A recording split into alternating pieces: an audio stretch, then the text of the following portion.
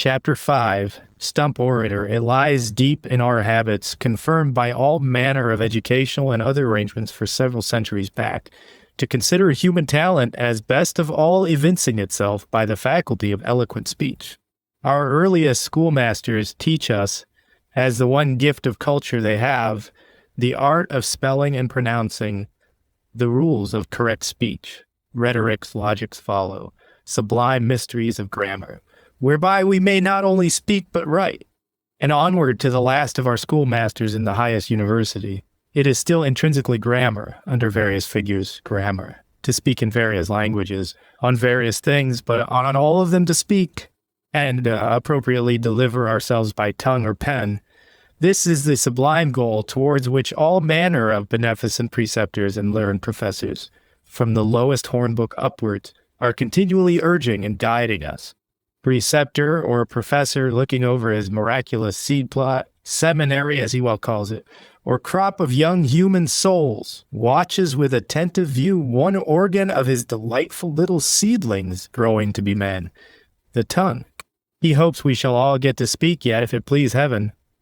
Some of you shall be book writers, eloquent review writers, and astonish mankind, my young friends. Others in white neckcloths shall do sermons by Blair and Lindley Murray, nay, by Jeremy Taylor and judicious Hooker, and be priests to guide men heavenward by skillfully brandished handkerchief and the torch of rhetoric.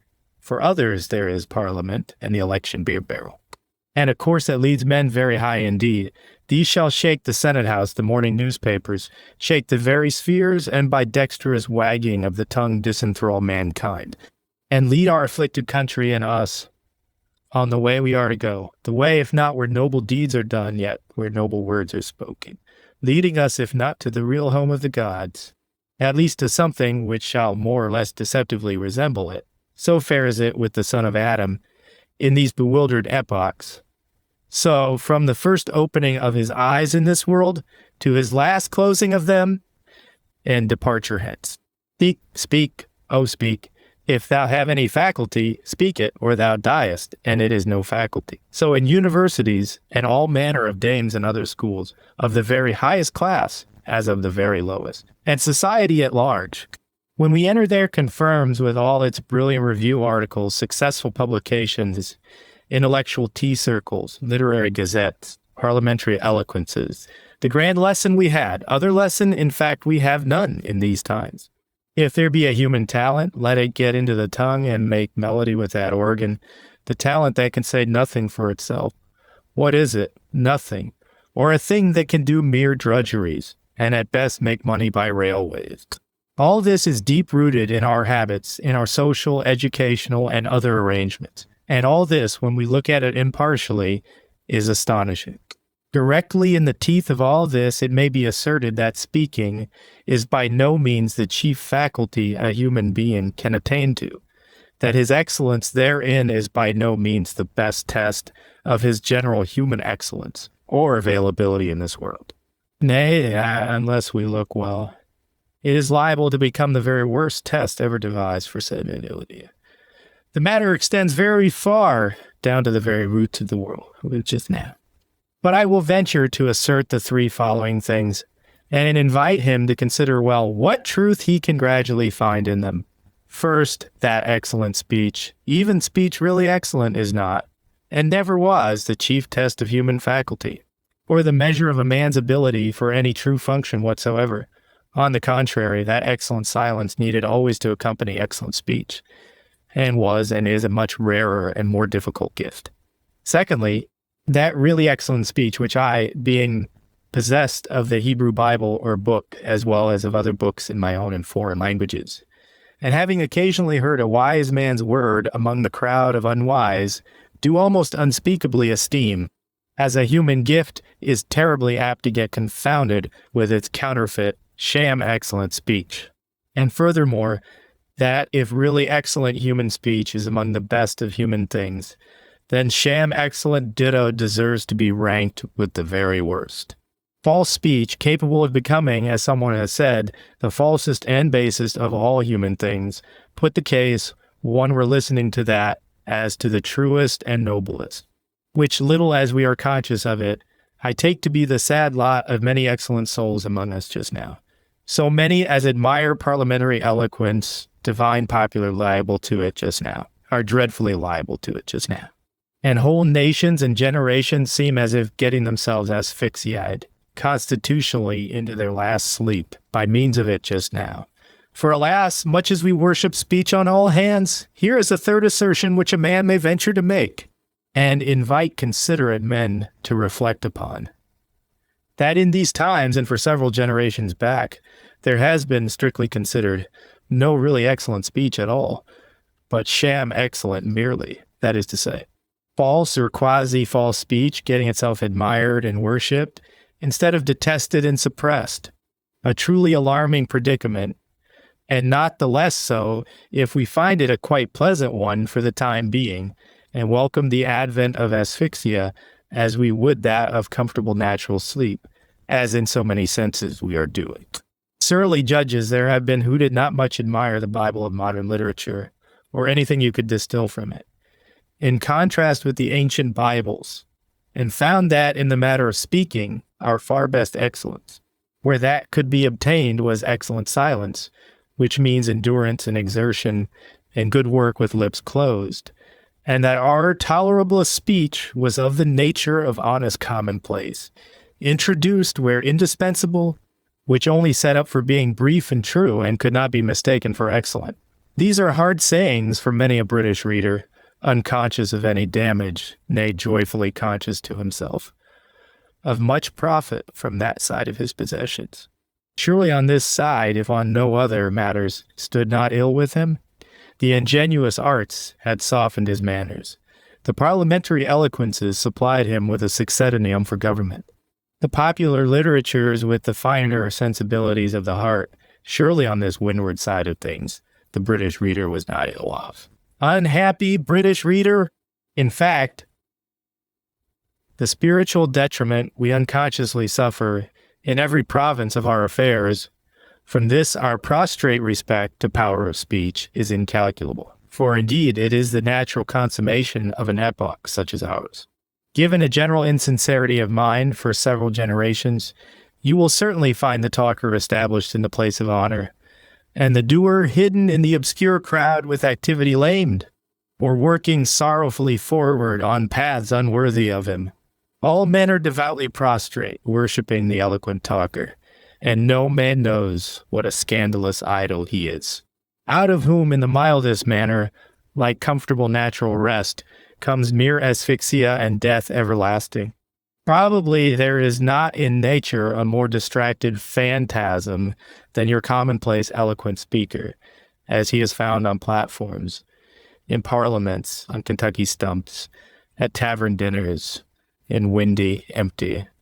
The excellent stump orator, as our admiring Yankee friends define him, he who in any occurrent set of circumstances can start forth, mount upon his stump, his rostrum, tribune, place in parliament, or other ready elevation, and pour forth from him his appropriate excellent speech, his interpretation of the said circumstances, in such manner as poor windy mortals round him shall cry, bravo, he is not an art first I can much admire, as matters go.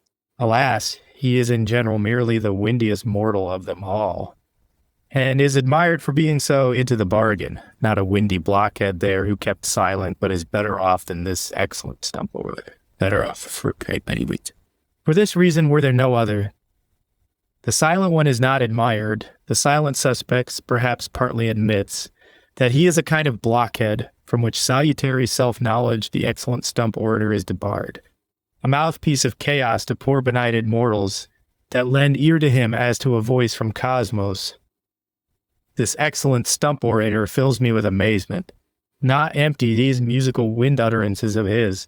They are big with prophecy. They announce, too audibly to me, that the end of many things is drawing nigh. Let the British reader consider it a little. He too is not a little interested in it. Nay, he, and the European reader in general, but he chiefly in these days, will require to consider it a great deal, and to take important steps in consequence by and by, if I mistake not. And in the meanwhile, sunk as he himself is in that bad element, and like a jaundiced man struggling to discriminate yellow colors. He will have to meditate long before he in any measure get the immense meanings of the thing brought home to him and discern. With astonishment, alarm, and almost terror and despair towards what fatal issues in our collective wisdom and elsewhere.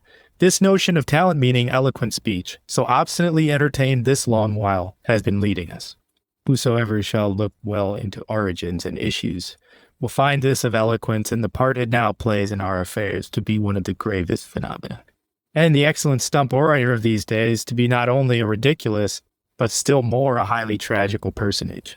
While the many listen to him, the few are used to pass rapidly with some gust of scornful laughter, some growl of impatient malediction. But he deserves from this latter class a much more serious attention. In the old ages, when universities and schools were first instituted, this function of the schoolmaster, to teach mere speaking, was the natural one. In those healthy times, guided by silent instincts and the monition of nature, men had from of old been used to teach themselves what it was essential to learn, by the one sure method of learning anything, practical apprenticeship to it.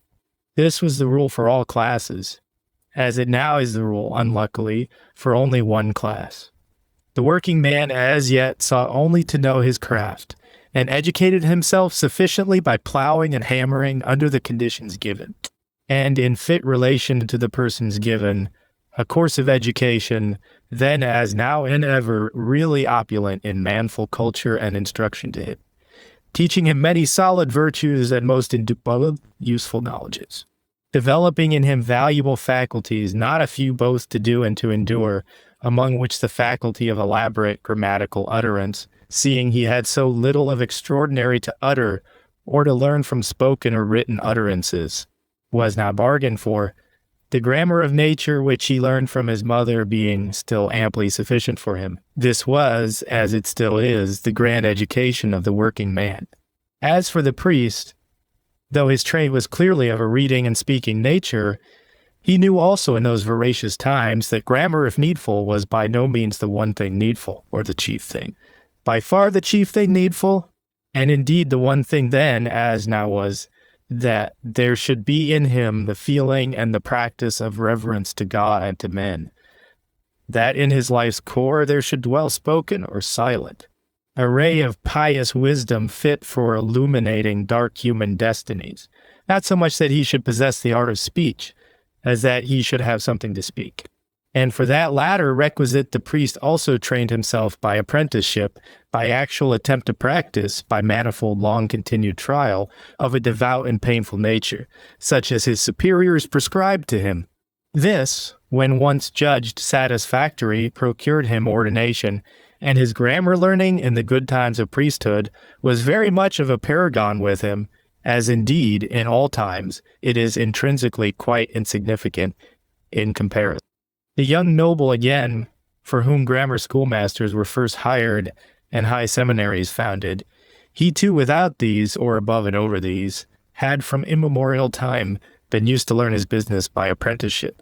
The young noble, before the schoolmaster as after him went apprentice to some elder noble, entered himself as page with some distinguished earl or duke, and here, serving upwards from step to step, under wise admonition, learned his chivalries, his practice of arms and of courtesies, his baronial duties and manners, and what it would beseem him to do and to be in the world, by practical attempt of his own, an example of what was a daily concrete pattern for it. Already filled with intellectual substance and possessing what we may call the practical gold bullion of human culture, it was an obvious improvement that he should be taught to speak it out of him on occasion, that he should carry a spiritual banknote producible on demand for what of gold bullion he had, not so negotiable otherwise, stored in the cellars of his mind. A man with wisdom, insight, and heroic worth already acquired for him, naturally demanded of the schoolmaster this one new faculty, the faculty of uttering in fit words what he had, a valuable superaddition of faculty. And yet we are to remember it was scarcely a new faculty. It was but the tangible sign of what other faculties the man had in the silent state. and many a rugged, inarticulate chief of men, I can believe, was most enviably educated, who had not a book on his premises, whose signature, a true sign manual, was the stamp of his iron hand duly inked and clapped upon the parchment, and whose speech in Parliament, like the growl of lions, did indeed convey his meaning, but would have torn Lindley Murray's nerves to pieces. To such a one the schoolmaster adjusted himself very naturally in that manner, as a man wanted for teaching grammatical utterance, the thing to utter being already there. The thing to utter, here was the grand point. And perhaps this is the reason why among earnest nations, as among the Romans, for example, the craft of the schoolmaster was held in little regard. For indeed, as mere teacher of grammar, or ciphering on the abacus and such like, how did he differ much from the dancing master or fencing master, or deserve much regard? Such was the rule in the ancient healthy times. Can it be doubtful that this is still the rule of human education? That the human creature needs first of all to be educated, not that he may speak, but that he may have something weighty and valuable to say? If speech is the banknote of an inward capital of culture, of insight and noble human worth, then speech is precious, and the art of speech shall be honored.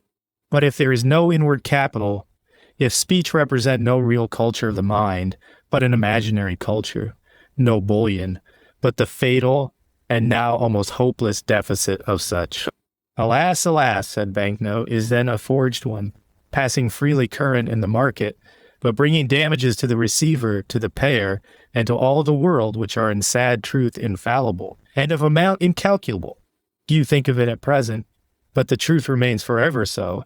In parliaments and other loud assemblages your eloquent talk, disunited from nature and her facts, is taken as wisdom, and the correct image of said fact. But nature well knows what it is. Nature will not have it as such, and will reject your forged note one day with huge costs. The foolish traders in the market pass freely, nothing doubting, and rejoice in the dexterous execution of the piece. And so it circulates from hand to hand, and from class to class, gravitating ever downwards towards a practical class, till at last it reaches some poor working hand, who can pass it no farther, but must take it to the bank to get bread with it. And there the answer is, unhappy caitiff, this note is forged. It does not mean performance and reality, in parliaments and elsewhere, for thy behoof. It means fallacious semblance of performance, and thou, poor dupe, art thrown into the stocks on offering it here. Alas, alas, looking abroad over Irish difficulties, mosaic sweating establishments, French barricades, and an anarchic Europe. Is it not as if all the populations of the world were rising, or had risen into incendiary madness, unable longer to endure such an avalanche of forgeries, and of penalties in consequence, as had accumulated upon them? The speaker is excellent.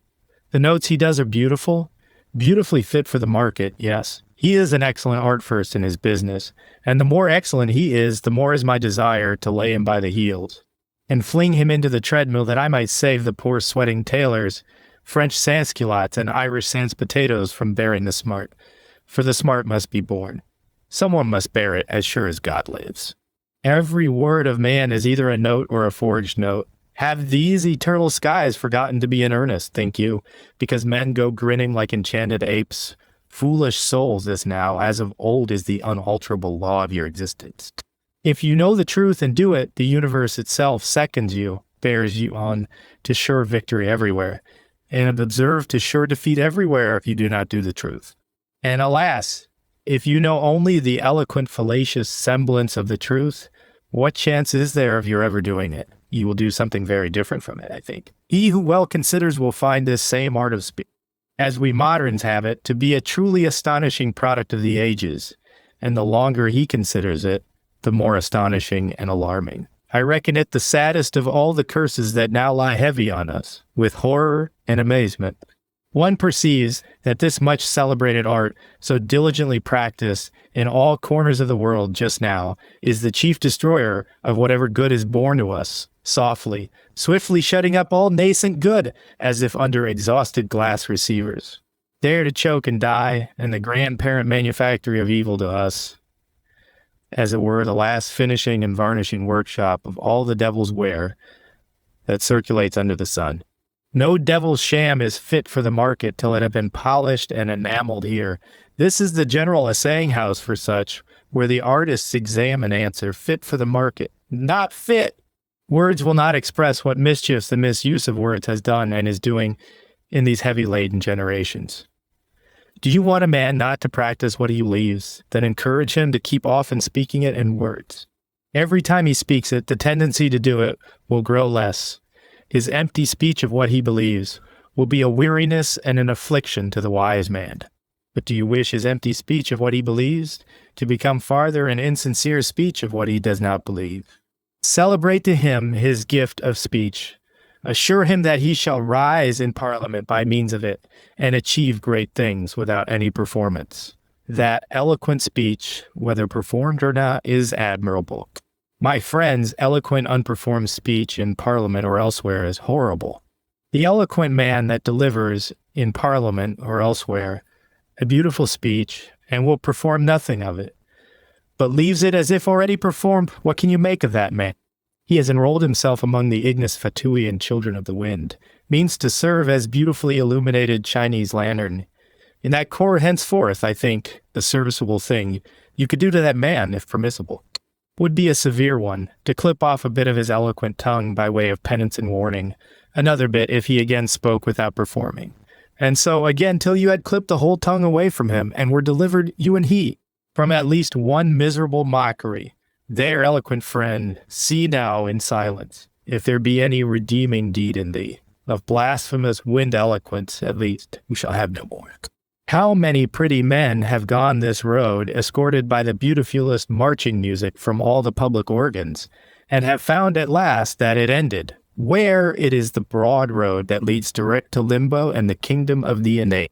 Gifted men and once valiant nations, and as it were the whole world with one accord, are marching thither in melodious triumph, all the drums and hautboys giving out their cheerfulest caira.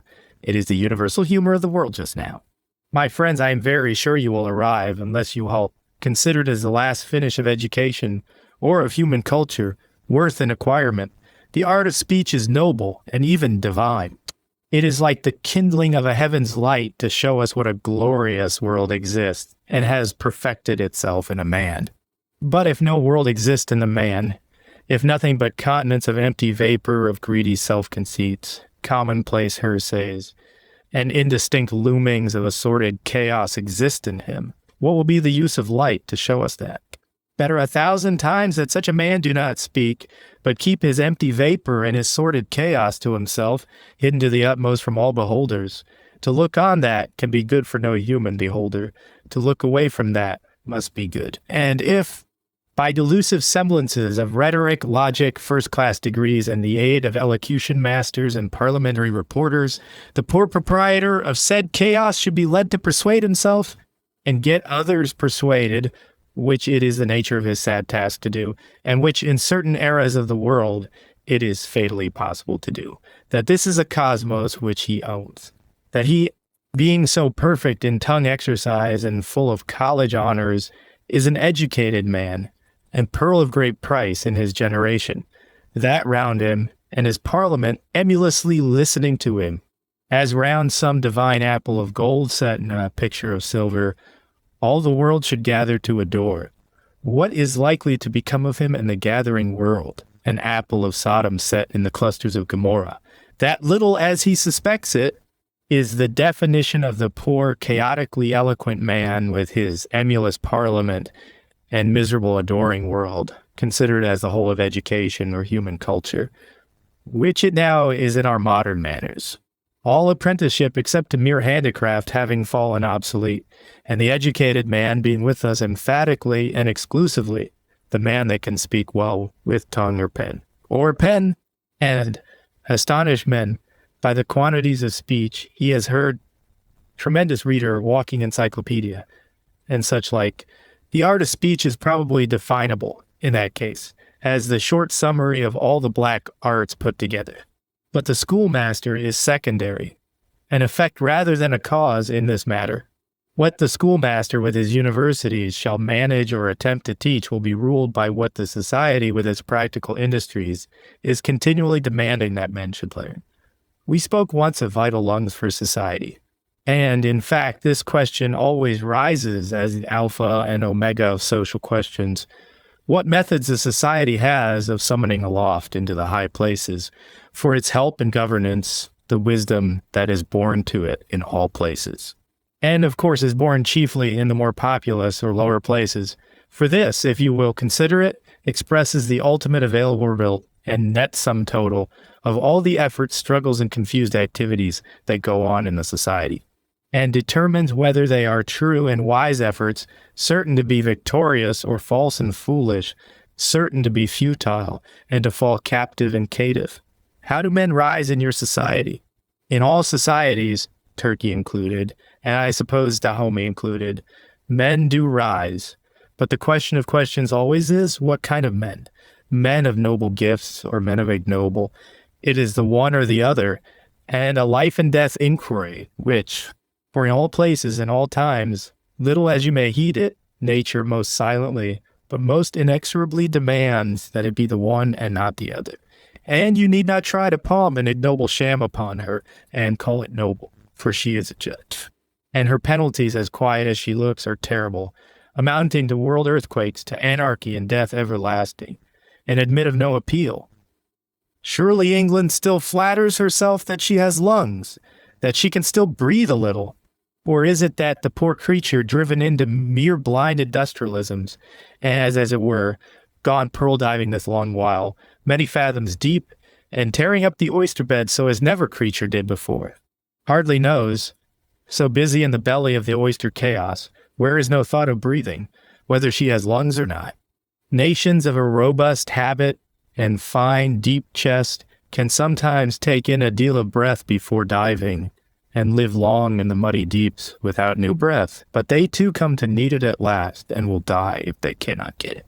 To the gifted soul that is born in England, what is the career, then, that will carry him, amid noble Olympic dust, up to the immortal gods, for his country's sake, that it may not lose the service he was born capable of doing it, for his own sake, that his life be not choked and perverted, and his light from heaven be not changed into lightning from the other place? It is essential that there be such a career. The country that can offer no career in that case is a doomed country. Nay, it is already a dead country. It has secured the ban of heaven upon it, will not have heaven's light, will have the other places lightning, and may consider itself as appointed to expire in frightful coughings of street musketry or otherwise, on a set day, and to be in the eye of law dead. In no country is there not some career, inviting to it either the noble hero or the tough Greek of the lower empire. Which of the two do your careers invite? There is no question more important.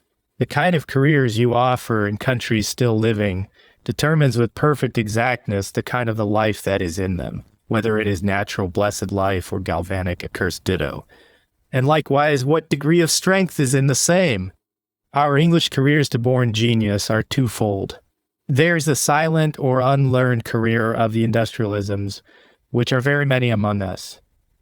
And there is the articulate or learned career of the three professions, medicine, law, under which we may include politics, and the church. Your born genius, therefore, will first have to ask himself whether he can hold his tongue or cannot.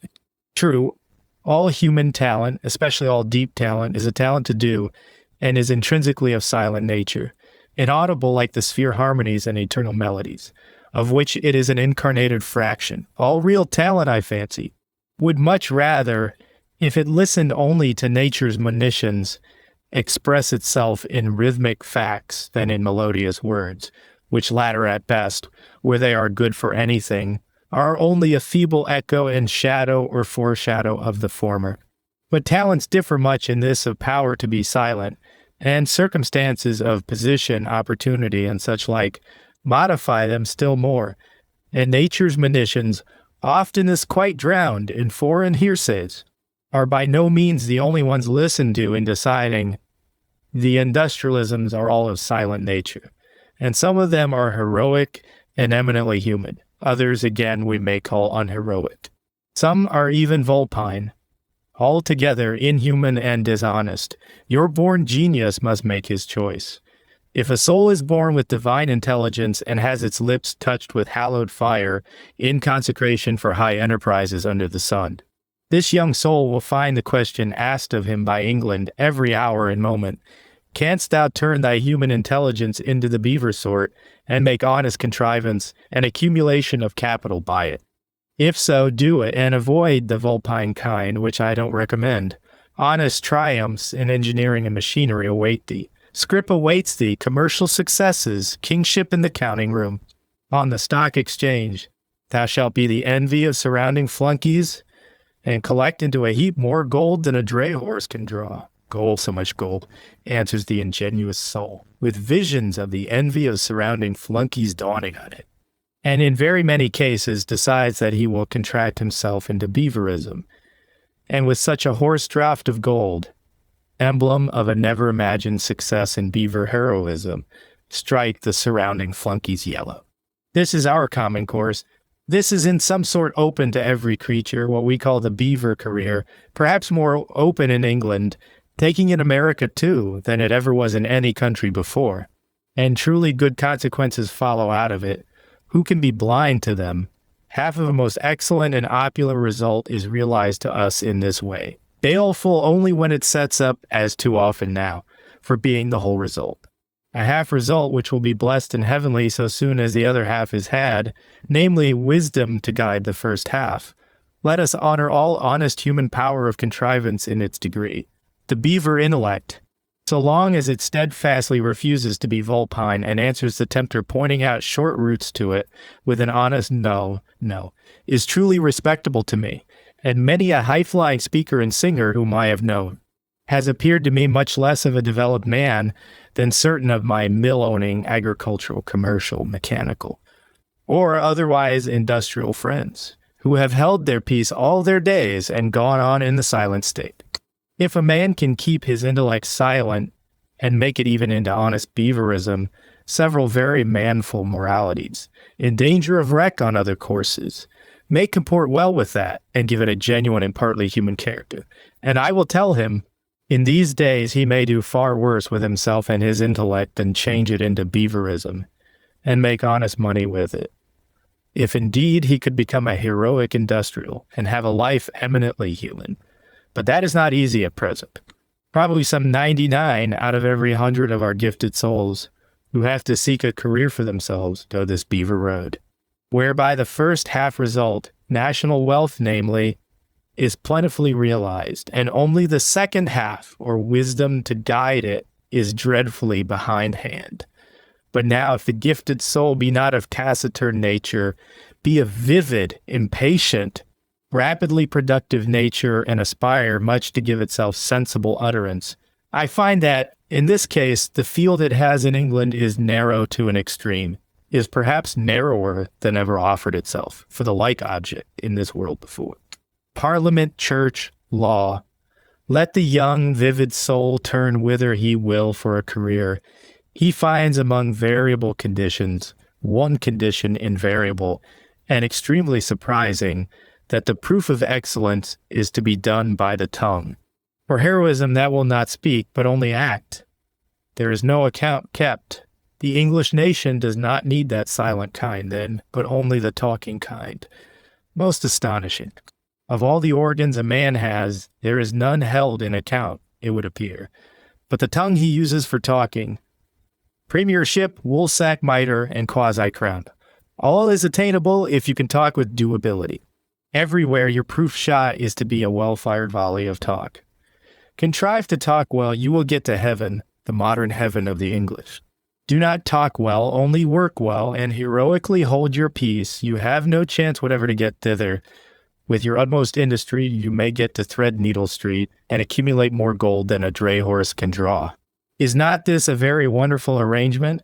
I have heard of races done by mortals tied in sacks, of human competitors, high aspirants, climbing heavenward on the soap pole, seizing the soap pig and clutching with cleft fist at full gallop the fated goose tied aloft by its foot, which feats do prove agility, toughness, and other useful faculties in man. But this of dexterous talk is probably as strange a competition as any, and the question rises whether certain of these other feats, or perhaps an alternation of all of them, relieved now and then by a bout of grinning through the collar, might not be profitably substituted for the solitary proof feed of talk, now getting rather monotonous by its long continuance. Alas, Mr. Bull, I do find it is all little other than a proof of toughness, which is a quality I respect, with more or less expenditure of falsity and astucity superadded, which I entirely condemn. Toughness plus astucity, perhaps a simple wooden mast set up in Palace Yard, well soaped and duly presided over, might be the honester method. Such a method as this, by trial of talk, for filling your chief offices in church and state, was perhaps never heard of in the solar system before. You are quite used to it, my poor friend, and nearly dead by the consequences of it. But in the other planets, as in other epochs of your own planet, it would have done had you proposed it. The thing awakens incredulous amazement, worldwide Olympic laughter, which ends in tempestuous hootings, in tears and horror. My friend, if you can, as heretofore this good while, find nobody to take care of your affairs but the expertest talker, it is all over with your affairs and you. Talk never yet could guide any man's or nation's affairs, nor will it yours except towards the limbus patrum, where all talk except a very select kind of it lodges at last. Medicine, guarded too by preliminary impediments, and frightful Medusa heads of quackery, which deter many generous souls from entering, is of the half-articulate professions, and does not much invite the ardent kinds of ambition. The intellect required for medicine might be wholly human, and indeed should by all rules be. The profession of the human healer being radically a sacred one, and connected with the highest priesthoods, or rather being itself the outcome and acme of all priesthoods, and divinest conquests of intellect here below, as will appear one day when men take off their old monastic and ecclesiastic spectacles and look with eyes again. In essence, the physician's task is always heroic, eminently human, but in practice most unluckily at present, we find it too become in good part beaverish, yielding a money result alone. And what of it is not beaverish, does not that too go mainly to ingenious talking, publishing of yourself, ingratiating of yourself, a partly human exercise or waste of intellect, and alas, a partly vulpine ditto, making the once sacred creatros, or human healer, more impossible for us than ever. Angry basilisks watch at the gates of law and church just now, and strike a sad damp into the nobler of the young aspirants. Hard bonds are offered you to sign, as it were. A solemn engagement to constitute yourself an impostor before ever entering, to declare your belief in incredibilities, your determination, in short, to take chaos for cosmos, and Satan for the Lord of things, if he come with money in his pockets, and horsehair and bombazine decently wrapped about him, fatal preliminaries, which deter many an ingenuous young soul, and send him back from the threshold, and I hope will deter evermore. But if you do enter, the condition is well known. Talk. Who can talk best here? His shall be the mouth of gold and the purse of gold, and with my grar mitra, once the headdress of unfortunate females. I am told, shall his sacred temples be begirt, ingenuous souls, unless forced to it, do now much shudder at the threshold of both these careers, and not a few desperately turn back into the wilderness rather, to front a very rude fortune, and be devoured by wild beasts, as is likeliest. But as to Parliament, again, and its eligibility, if attainable, there is yet no question anywhere. The ingenuous soul, if possessed of money capital enough, is predestined by the parental and all manner of monitors to that career of talk, and accepts it with alacrity and clearness of heart, doubtful only whether he shall be able to make a speech. Courage, my brave young fellow. If you can climb a soap pole of any kind, you will certainly be able to make a speech. All mortals have a tongue and carry on some jumble, if not a thought, yet stuff which they could talk. The weakest of animals has got a cry in it and can give voice before dying. If you are tough enough, bent upon it desperately enough, I engage you shall make a speech. But whether that will be the way to heaven for you, I do not engage. These, then, are our two careers for genius. Mute industrialism, which can seldom become very human, but remains beaverish mainly, and the three professions named learned, that is to say, able to talk. For the heroic or higher kinds of human intellect in the silent state, there is not the smallest inquiry anywhere. Apparently, a thing not wanted in this country at present. What the supply may be, I cannot inform Macrowdy, but the market demand, he may himself see, is nil. These are our three professions that require human intellect in part or whole, not able to do with mere beaverish, and such a part does the gift of talk play in one and all of them. Whatsoever is not beaverish seems to go forth in the shape of talk. To such length is human intellect wasted or suppressed in this world.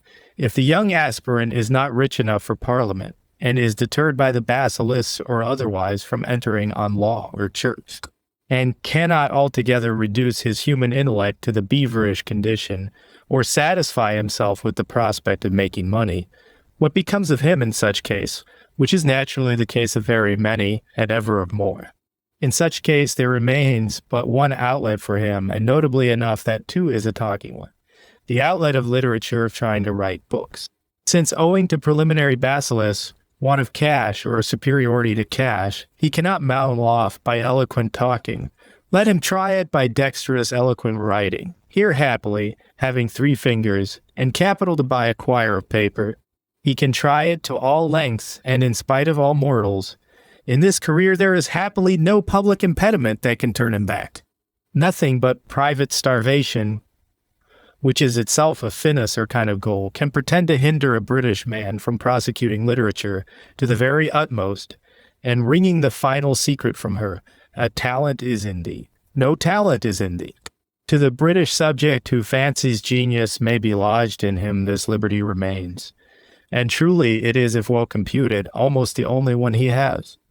A crowded portal this of literature accordingly, the haven of expatriated spiritualists, and alas, also of expatriated vanities and prurient imbecilities. Here do the windy aspirations, foiled activities, foolish ambitions, and frustrate human energies reduced to the vocable condition, fly as to the one refuge left. And the Republic of Letters increases in population at a faster rate than even the Republic of America does. The strangest regiment in Her Majesty's service, this of the soldiers of literature. Would your lordship much like to march through Coventry with them? The immortal gods are there, quite irrecognizable under these disguises, and also the lowest broken valets, an extremely miscellaneous regiment. In fact, the regiment, superficially viewed, looks like an immeasurable motley flood of discharged play actors, funambulists, false prophets, drunken ballad singers, and marches not as a regiment, but as a boundless canaille, without drill, uniform, captaincy, or billet. With huge overproportion of drummers, you would say a regiment gone wholly to the drum, with hardly a good musket to be seen in it. More a canaille than a regiment, canaille of all the loud-sounding levities and general winnowings of chaos. Marching through the world in a most ominous manner, proclaiming audibly, if you have ears, 12th hour of the night, ancient graves yawning, pale clammy Puseyisms screeching in their winding sheets, owls busy in the city regions. Many goblins abroad, awake ye living, dream no more, arise to judgment. Chaos and Gehenna are broken loose. The devil with his bedlams must be flung in chains again, and the last of the days is about to dawn. Such is literature to the reflective soul at this moment, but what now concerns us most is the circumstance that here too the demand is vocables, still vocables. In all appointed courses of activity and paved careers, for human genius, and in this unpaved, unappointed broadest career of literature, broad way that leadeth to destruction for so many, the one duty laid upon you is still, talk. Talk well with pen or tongue, and it shall be well with you. Do not talk well, it shall be ill with you. To wag the tongue with dexterous acceptability there is for human worth and faculty in our England of the 19th century, that one method of emergence and no other. Silence, you would say, means annihilation for the Englishman of the 19th century. The worth that has not spoken itself is not, or is potentially only, and as if it were not. Vox is the God of this universe. If you have human intellect, it avails nothing unless you either make it into beaverism or talk with it. Make it into beaverism and gather money, or else make talk with it and gather what you can. Such is everywhere the demand for talk among us, to which, of course, the supply is proportionate. From dinners up to woolsacks and divine meters, here in England much may be gathered by talk. Without talk, of the human sort, nothing.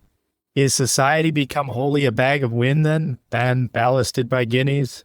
Are our interests in it as a sounding brass and a tinkling cymbal?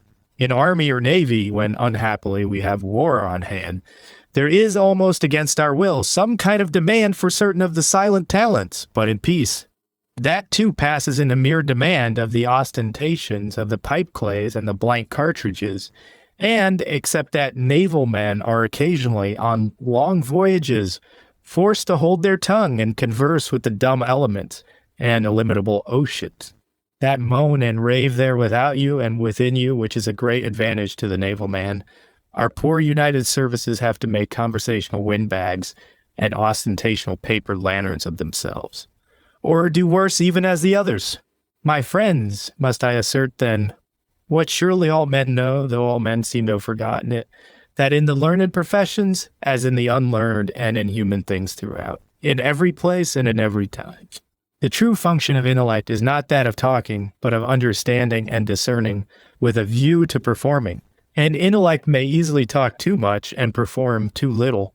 Gradually, if it get into the noxious habit of talk, there will less and less performance come of it, talk being so delightfully handy in comparison with work. And at last there will no work, or thought of work be got from it at all, except as the preparation for work is worth almost nothing.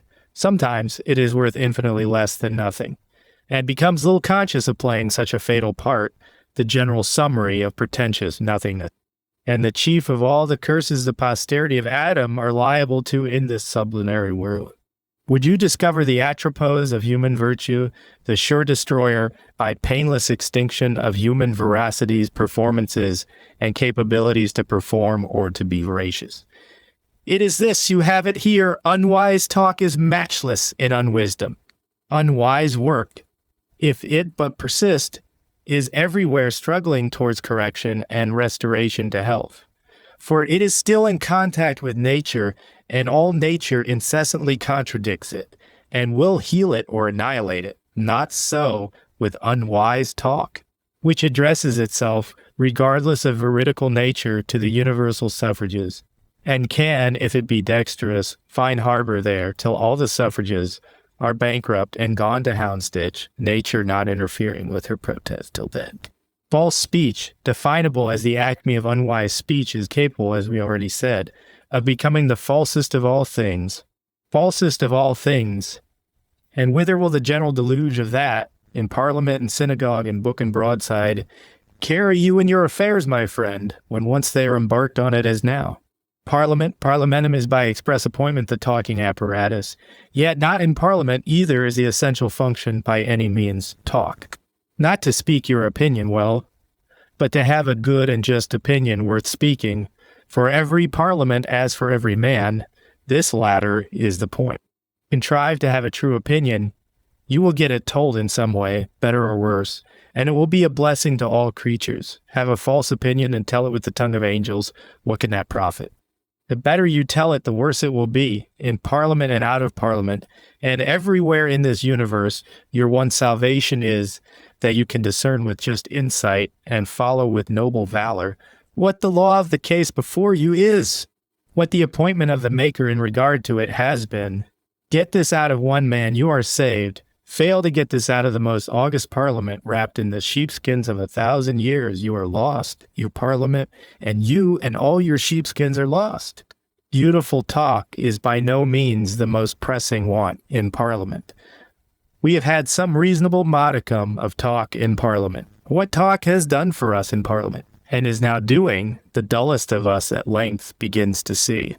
Much has been said of Parliament's breeding men to business, of the training an official man gets in this school of argument and talk. He is here inured to patience, tolerance, sees what is what in the nation, and in the nation's government, attains official knowledge, official courtesy and manners, in short, is polished at all points into official articulation, and here better than elsewhere qualifies himself to be a governor of men.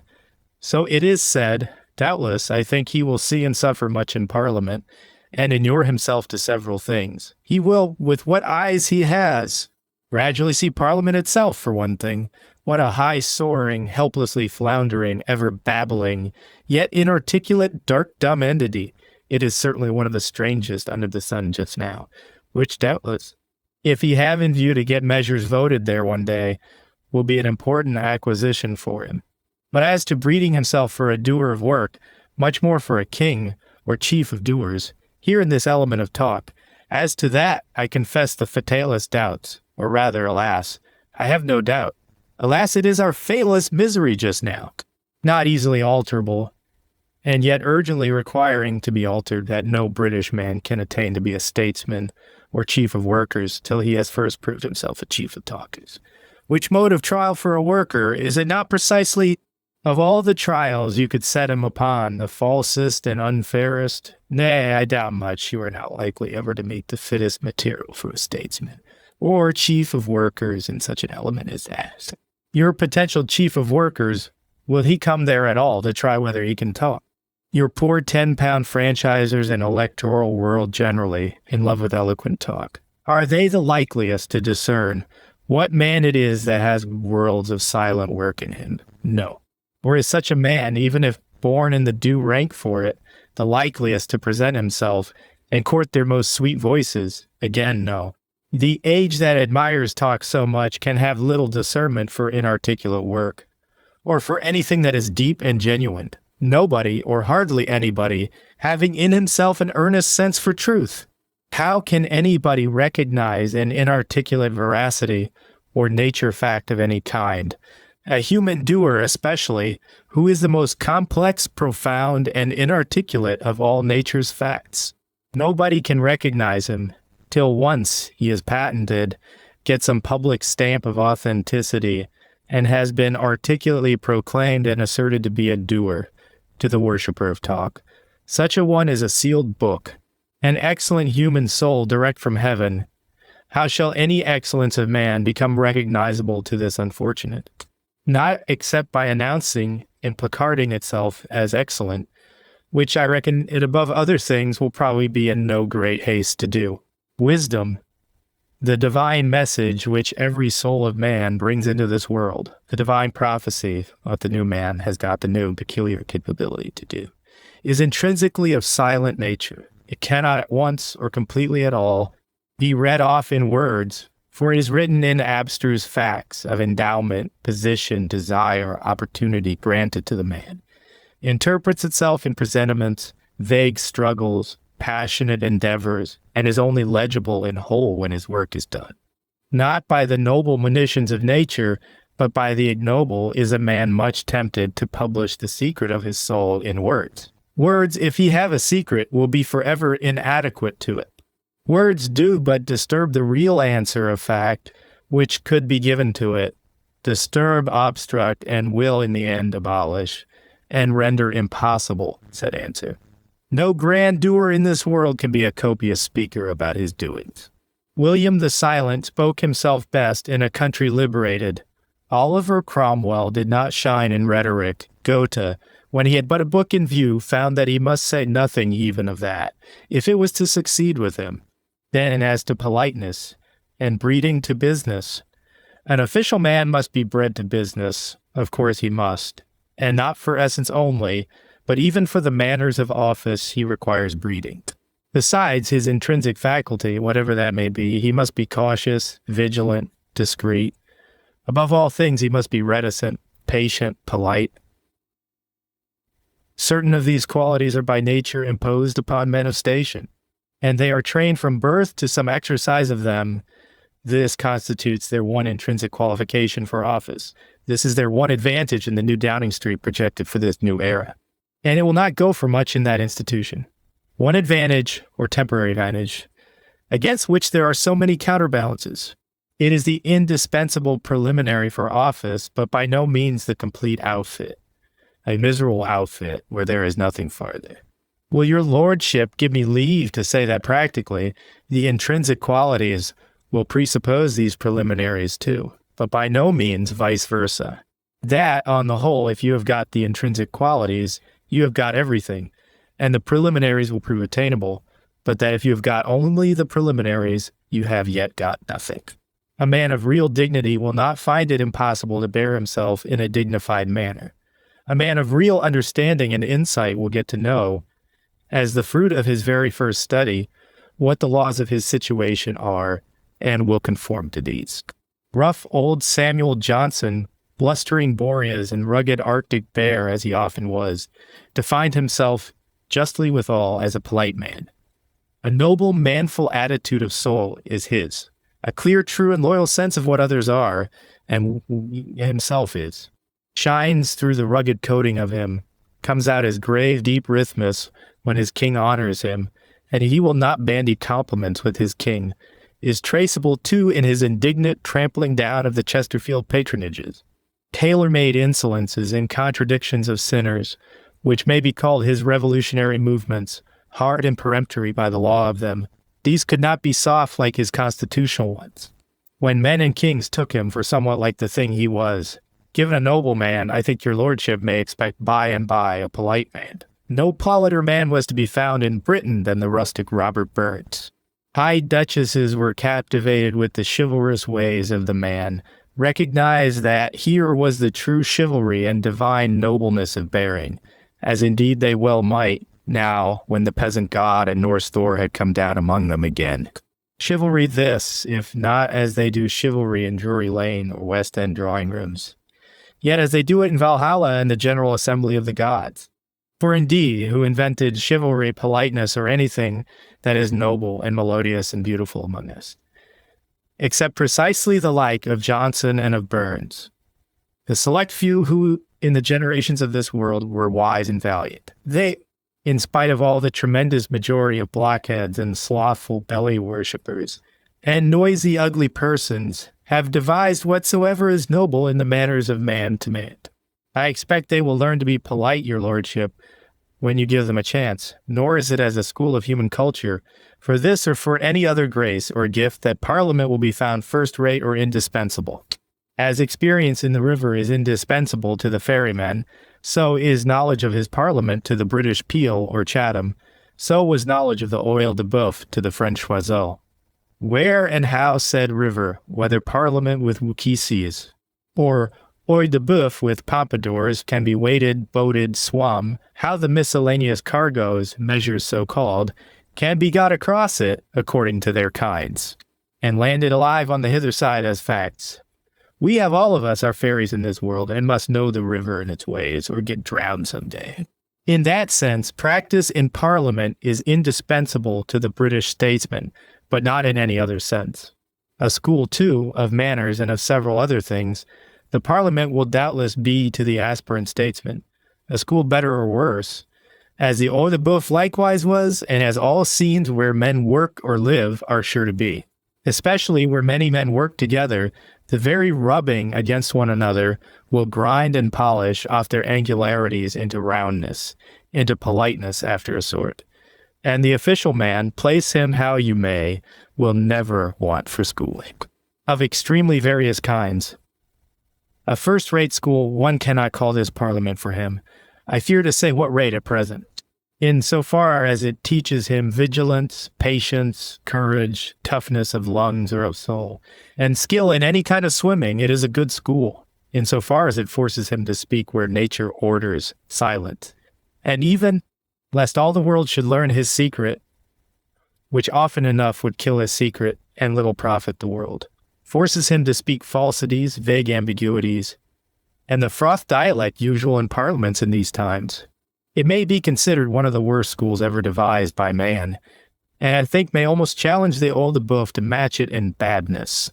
Parliament will train your men to the manners required of a statesman, but in a much less degree to the intrinsic functions of one to these latter, it is capable of mistraining as nothing else can. Parliament will train you to talk, and above all things to hear with patience unlimited quantities of foolish talk. To tell a good story for yourself, and to make it appear that you have done your work. This, especially in constitutional countries, is something. And yet, in all countries, constitutional ones too, it is intrinsically nothing, probably even less.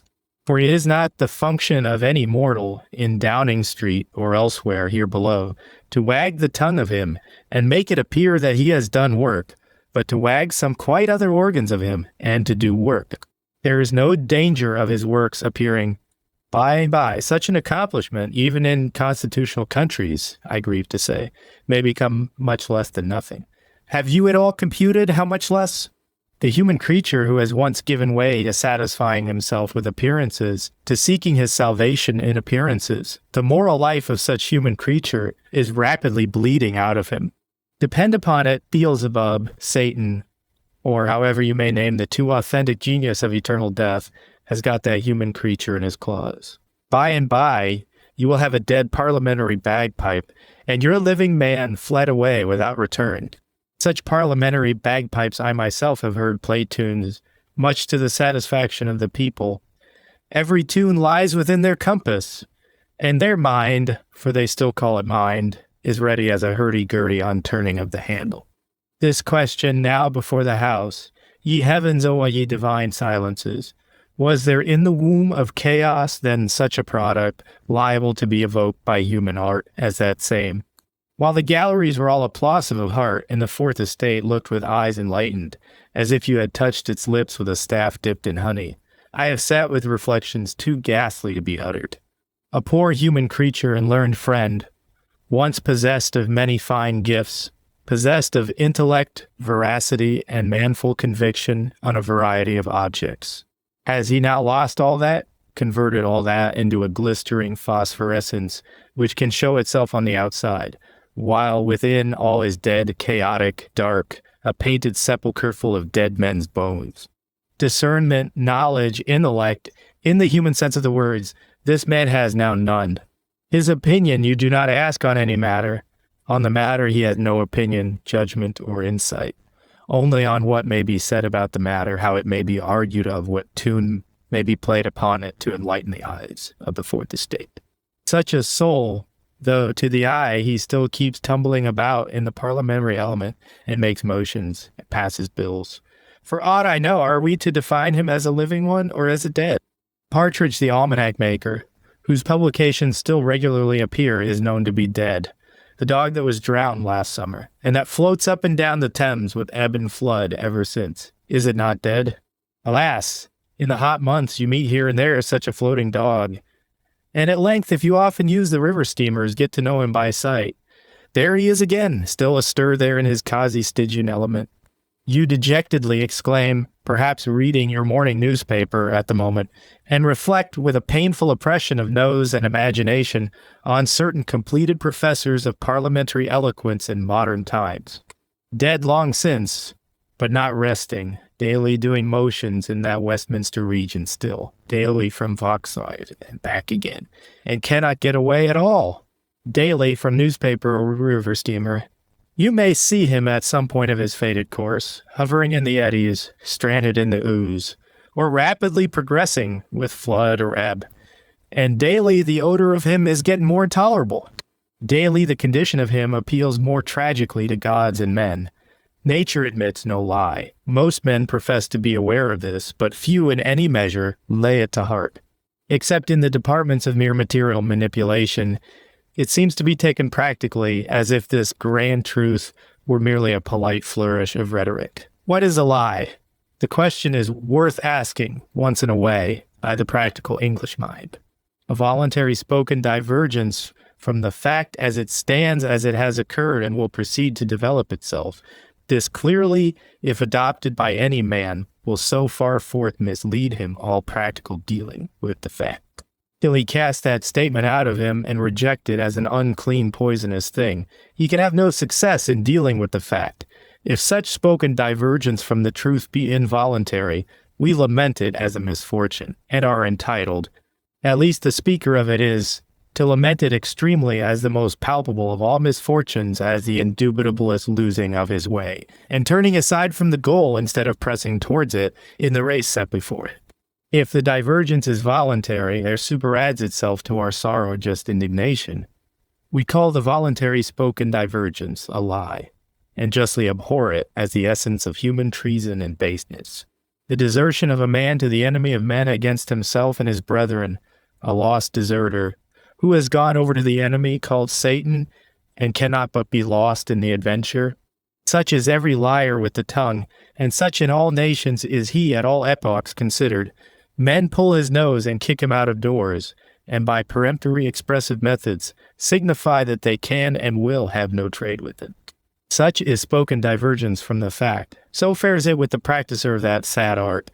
But have we well considered a divergence in thought from what is the fact? Have we considered the man whose very thought is a lie to him and to us? He too is a frightful man, repeating about this universe on every hand what is not, and driven to repeat it, the sure herald of ruin to all that follow him, that know with his knowledge. And would you learn how to get a mendacious thought, there is no surer recipe than carrying a loose tongue. The lying thought, you already either have it or will soon get it by that method. He who lies with his very tongue, he clearly enough has long ceased to think truly in his mind. Does he in any sense think? All his thoughts and imaginations, if they extend beyond mere beaverisms, astucities, and sensualisms, are false, incomplete, perverse, untrue even to himself.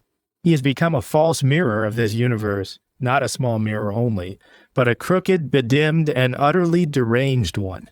But all loose tongues, too, are akin to lying ones, are insincere at the best and go rattling with little meaning. The thought lying languid a great distance behind them, if thought there be behind them at all. Gradually there will be none or little.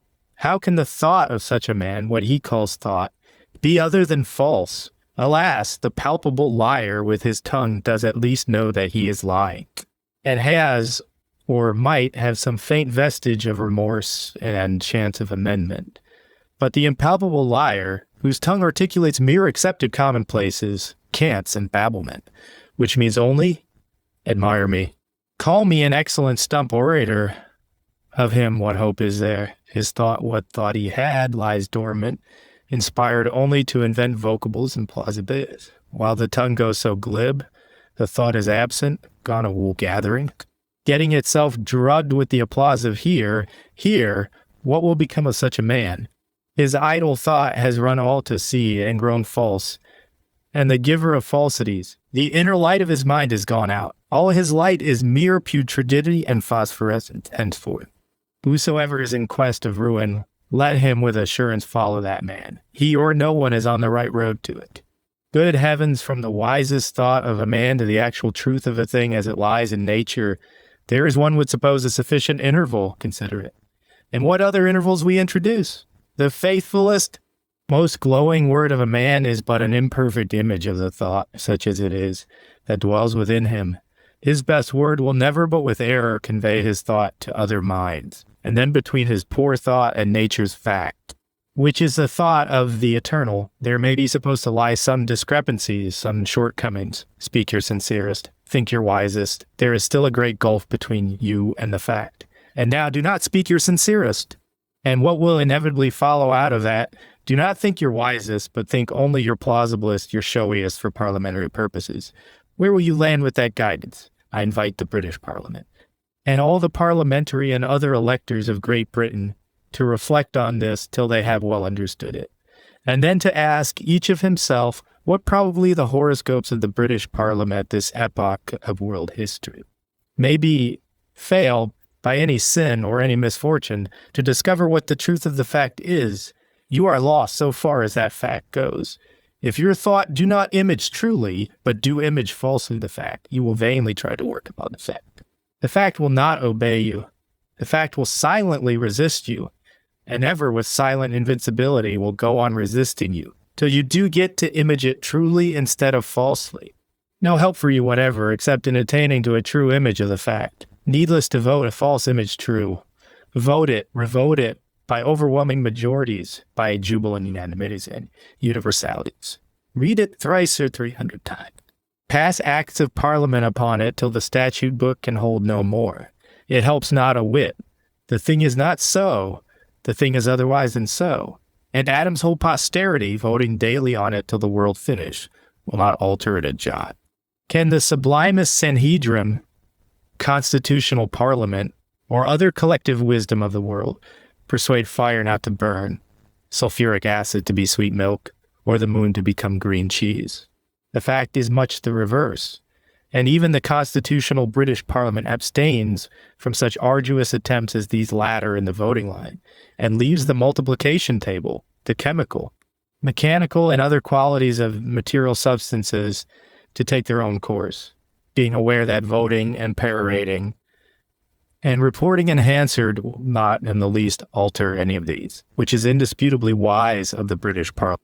Unfortunately, the British Parliament does not at present quite know that all manner of things and relations of things, spiritual equally with material, all manner of qualities, entities, existences whatsoever, in this strange visible and invisible universe are equally inflexible of nature, that they will, one and all, with precisely the same obstinacy, continue to obey their own law, not our law, deaf as the adder to all charm of parliamentary eloquence, and of voting never so often repeated, silently but inflexibly and forevermore, declining to change themselves even as sulfuric acid declines to become sweet milk, though you vote so to the end of the world. This, it sometimes seems to me, is not quite sufficiently laid hold of by the British and other parliaments just at present, which surely is a great misfortune to said parliaments, for it would appear a grand point. After all constitutional improvements, and such wagging of wigs in Westminster as there has been, is precisely what it was before any constitution was yet heard of, or the first official wig had budded out of nothing, namely, to ascertain what the truth of your question in nature really is, verily so.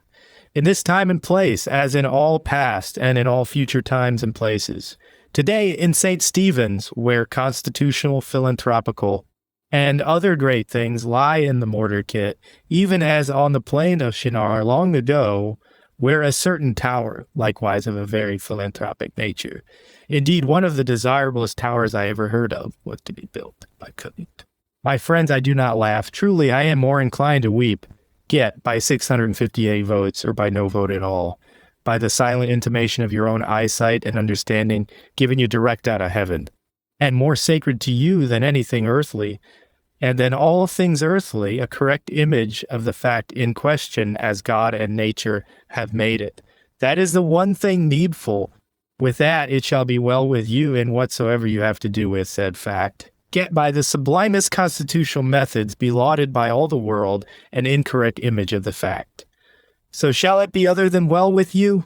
So shall you have laud from able editors and vociferous masses of mistaken human creatures, and from the nature's fact, continuing quite silently the same as it was, contradiction, and that only. What else? Will nature change, or sulfuric acid become sweet milk for the noise of vociferous blockheads? Surely not. Nature, I assure you, has not the smallest intention of doing so. And official register correct to the most evanescent item, debtor and creditor, in respect to one and all of us, silently marks down creditor by such and such an unseen act of veracity and heroism, debtor to such a loud, blustery blunder, 27 million strong or 1 unit strong, and to all acts and words and thoughts executed in consequence of that. Debtor, dead after day, rigorously as fate, for this is fate that is right. And at the end of the account, you will have it all to pay, my friend. There is the rub. Not the infinitesimalest fraction of a farthing, but will be found marked there, for you and against you. And with the due rate of interest, you will have to pay it, neatly, completely, as sure as you are alive. You will have to pay it even in money if you live. And poor slave, do you think there is no payment but in money? There is a payment which nature rigorously exacts of men and also of nations. And this, I think, when her wrath is sternest, in the shape of dooming you to possess money, to possess it, to have your bloated vanities fostered into monstrosity by it, your foul passions blown into explosion by it, your heart and perhaps your very stomach ruined with intoxication by it, your poor life and all its manful activities stunned into frenzy and comatose sleep by it. In one word, as the old prophet said, your soul forever lost by it, your soul, so that through the eternities you shall have no soul or manful trace of ever having had a soul, but only for certain fleeting moments shall have had a money bag, and have given soul and heart and frightfuler still stomach itself in fatal exchange for the same. You wretched mortal, stumbling about in a god's temple, and thinking it a brutal cookery shop. Nature, when her scorn of a slave is divinest, and blazes like the blinding lightning against his slavehood, often enough flings him a bag of money, silently saying, "That, away! Thy doom is that, for no man and for no body or biggest multitude of men has nature favor if they part company with her facts in her."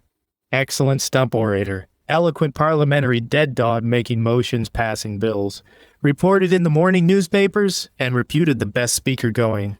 From the universe of fact he has turned himself away. He has gone into partnership with the universe of phantasm, finds it profitablest to deal in forged notes, while the foolish shopkeepers will accept them.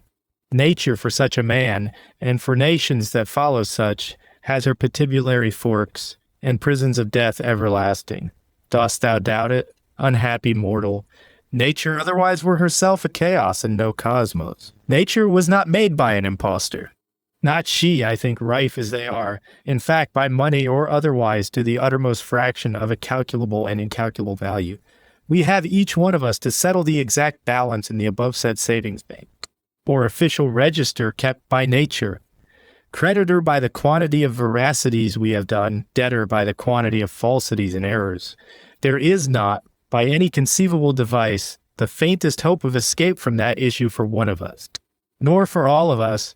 This used to be a well-known fact, and daily still in certain edifices, steeple houses, joss houses, temples, sacred or other, everywhere spread over the world, we hear some dim mumblement of an assertion that such is still what it was always and will forever be the fact. But meseems it has terribly fallen out of memory nevertheless, and from Dan to Beersheba, one in vain looks out for a man that really in his heart believes it. In his heart he believes, as we perceive, that script will yield dividends, but that heaven too has an office of account and unerringly marks down against us or for us whatsoever thing we do or say or think, and treasures up the same in regard to every creature. This I do not so well perceive that he believes.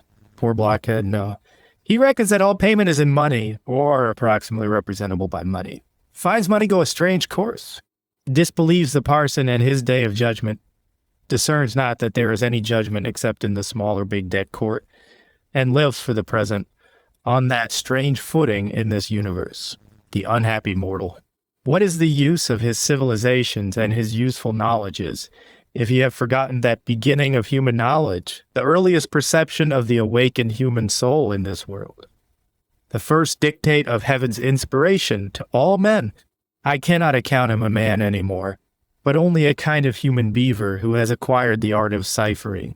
He lives without rushing hourly towards suicide, because his soul, with all its noble aspirations and imaginations, is sunk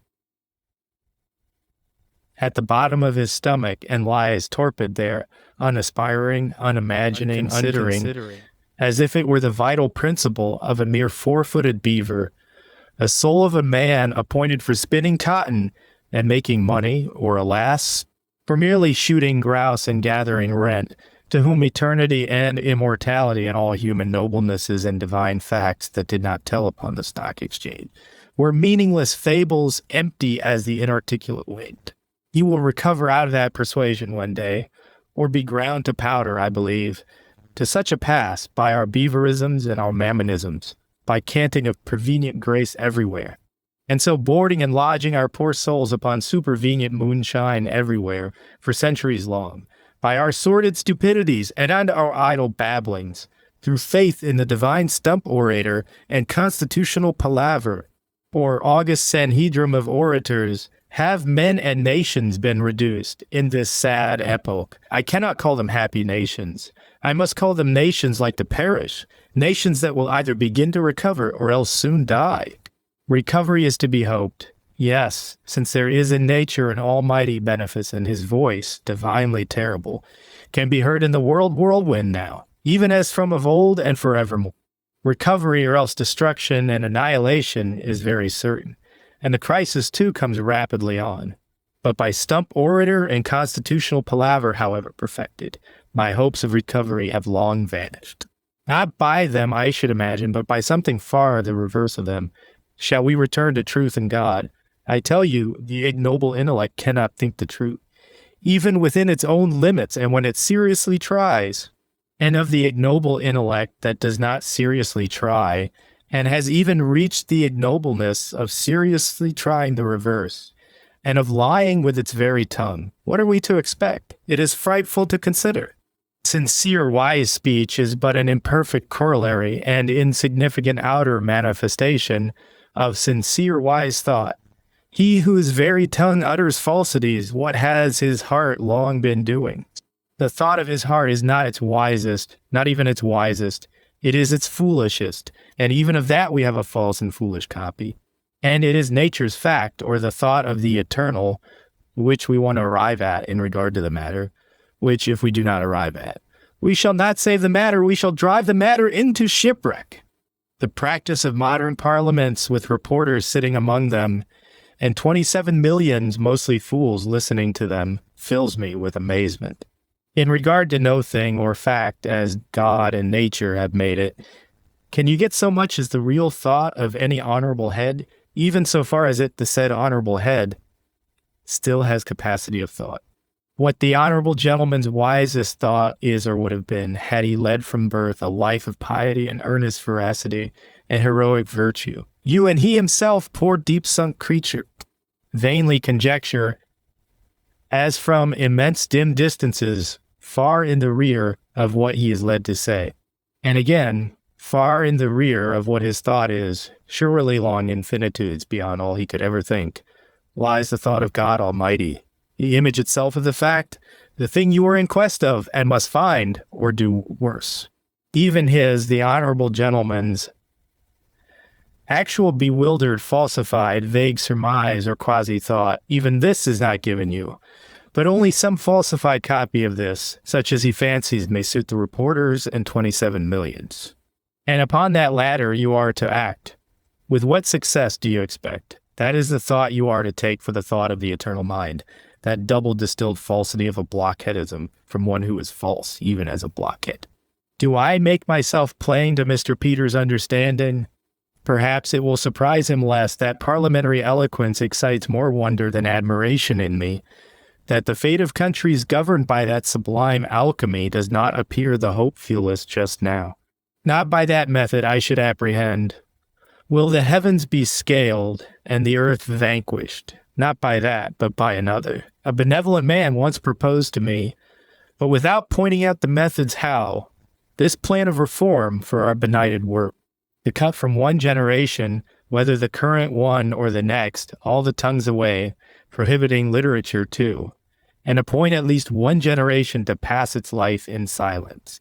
There, thou one blessed generation, from the vain jargon of Babel, thou art beneficently freed. Whatsoever of truth, traditionary or original, thy own God-given intellect shall point out to thee as true, that thou wilt go and do. In doing of it, there will be a verdict for thee. If a verdict of true, thou wilt hold by it, and ever again do it. If of untrue, thou wilt never try it more, but be eternally delivered from it. To do aught, because the vain her says order thee, and the big clamors of the Sanhedrim of fools, is not thy lot. What worlds of misery are spared thee? Nature's voice heard in thy own inner being, and the sacred commandment of thy Maker, these shall be thy guidances, thou happy tongueless generation. What is good and beautiful thou shalt know, not merely what is said to be so. Not to talk of thy doings and become the envy of surrounding flunkies, but to taste of the fruit of thy doings themselves is thine. What the eternal laws will sanction for thee, do. What the froth, gospels, and multitudinous, long-eared her says, never so loudly bid. All. This is already chaff for thee, drifting rapidly along thou knowest whitherward, on the eternal winds. Good heavens, if such a plan were practicable. How the chaff might be winnowed out of every man, and out of all human things, and 9/900ths of our whole big universe, spiritual and practical, might blow itself away, as mere torrents of chaff, whole trade winds of chaff. Many miles deep, rushing continually with the voice of whirlwinds towards a certain fire, which knows how to deal with it. 9/900ths blown away, all the lies blown away, and some skeleton of a spiritual and practical universe left standing for us which were true. Oh heavens, is it forever impossible then? By a generation that had no tongue it really might be done, but not so easily by one that had. Tongues, platforms, parliaments, and fourth estates, unfettered presses, periodical and stationary literatures. We are nearly all gone to tongue, I think, and our fate is very questionable. Truly, it is little known at present, and ought forthwith to become better known, what ruin to all nobleness and fruitfulness and blessedness in the genius of a poor mortal he generally bring about, by ordering him to speak to do all things with a view to their being seen. Few good and fruitful things ever were done or could be done on those terms. Silence, silence, and be distant, ye profane, with your jargonings and superficial babblements when a man has anything to do. Eye service, dost thou know what that is, poor England? Eye service is all the man can do in these sad circumstances, grows to be all he has the idea of doing, of his or any other man's ever doing, or ever having done, in any circumstances. Sad enough. Alas, it is our saddest woe of all.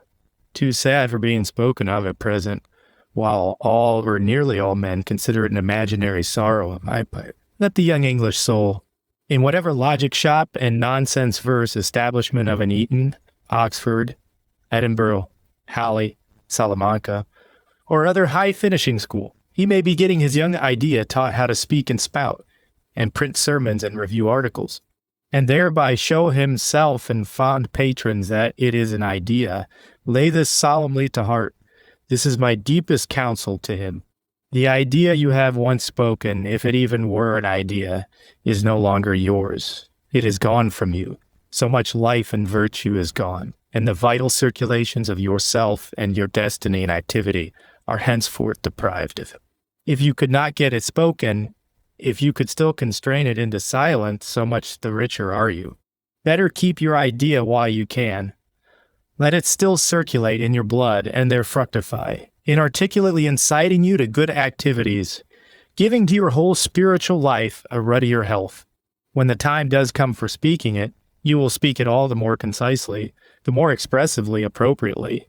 And if such a time should never come, have you not already acted it and uttered it as no words can? Think of this, my young friend, for there is nothing truer, nothing more forgotten in these shabby gold-laced days. Incontinence is half of all the sins of man, and among the many kinds of that base vice, I know none baser, or at present half so fell and fatal, as that same incontinence of tongue. Public speaking, parliamentary eloquence, it is a Moloch before whom young souls are made to pass through the fire.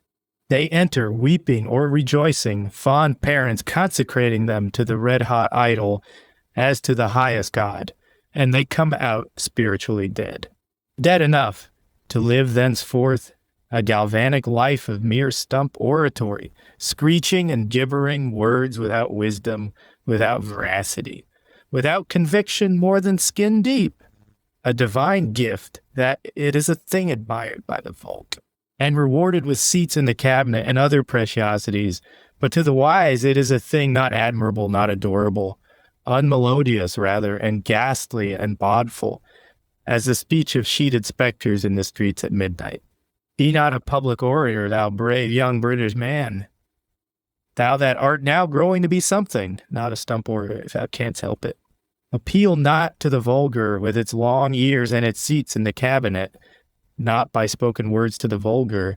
Hate the profane vulgar and bid it be gone. Appeal by silent work, by silent suffering, if there be no work, to the gods, who have nobler than seats in the cabinet for thee. Talent for literature, thou hast such a talent. Believe it not, be slow to believe it. To speak or to write, nature did not peremptorily order thee, but to work she did. And know this, there never was a talent even for real literature, not to speak of talents lost and damned in doing sham literature, but was primarily a talent for something infinitely better of the silent kind. Of literature, in all ways be shy rather than otherwise at present. There where thou art, work, work, work, whatsoever thy hand findeth to do. Do it, with the hand of a man, not of a phantasm. Be that thy unnoticed blessedness and exceeding great reward. Thy words, let them be few and well ordered. Love silence rather than speech in these tragic days, when, for very speaking, the voice of man has fallen inarticulate to man, and hearts, in this loud babbling, sit dark and dumb towards one another. Witty, above all, oh, be not witty. None of us is bound to be witty under penalties. To be wise and true, we all are under the terriblest penalties. brave young friend, dear to me and known to in a sense, though never seen, nor to be seen by me, you are what I am not, in the happy case to learn to be something and to do something, instead of eloquently talking about what has been and was done and may be. The old are what they are and will not alter. Our hope is in you, England's hope, and the world's is that there may once more be millions such instead of units as now. Acti I fasto pede. And may future generations, acquainted again with the silences, and once more cognizant of what is noble and faithful and divine, look back on us with pity and incredulous astonishment. Chapter 6. Parliaments. 1st June 1850. By this time it is sufficiently apparent the present editor is not one of those who expect to see the country saved by farther reforming the reformed parliament we have got. On the contrary, he has the sad conviction that from such parliament never so ingeniously reformed, there can no salvation come, but only a speedy finale far different from salvation. It is his effort and desire to teach this and the other thinking British man that said finale, the advent namely of actual open anarchy, cannot be distant, now, when virtual disguised anarchy long continued and waxing daily has got to such a height, and that the one method of staving off that fatal consummation and steering towards the continents of the future lies not in the direction of reforming Parliament, but of what he calls reforming Downing Street, a thing infinitely urgent to be begun and to be strenuously carried on. To find a parliament more and more the express image of the people could, unless the people chanced to be wise as well as miserable, give him no satisfaction. Not this at all, but to find some sort of king made in the image of God who could a little achieve for the people, if not their spoken wishes, yet their dumb wants, and what they would at last find to have been their instinctive will, which is a far different matter usually in this babbling world of ours. Qualification movement, universal suffrage movement, reform association, and such like. This editor does not enjoin upon his readers. His readers whom, as every crow is known to think her own eggs whitest, he considers to be a select class, the true aristocracy of England, capable of far better things than these. Which better things, and not the worse, it is his heart's wish to urge them upon doing. And yet, alas, how can he forbid any reader of his or of other people's to join such suffrage movement, or still more distracted Chartism of 6 points? If it seem hopeful, where we are is no continuum. Men say, the finale must come, ought to come, perhaps the sooner it comes, it will be the lighter to bear. If the foul universal boil is to go on ripening, under mere leave alone and premieres of the phantasm order, perhaps the sooner it bursts, and declares itself as universal gangrene and social death, the better, good heavens. Have men computed what the bursting out of virtual disguised anarchy into open undeniable anarchy, such as they have in the continental countries just now, amounts to inhuman affairs? What a game that of trying for cure in the Medea's cauldron of revolution is, must we also front the apotheosis of eternism, and know what the blackest of terrestrial curses means? But if the captains of the ship are of that scandalous class who refuse to be warned except by iceberg counselors nudging them, what are the miserable crew to do? Yes, the crew had better consider of that. They have greatly too little considered it of late. They will find that in nature there is no such alarming creature as a chief governor of that humor, in getting round a Cape Horn like this of ours, that if pity did not check our rage, there is no such traitor in the ship as this unconscious one, who, placidly assured, nothing doubting but he is the friend of gods and men, can stand with imperturbable attitude, quietly steering, by his old wig, and other charts of the British Channel, as if we were still there or thereabouts, into the yawning mouth of chaos on the other side of the world, and call it passing the forelands in rough weather or getting into cows by constitutional methods, and remedial measures suited to the occasion. Our heart's prayer in those circumstances is, from such chief governors, good Lord deliver us. And if masses of the desperate common men before the mast do invoke Chartism rather, and invite the iceberg counselors to nudge him, cannot we too well understand it? I hope in other quarters of the ship there are men who know wiser courses, and instead of inviting the iceberg counselors in 6 points, will direct all their strength to fling the phantasm captain under hatches. It is with the view of aiding and encouraging these latter that we now institute a few considerations upon parliaments generally. Dry as dust in his lumber masses, which he calls treatises and histories, has not been explicit about parliaments. But we need not doubt the English parliament, as windy, a palavering and imaginary entity as it has now grown to be, was at one time a quite solid, serious actuality, met for earnest dispatch of work which, on the king's part and the commonwealth's, needed absolutely to be done. Reading in Eadmerus and the dim old books, one finds gradually that the Parliament was at first a most simple assemblage, quite cognate to the situation. That Red William, or whoever had taken on him the terrible task of being king in England, was wont to invite oftenest about Christmas time, his subordinate kinglets, barons as he called them, to give him the pleasure of their company for a week or two. There, in earnest conference all morning, in freer talk over Christmas cheer all evening, in some big royal hall of Westminster, Winchester, or wherever it might be, with log fires, huge rounds of roast and boiled, not lacking malmsey and other generous liquor, they took counsel concerning the arduous matters of the kingdom. You tell ye, boy, what have you to propose in this arduous matter? Front de Boeuf has another view, thinks in his southern counties they will go with the Protection First movement, and repeal the malt tax, the African squadron, and the window duty itself. Pod Devon, what is your opinion of the measure? Will it hold in your parts? So Fitzers disagrees then. Teddy de Toop speak out, and first the pleasure of a glass of wine, my infant. Thus, for a fortnight's space, they carried on.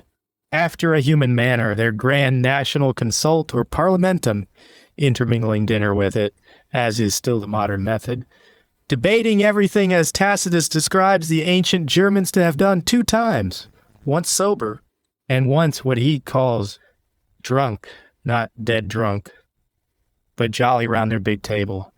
That so both sides of the matter might be seen, and midway between rash hope and unreasonable apprehension, the true decision of it might be hit. To this hour no public matter with whatever serious argument can be settled in England till it have been dined upon, perhaps repeatedly dined upon. To King Rufus there could no more natural method present itself of getting his affairs of sovereignty transacted than this same, to assemble all his working sub-kings about him, and gather in a human manner by the aid of sad speech and of cheerful, what their real notions, opinions, and determinations were. No way of making a law or of getting one executed when made, except by even such a general consult in one form or another. Naturally, too, as in all places where men meet, there establish themselves modes of proceeding in this Christmas parliamentum. Secretaries from the first were needed there, strict record of the results arrived at being indispensable, and the methods of arriving marginally noted or otherwise. Would not be forgotten such methods with trials of ever new methods accumulating, and in the course of continual practice getting sifted, rejected, adopted, and committed to record the vast elaboration now called Law of Parliament Privilege. Practice of Parliament and that huge sheepskin quarry, in which dry as dust bores and grovels, as if the world's or England's secret lay there, grew to be what we see. So likewise in the time of the Edwards, when Parliament gradually split itself into 2 houses, and borough members and knights of the shire were summoned up to answer whether they could stand such and such an impost, and took upon them to answer, "Yes, your majesty, but we have such and such grievances greatly in need of redress first. Nothing could be more natural and human than such a parliament still was, and so granting subsidies, stating grievances, and notably widening its field in that latter direction, accumulating new modes, and practices of parliament greatly important in world history.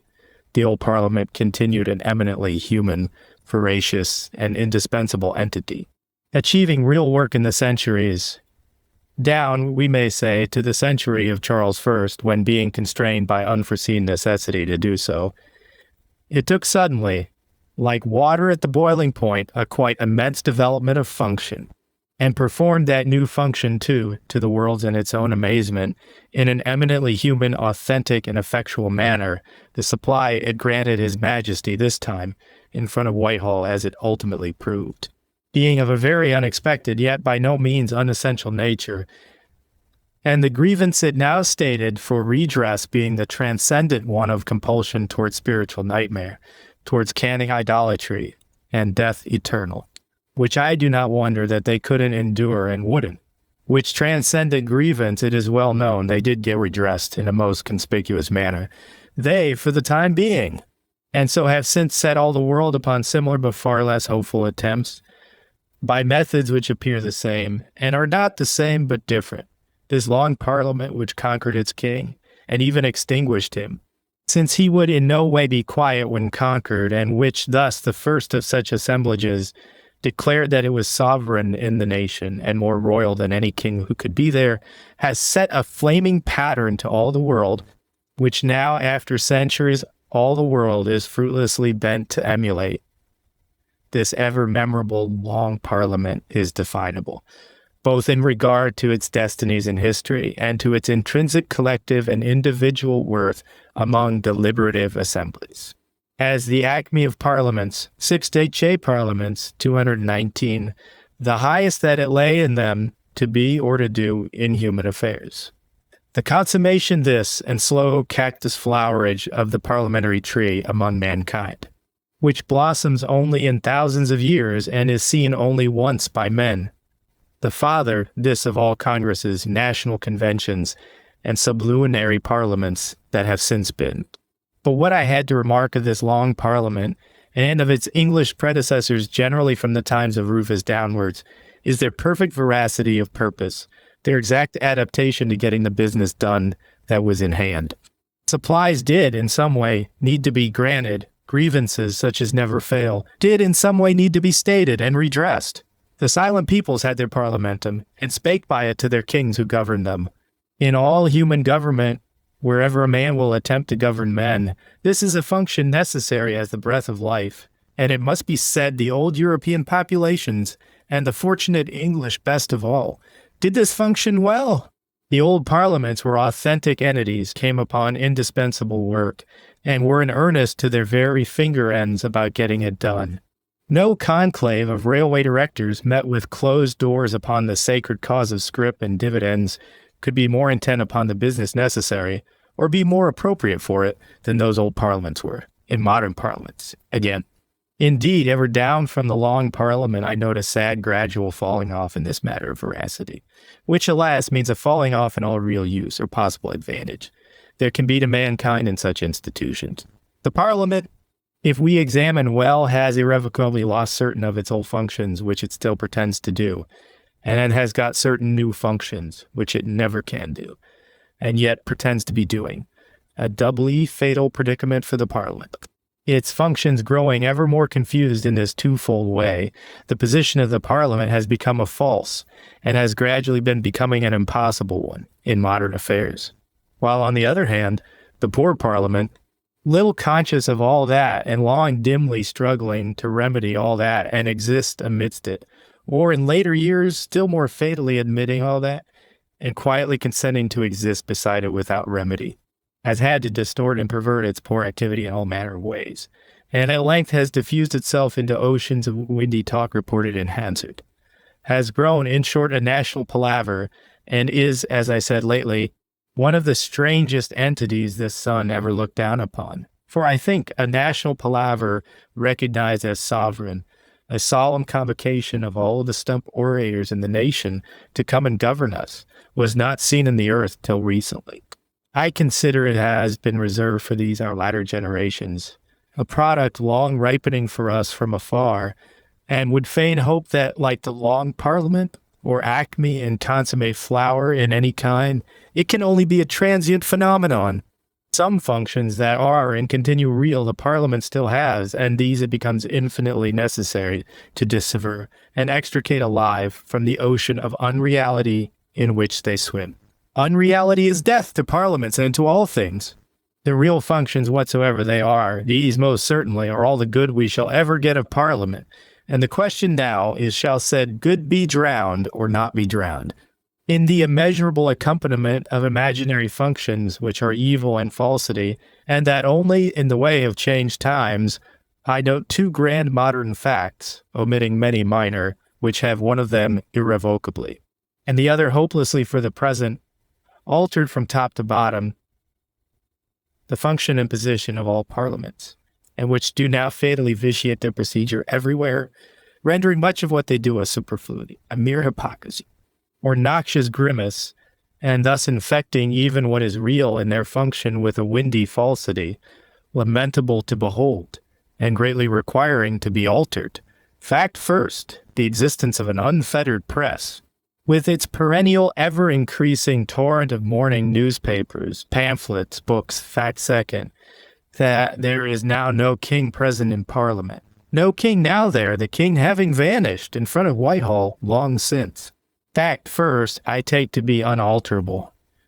Complete alteration of fact second, I discern to be distant, but likewise to be indispensable and inevitable, and to require urgently here and now, by New Downing Streets or otherwise, a strenuous beginning from all good citizens who would do any reform in their generation. Both facts together have dislocated every joint of the old arrangement, and made the modern Parliament a new creature, and whosoever means to work reform there will either open his eyes and keep them open to both these facts, or work only mischief and ruin. In countries that can stand a free press, which many cannot, but which England, thanks to her long good training, still can, it is evident the national consult or real parliamentary debate goes on of itself everywhere continually.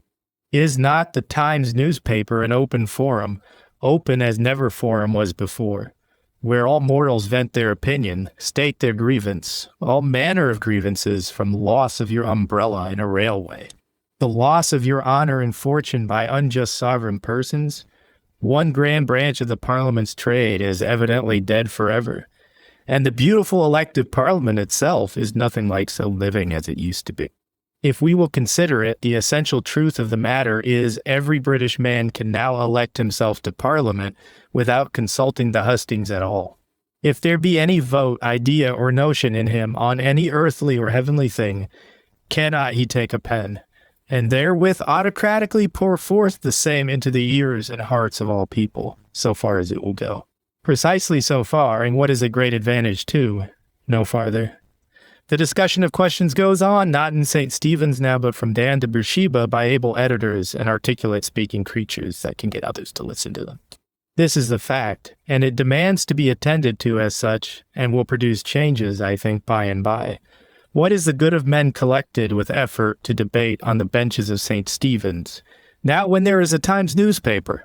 Not the discussion of questions, only the ultimate voting of them, a very brief process, I should think, requires to go on, or can veritably go on, in St. Stephen's now. The honorable gentleman is oftenest very wearisome in St. Stephen's now. His and his constituency's aye or no is all we want of the honorable gentleman there. All we are ever like to get of him there, could it but be had without admixtures? If your lordship will reflect on it, you will find it an obsolete function, this debating one of his, useless in these new times, as a set of riding postboys would be along the line of the Great Western Railway. Loving my life and time, which is the stuff of life, I read no parliamentary debates, rarely any parliamentary speech, but I am told there is not, once in the 7 years, the smallest gleam of new intelligence thrown on any matter, earthly or divine, by an honorable gentleman on his legs in Parliament. Nothing offered you but wearisome, dreary, thrice boiled colewort. A bad article at first, and served and again served in newspapers and periodical and other literatures, till even the inferior animals would recoil from it. Honorable gentlemen have complained to myself that under the sky there was not such a bore. What is or can be the use of this, your lordship? Let an honorable gentleman who has colewort or a stump oratory of that kind send it direct to the Times. Perhaps they will print it for him, and then all persons can read it there who hope instruction from it. If the Times refuse to print it, let the honorable gentleman, if still so minded, Vice Parliaments 223, print it at his own expense. Let him advertise it at a penny the gross, distribute it gratis as handbill, or even offer a small reward per head to any citizen that will read it. But if, after all, no body of citizens will read it, even for a reward, then let the honorable gentleman retire into himself and consider what such omens mean. So much I take to be fair, or at least unavoidable in a free country. Let every creature try to get his opinion listened to, and let honorable gentlemen who can print their own stump oratory and offer the public a reward for using it, by all means do so, but that when no human being will incline or even consent to have their said oratory, they can get upon their legs in Parliament and pour it out still, to the burdening of many newspapers, to the boring of their fellow creatures, and generally to the despair of all thinking citizens in the community. This is and remains, I must crave to say, an infatuation, and whatever respectable old coat you put upon it is fast growing a nuisance which must be abated. Still more important for a parliament is the question, king present there or no king? Certain it always is, and if forgotten, it much requires to be brought to mind. That a parliament acting in the character of a body to be consulted by the sovereign ruler or executive king of a nation differs immensely from a parliament which is itself to enact the sovereign ruler and to be supreme over all things, not merely giving its advice, its remonstrance, dissent, or assent, and leaving the ruler still to decide with that new illumination, but deciding of itself, and by its yes or its no peremptorily ordering all things to be or not to be. These, I say, are two extremely different characters for a parliament to enact, and they necessitate all manner of distinctions of the most vital nature in our idea of a parliament, so that what applies with full force to a parliament acting the former character will not apply at all to one enacting the latter. Nay, what is of the highest benefit in the former kind of parliament may not only in the latter kind be of no benefit, but be even of the fatalest detriment, and bring destruction to the poor parliament itself and to all that depends thereon. It is first of all, therefore, to be inquired whether your parliament is actually in practice the adviser of the sovereign, or is the sovereign itself, for the distinction is profound. Goes down to the very roots of parliament and of the body politic, and if you confound the two kinds of parliaments and apply to the one the psalmodians and celebratings of constitutional doctors, very rife through the 18th century, which were meant for the other and were partly true of the other, but are altogether false of this, you will set forth in a radically wrong course, and will advance incessantly with whatever psalmodians of your own or of the world's, to a goal you are like to be much surprised at. Under which of these two descriptions the British Parliament of our time falls, no one can need to be informed. Apart from certain thin fictions and constitutional cobwebs which it is not expected, anyone should not see through, our Parliament is the sovereign ruler and real executive king of this empire, and constitutional men, who for a century past have been singing praises to that sublime institution in its old character, are requested to look at it in this new one, and see what praises it has earned for itself there. Hitherto, in these last 15 years since it has worked without shackle in that new character, one does not find its praises mount very high. The exercise of English sovereignty, if that mean governance of the 27 million British souls, and guidance of their temporal and eternal interests towards a good issue, does not seem to stand on the very best footing just at present. Not as the sovereign ruler of the 27 million British men, or heroic guide of their temporal or their eternal interests, has the Reformed Parliament distinguished itself as yet, but otherwise only if at all. In fact, there rises universally the complaint and expression of surprise that our Reformed Parliament cannot vie. Parliaments get on with any kind of work except that of talking, which does not serve much. And the chief minister has been heard lamenting, in a pathetic manner, that the business of the nation, meaning thereby the voting of the supplies, was dreadfully obstructed, and that it would be difficult for him to accomplish the business of the nation, meaning thereby the voting of the supplies, if honorable gentlemen would not please to hold their tongues a little.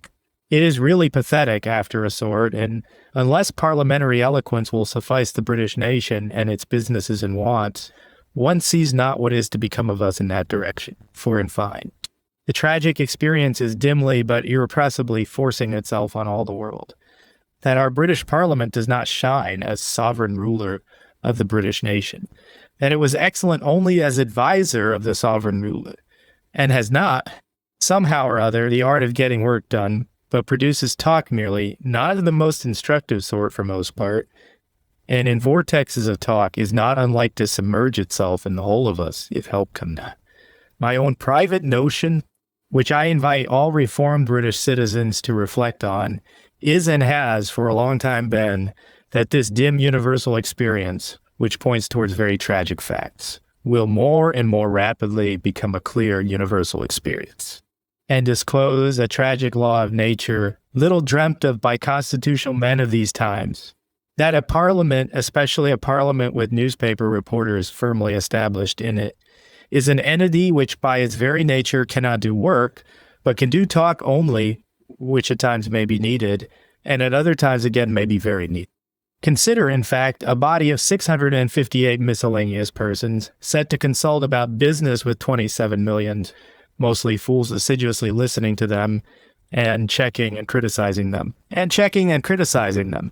Was there ever since the world began, will there ever be, till the world end, any business accomplished in these circumstances?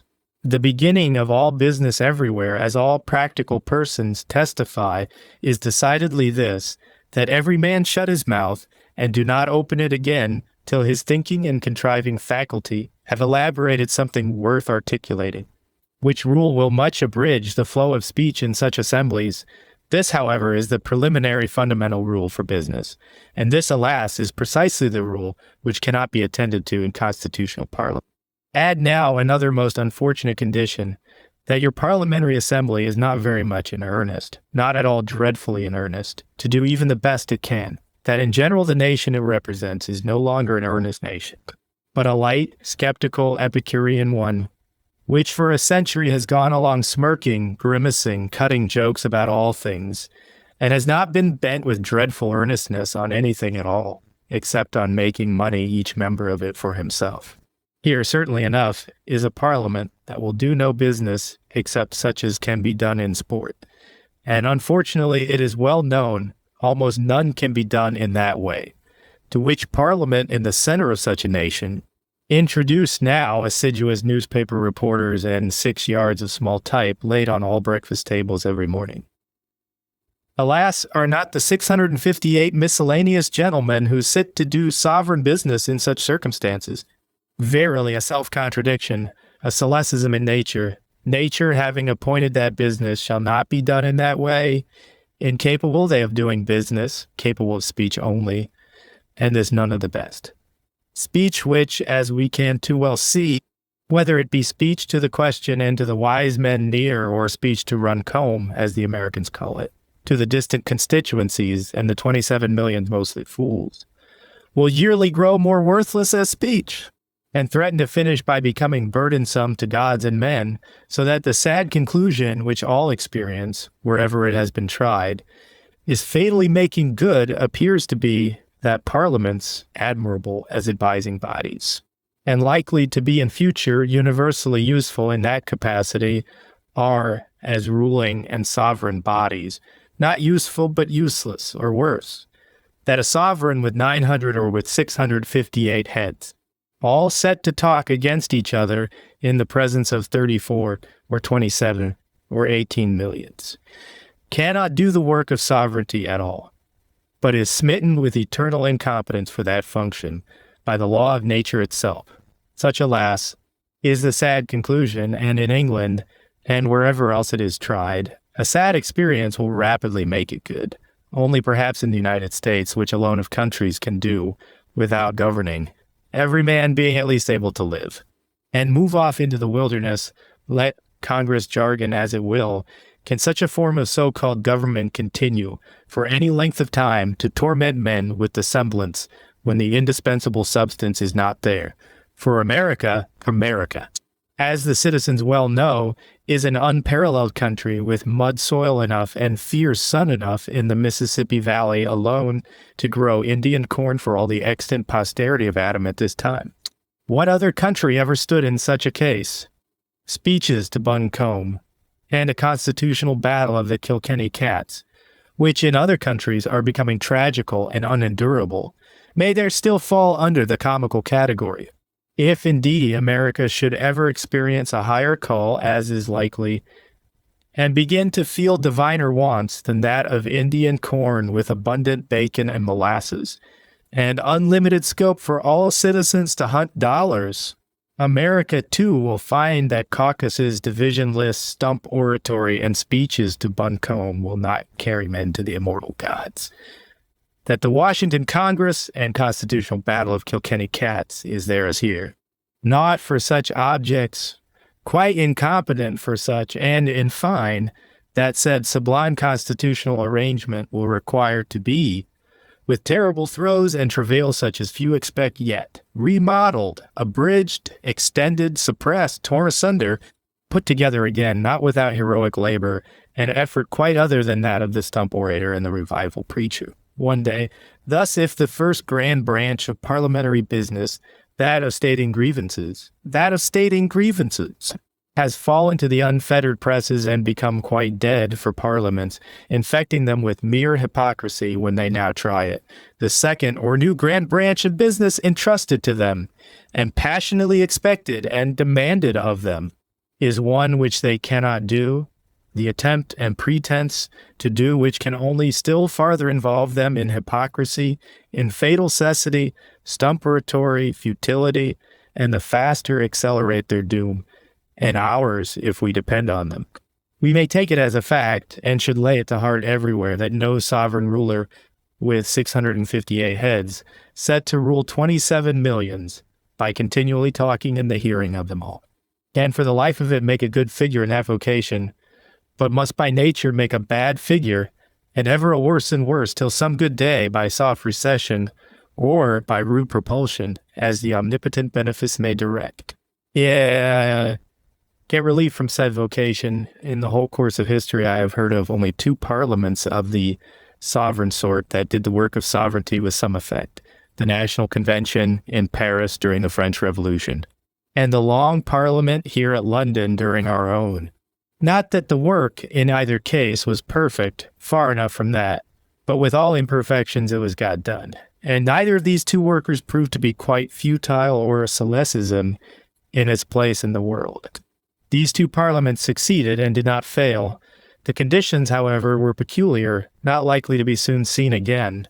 In the first place, of both these parliaments, it can be said that they were dreadfully in earnest. In earnest as no parliaments before or since ever were. Nay, indeed, in the end it had become a matter of life or death with them. But apart from that latter consideration, in the Long Parliament especially, nothing so astonishes a modern man as the serious, solemn, nay, devout, religiously earnest spirit, in which almost every member had come up to his task. For the English was yet a serious, devout nation, as in fact it intrinsically still is, and ever tends and strives to be. This its poor modern levity, skeptical kee-awingness, and sniffing grinning humor, being forced on it, and sitting it very ill. Ever a devout nation, I say, and the divine presence yet irradiated this poor earth and its business to most men, and to all Englishmen the Parliament, we can observe, was still what their temple was to the ancient Hebrews, the most august of terrestrial objects, into which when a man entered he felt that he was standing on holy ground. Literally so, and much is the modern man surprised at it, and only after much reluctance can he admit it to be credible, to be certain and visible among our old fathers, that in which temper alone is there not sure promise of work being done? Under any circumstances whatsoever, given any lamest talking parliament, with its Chartisms or its starving Irish, and a starving world getting all into pike points round it. Given the saddest natural solecism discoverable in the earth or under the earth, inform it with this noble spirit, it will from the first hour become a less sad solecism. It will, if such divine spirit hold in it, and nerve its continual efforts. Cease at last to be a solecism, and by self-sacrifice or otherwise become a veracity, and get itself adopted by nature. But secondly, what likewise is of immense significance, the Long Parliament had no reporters. Very far from that, no member himself durst so much as whisper to any extraneous mortal, without leave given, what went on within those sacred walls. Solemn reprimand from the speaker, austere lodgment in the tower, if he did. If a patriot stranger, coming up on express pilgrimage from the country, chanced to gaze in from the lobby too curiously on the august assemblage, as once or twice happens, he is instantly seized by the fit usher, led, pale as his shirt, into the floor of the Honorable House, Speaker Lenthal's and 400 other pairs of Olympian eyes transfixing him, that it be there ascertained whether the tower, the Tarpeian rock, or what in nature or out of it, shall be the doom of such a man. A silent place withal, though a talking one, hermetically sealed. No whisper to be published of it, except what the Honorable House itself directs. Let a modern honorable member with his reporter's gallery, his stranger's gallery, his female ventilator, and 27 millions, mostly fools, listening to him at Buncombe, while all at hand are asleep, consider what a fact is that old one. But thirdly, what also is the most important fact in this question, the Long Parliament, after not many months of private debating, split itself fairly into two parties, and the opposition party fairly rode away, designing to debate in another manner thenceforth. What an abatement of parliamentary eloquence in that one fact by itself is evident enough. The Long Parliament, for all manner of reasons, for these three and for others that could be given, was an unexampled parliament. Properly indeed, as I sometimes define it, the father of all parliaments which have sat since in this world. The French Convention did its work too, and this under circumstances intrinsically similar, much as they differed outwardly. No parliament more in earnest ever sat in any country or time, and indeed it was the parliament of a nation, all in deadly earnest, gambling against the world for life or for death. The convention had indeed reporters, and encountered much parliamentary eloquence at its starting, and underwent strange handlings and destinies in consequence. But we know how it managed with its parliamentary eloquence, and got that reduced to limits. When once business did behove to be done, the convention, its Girondins and opposition parties once thrown out, had its committee of salute public consisting of 12 of 9, or even properly of 3, in whose hands lay all sovereign business, and the whole terrible task of ascertaining what was to be done, of which latter, the latter being itself so immense, so swift and imperatively needful, all parliamentary eloquence, the eloquence was to be the enforcement and publisher and recorder merely. And whatever eloquent heads chose to obstruct this sovereign committee, the convention had its guillotine, and swiftly rid itself of these and of their eloquence, whereby business went on without let on that side, and actually got itself done. These are the only instances I know of parliaments that succeeded in the business of government, and these, I think, are not inviting instances to the British reformer of this day, rather what we may call paroxysms of parliamentary life, than instances of what could be continuously expected of any parliament, or perhaps even transiently wished of any. They were the appropriate, and as it proved, the effectual organism for periods of a quite transcendent character in national life, such as it is not either likely or desirable that we should see, except at very long intervals in human affairs. The fact is, parliaments have had two great blows in modern times, and are now in a manner quite shorn of their real strength, and what is still worse, invested with an imaginary. Faust of Mentz, when he invented movable types, inflicted a terrible blow on parliaments, suddenly, though yet afar off, reducing them to a mere scantling of their former self, and taking all the best business out of their hand. Then again, John Bradshaw, when he ordered the hereditary king to vanish in front of Whitehall, and proclaimed that Parliament itself was king, John, little conscious of it, inflicted a still more terrible blow on parliaments, appointing them to do, especially fought too, or the morning newspaper, gradually getting in, what nature, in fact, had decided they could never do, in which doubly fatal state, with Faust busier than ever among them, they continue at this moment, working towards strange issues, I do believe. Or speaking in less figurative language, our conclusion is, first, that parliaments, while they continued, as our English ones long did, mere advisers of the sovereign ruler, were invaluable institutions, and did, especially in periods when there was no TV's newspaper, or other general forum free to every citizen who had 3 fingers and a smattering of grammar, deserve well of mankind and achieve services for which we should be always grateful. This is conclusion first. But then, alas, equally irrefragable comes conclusion second, that parliaments, when they get to try, as our poor British one now does, the art of governing by themselves as the supreme body in the nation, make no figure in that capacity and can make none.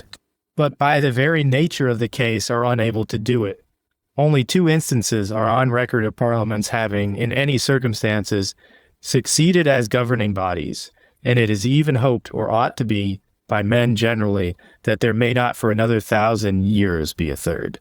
As not only our poor British Parliament of those years and decades, but all the sudden European parliaments at Paris, Frankfurt, Erfurt, and elsewhere, are parliaments which undertake that second or impossible function of governing as parliament, and must either do it or sink in black anarchy, one knows not whitherward. The horoscope of parliaments is by no means cheering at present, and good citizens may justly shudder if their anticipations point that way. At the prospect of a chart-first parliament here, for your chart-first parliament is properly the consummation of that fatal tendency towards the above-mentioned impossible function on the part of parliaments, a tendency not yet consummated with us, for we still have other fragments of old authority lodged elsewhere than in the parliament, which still struggles here and there to accomplish a little governing, though under strange conditions. And to install a parliament of the 6 points would be precisely to extinguish with the utmost rapidity all such fragments, and solemnly by national charter and 6 points to bid the parliament, be supreme king over us, thou, in all respects, and rule us, thou, since it is impossible for thee. These are serious considerations, sufficient to create alarm and astonishment in any constitutional man. But really it grows late in the day with constitutional men, and it is time for them to look up from their Delamo, if the constitutional man will take the old Delome Bentham spectacles off his nose, and look abroad into the fact itself with such eyes as he may have. I consider he will find that reform in matters social does not now mean, as he has long sleepily fancied, reform in Parliament alone, or chiefly, or perhaps so. My alarming message to him is that the thing we vitally need is not a more and more perfectly elected Parliament, but some reality of a ruling sovereign to preside over Parliament, that we have already got the former entity in some measure, but that we are farther than ever from the road towards the latter, and that if the latter be missed and not got, there is no life possible for us, a new Downing Street, an infinitely reformed governing apparatus. There some hope might lie. A parliament, any conceivable parliament, continuing to attempt the function of governor, can lead us only into no government which is called anarchy, and the more reformed or democratic you make it, the swifter will such consummation be. Men's hopes from a democratic or otherwise reformed parliament are various and rather vague at present, but surely this as the ultimate essence lies and has always lain in the heart of them all, that hereby we shall succeed better in doing the commandment of heaven, instead of everywhere violating or ignoring heaven's commandment, and incurring heaven's curse, as now. To ascertain better and better what the will of the eternal was and is with us, what the laws of the eternal are, all parliaments, ecumenic councils, congresses, and other collective wisdoms have had this for their object. This or else nothing easily conceivable, except to merit damnation for themselves, and to get it too. Nevertheless, in the inexplicable universal votings and debatings of these ages, an idea, or rather a dumb presumption to the contrary, has gone idly abroad, and at this day over extensive tracts of the world poor human beings are to be found, whose practical belief it is that if we vote this or that, so this or that will thenceforth be, who's to decide it? They all ask as if the whole or chief question lay there. Who's to decide it? Asks the irritated British citizen with a sneer in his tone. Who's to decide it? Asks he oftener than any other question of me. Decide it, O irritated British citizen. Why, thou and I, and each man into whose living soul the Almighty has breathed a gleam of understanding. We are all, and each of us for his own self, to decide it, and woe will befall us, each and all, if we don't decide it aright, according as the Almighty has already decided it, as it has been appointed to be and to continue before all human decidings. And after them all, practically men have come to imagine that the laws of this universe, like the laws of constitutional countries, are decided by voting, that it is all a study of division lists, and for the universe too. Depends a little on the activity of the whipper-in, it is an idle fancy.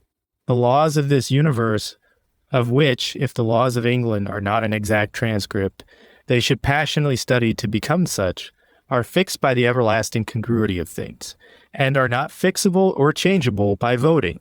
Neither properly, we say, are the laws of England or those of any other land, never so republican or red republican, fixable or changeable by that poor foolish process. Not at all, O constitutional Peter, much as it may astonish you. Voting is a method we have agreed upon for settling temporary discrepancies of opinion as to what is law or not law in this small section of the universe called England, a good temporary method possessing some advantages, which does settle the discrepancy for the moment. Nay, if the votings were sincere and loyal, we might have some chance withal of being right as to the question, and of settling it blessedly forever.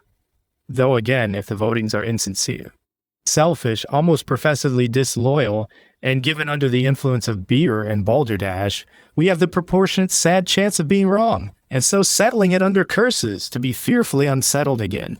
For I must remark to you, and reiterate to you, that a continued series of votings transacted incessantly for sessions long, with 3 times 3 readings, and royal assents as many as you like, cannot make a law the thing which is no law. No, that lies beyond them. They can make it a sheepskin act of Parliament, and even hang men, though now with difficulty, for not obeying it. And this they reckon enough, the idle fools I tell you and them. It is a miserable blunder, this self-styled law of theirs, and I for one will study either to have no concern with it, or else by all judicious methods to disobey said blundering, impious pretended law, in which sad course of conduct very unpleasant to my feelings, but needful at such times.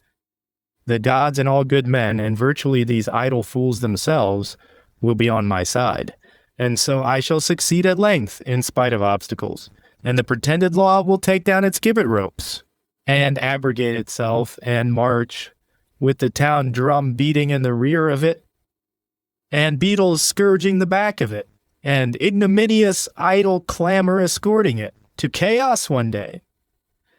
And the Prince of Darkness, father of delusions, devil, or whatever his name be, who is and was always its true proprietor, will again hold possession of it. Much good may it do him, my friend. Do you think had the united posterity of Adam voted, and since the creation done nothing but vote, that 3 and 3 were 7, would this have altered the laws of arithmetic, or put to the blush the solitary cocker who continued to assert privately that 3 and 3 were 6? I consider not. And is arithmetic, think you, a thing more fixed by the eternal than the laws of justice are? And what the right is of man towards man? The builder of this world was wisdom and divine foresight, not folly and chaotic acts. Eternal law is silently present everywhere in everyone. By law the planets gyrate in their orbits, by some approach to law the street cabs ply in their thoroughfares. No pin's point can you mark within the wide circle of the all, where God's laws are not unknown to you, or known. You had better try to know them a little. Inflexible, righteous, eternal, not to be questioned by the sons of men. Wretched being, do you hope to prosper by assembling 658 poor creatures in a certain apartment, and getting them, after debate and divide, VDs, and report in the Times to vote what is not is? You will carry it, you, by your voting and your eloquencing and babbling, and the adamantine basis of the universe shall bend to your 3rd reading, and paltry bit of engrossed sheepskin and dog Latin. What will become of you? Unless perhaps the Almighty Maker has forgotten this miserable anthill of a Westminster of an England, and has no laws high force here which are of moment to him. Not here and now, only in Judea and distant countries at remote periods of time. Confess it, Peter, you have some cowardly notion to that effect, though ashamed to say so. Miserable soul! Don't you notice gravitation here, the law of birth and of death and other laws? Peter, do you know why the age of miracles is past? Because you are become an enchanted human ass, I grieve to say it, and merely brave parliamentary eloquence, rejoice in chewed gorse, script coupons, or the like, and have no discernible religion, one except a degraded species of phallus worship, whose liturgy is in the circulating libraries, in parliaments, constitutional conclaves, and collective wisdoms. It is too fatally certain there have been many things approved of, which it was found on trial nature did not approve but disapprove. Nature told the individual trying to lead his life by such rule, no. The nation of individuals, no. Not this way, my children. Though the wigs that prescribed it were of great size, and the bowing they enforced it with was loud. Not by this way is victory and blessedness attainable. By other ways than this, only stagnation, degradation, choked sewers, want of potatoes, uncultivated heaths, overturned mud cabins, and at length Chartism, street barricades, Red Republic, and chaos come again. Will prove attainable by this. Here below there is but one thing needful, one thing, and that one will in no wise consent to be dispensed with. He that can ascertain in England or elsewhere what the laws of the eternal are and walk by them, voted for or unvoted, with him it will be well. With him that misses said laws and only gets himself voted for, not well. Voting, in fact, O Peter, is a thing I value but little in any time, and almost at zero in this. Not a divine thing at all, my poor friend, but a human, and in the beer and balderdash case, whatever constitutional doctors may say, almost a brutal. Voting, never a divine Apollo, was once a human Bottom the Weaver, and so long as he continued in the sane and sincere state, was worth consulting about several things. But alas, enveloped now in mere stump oratory, cecity, mutinous imbecility, and sin and misery, he is now an enchanted weaver, wooed by the fatuous queen of constitutional fairy, and feels his cheek hairy to the scratch. Beer rules him, and the infinite of balderdash, and except as a horse might vote for Torres or hard beans, he had better till he grow wise again hardly vote at all. I will thank thee to take him away into his own place, which is very low down indeed, and to put in the upper place something infinitely worthier. You ask what thing, in a triumphant manner, with erect ear and curved tail, O hapless quadruped? How can I tell you what thing? I myself know it, and every soul still human knows it, or may know. But to the soul that has fallen asinine, and thinks the laws of God are to be voted for, it is unknowable. If of 10 men 9 are recognizable as fools, which is a common calculation, says our intermittent friend, how in the name of wonder will you ever get a ballot box to grind you out of wisdom from the votes of these 10 men? Never by any conceivable ballot box, nor by all the machinery in Bromwicham or out of it, will you attain such a result. Not by any method under heaven, except by suppressing, and in some good way reducing to 0 9 of those votes, can wisdom ever issue from your 10. Why men have got so universally into such a fond expectation, the reason might lead us far. The reason, alas, is men have, to a degree never before exampled, forgotten that there is fixed eternal law in this universe, that except by coming upon the dictates of that, no success is possible for any nation or creature. That we should have forgotten this, alas, here is an abyss of vacuity in our much admired opulence, which the more it is looked at saddens the thinking heart the more. And yet, continues he elsewhere, it is unavoidable and indispensable at present. With voting and ballot boxing, who can quarrel, as the matter stands? I pass it without quarrel. Nay, say respectfully, good speed to you, poor friends. Heaven send you not only a good voting box, but something worth voting for. Sad function yours, giving plumpers or split votes for or against such a pair of human beings, and such a set of human causes. Adieu. And yet, surely, not in England only, where the institution is like a second nature to us, but in all countries where men have attained any civilization, it is good that there be a parliament. Morning newspapers, and other temporary or permanent changes of circumstances may much change and almost infinitely abridge its function, but they never can abolish it. Under whatever reformed Downing Street or indispensable new king of these new eras England be governed, its parliament too will continue indispensable. And it is much to be desired that all men saw clearly what the parliament's real function in these changed times of newspaper reporters and imaginary kings had grown to be. We must set it to its real function, and at our peril and it's restricted to that. Its real function is the maximum of all we shall be able to get out of it. Wrap it in never so many sheepskins and venerabilities of use and want, you will not get it persuaded to do what its real function is not.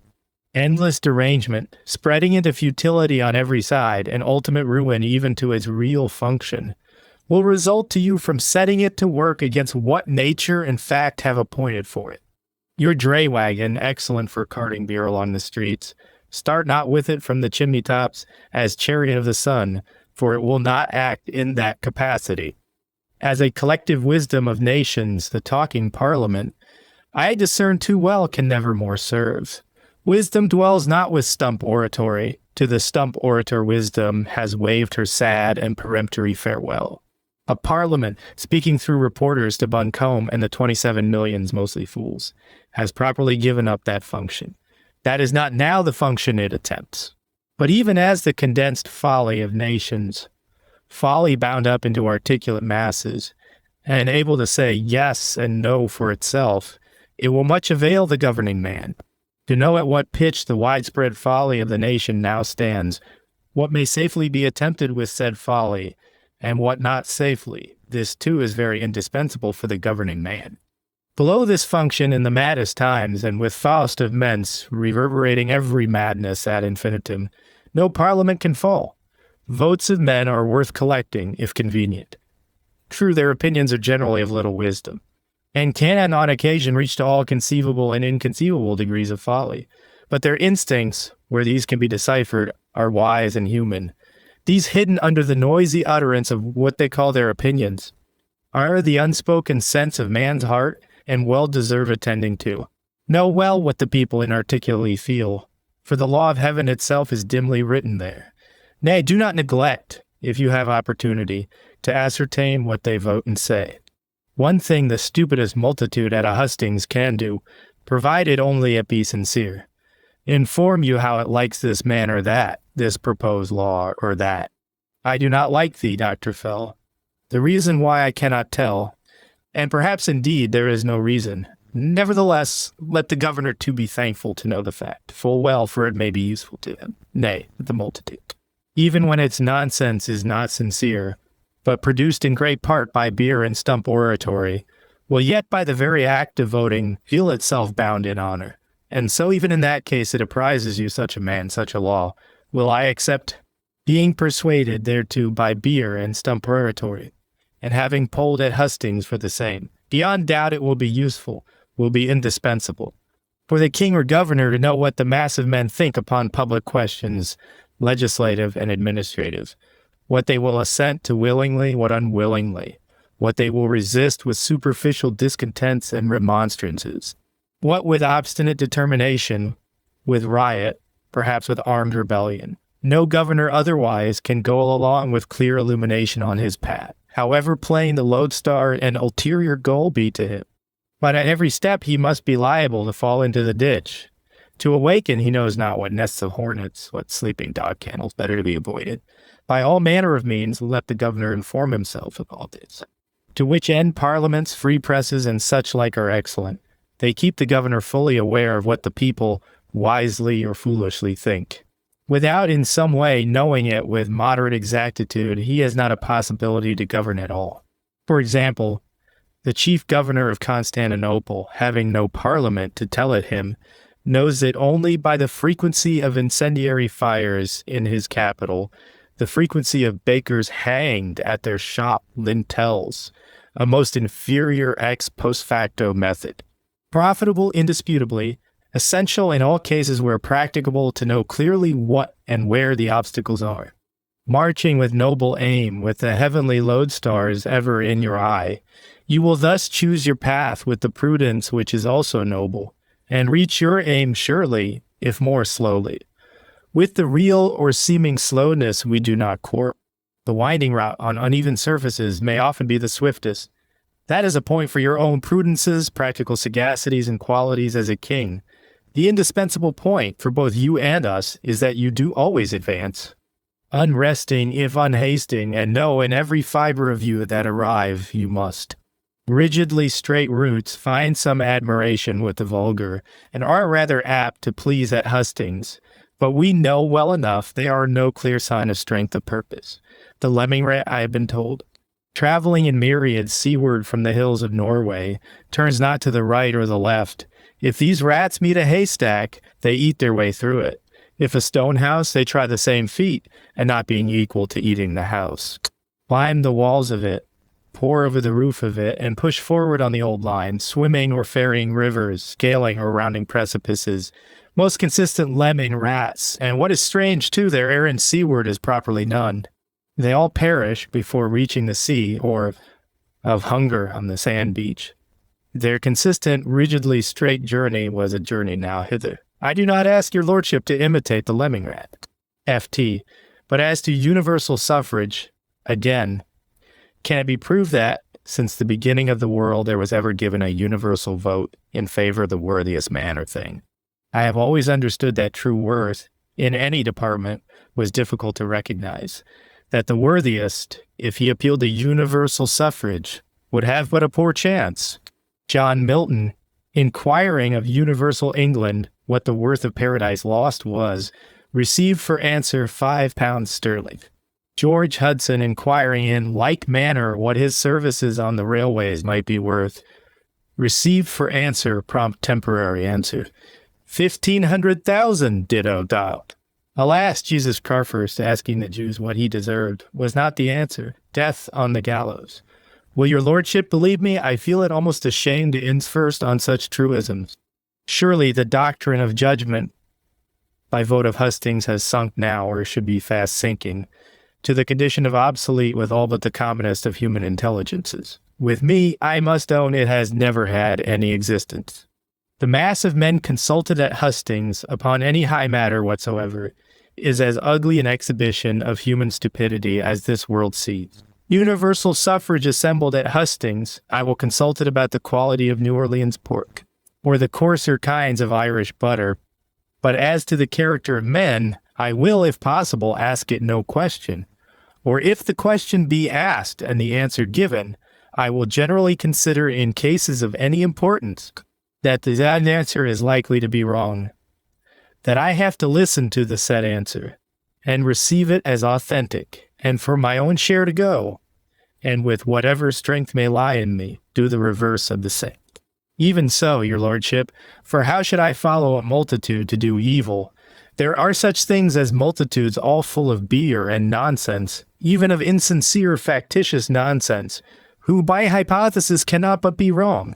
Or what safety will there be in 1,000 or 10,000 brawling pot-wallopers, or blockheads of any rank whatever, if the fact, namely, the whole universe and the eternal destinies, be against me?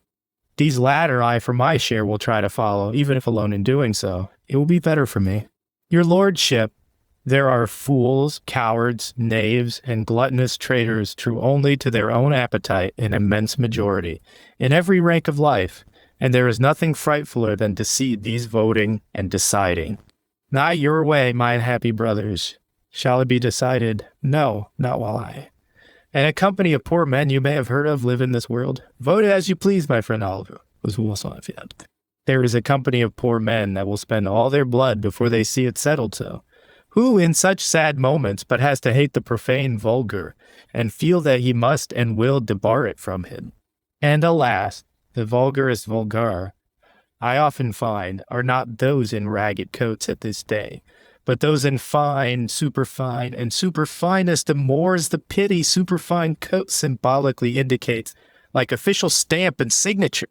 Bank of England £1,000 note and blinkered owls, in city and country, accept it cheerfully as such. But look closer, you may find it mere bank of elegance, a flash note traveling towards the eternal fire. And will have nothing to do with it, you, I hope. Clearly enough, the king in constitutional countries would wish to ascertain all men's votes, their opinions, volitions on all manner of matters, that so his whole scene of operations, to the last cranny of it, might be illuminated for him, and he, wherever he were working, might work with perfect knowledge of the circumstances and materials. But the king knew Downing Street, or whatever the sovereign's name is, will be a very poor king indeed if he admit all these votes into his system of procedure and transform them into acts. Indeed, I think in that case he will not be long for this world as a king, no. Though immense acclamation attend him at the first outset in that course, every volition and opinion finding itself admitted into the poor king's procedure, yet unless the volitions and opinions are wise and not foolish, not the smallest ultimate prosperity can attend him. and all the acclamations of the world will not save him from the ignominious lot which nature herself has appointed for all creatures that do not follow the law which nature has laid down. You ask this and the other man, what is his opinion, his notion, about varieties of things, and having ascertained what his notion is, and carried it off as a piece of information, surely you are bound many times, most times if you are a wise man, to go directly in the teeth of it, and for his sake, and for yours to do directly the contrary of it. Any man's opinion one would accept. All men's opinion, could it be had absolutely without trouble, might be worth accepting.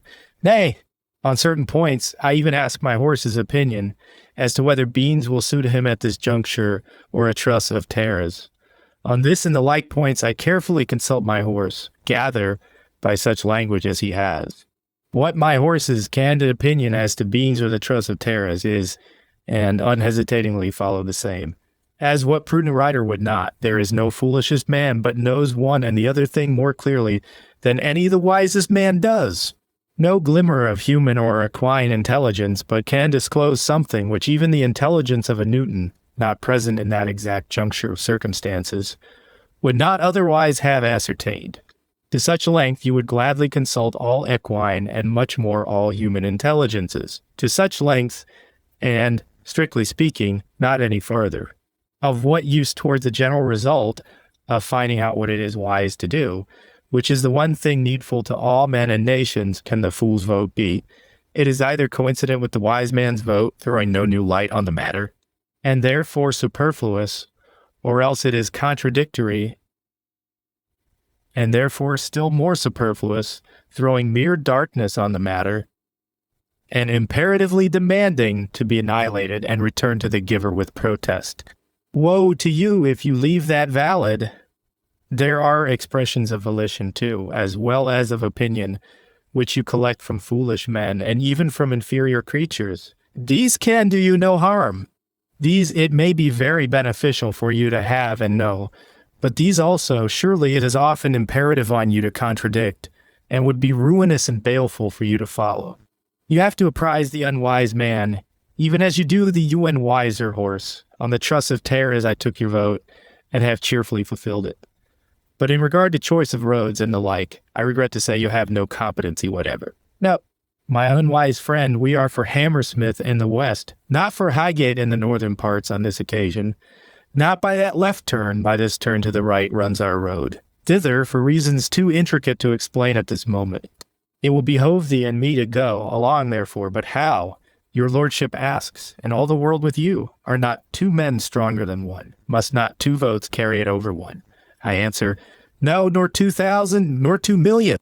Many men vote, but in the end you will infallibly find none counts except the few who were in the right.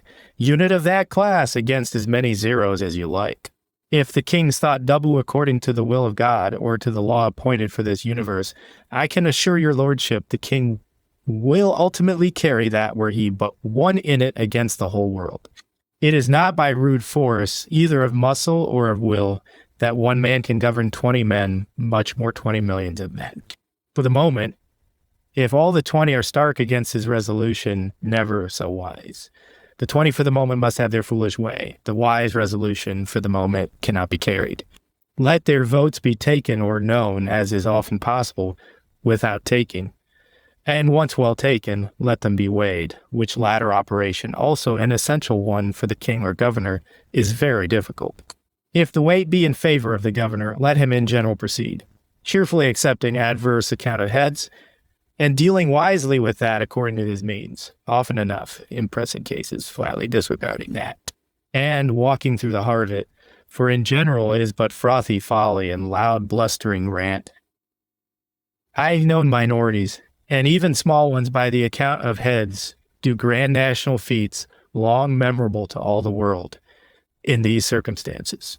Witness Cromwell and his Puritans, a minority at all times by account of heads, yet the authors or saviors, as it ultimately proved, of whatsoever is divinest in the things we can still reckon ours in England, minority by tale of heads, but weighed in heaven's balances, a most clear majority, this company of poor men that will spend their blood rather on occasion shown, It has now become a noble army of heroes, whose conquests were appointed to endure forever. Indeed, it is on such terms that grand national and other feats by the sons of Adam are generally done, not without risk and labor to the doers of them. No, surely, for it never was an easy matter to do the real will of a nation, much more the real will of this universe in respect to a nation. No, that is difficult and heroic. Easy as it is to count the voting heads of a nation at any time, and do the behests of their beer and balderdash. Empty behests, very different from even their will, one poor blockheads, to say nothing of the nation's will, and the universe's will. Which two especially, which latter are alone worth doing.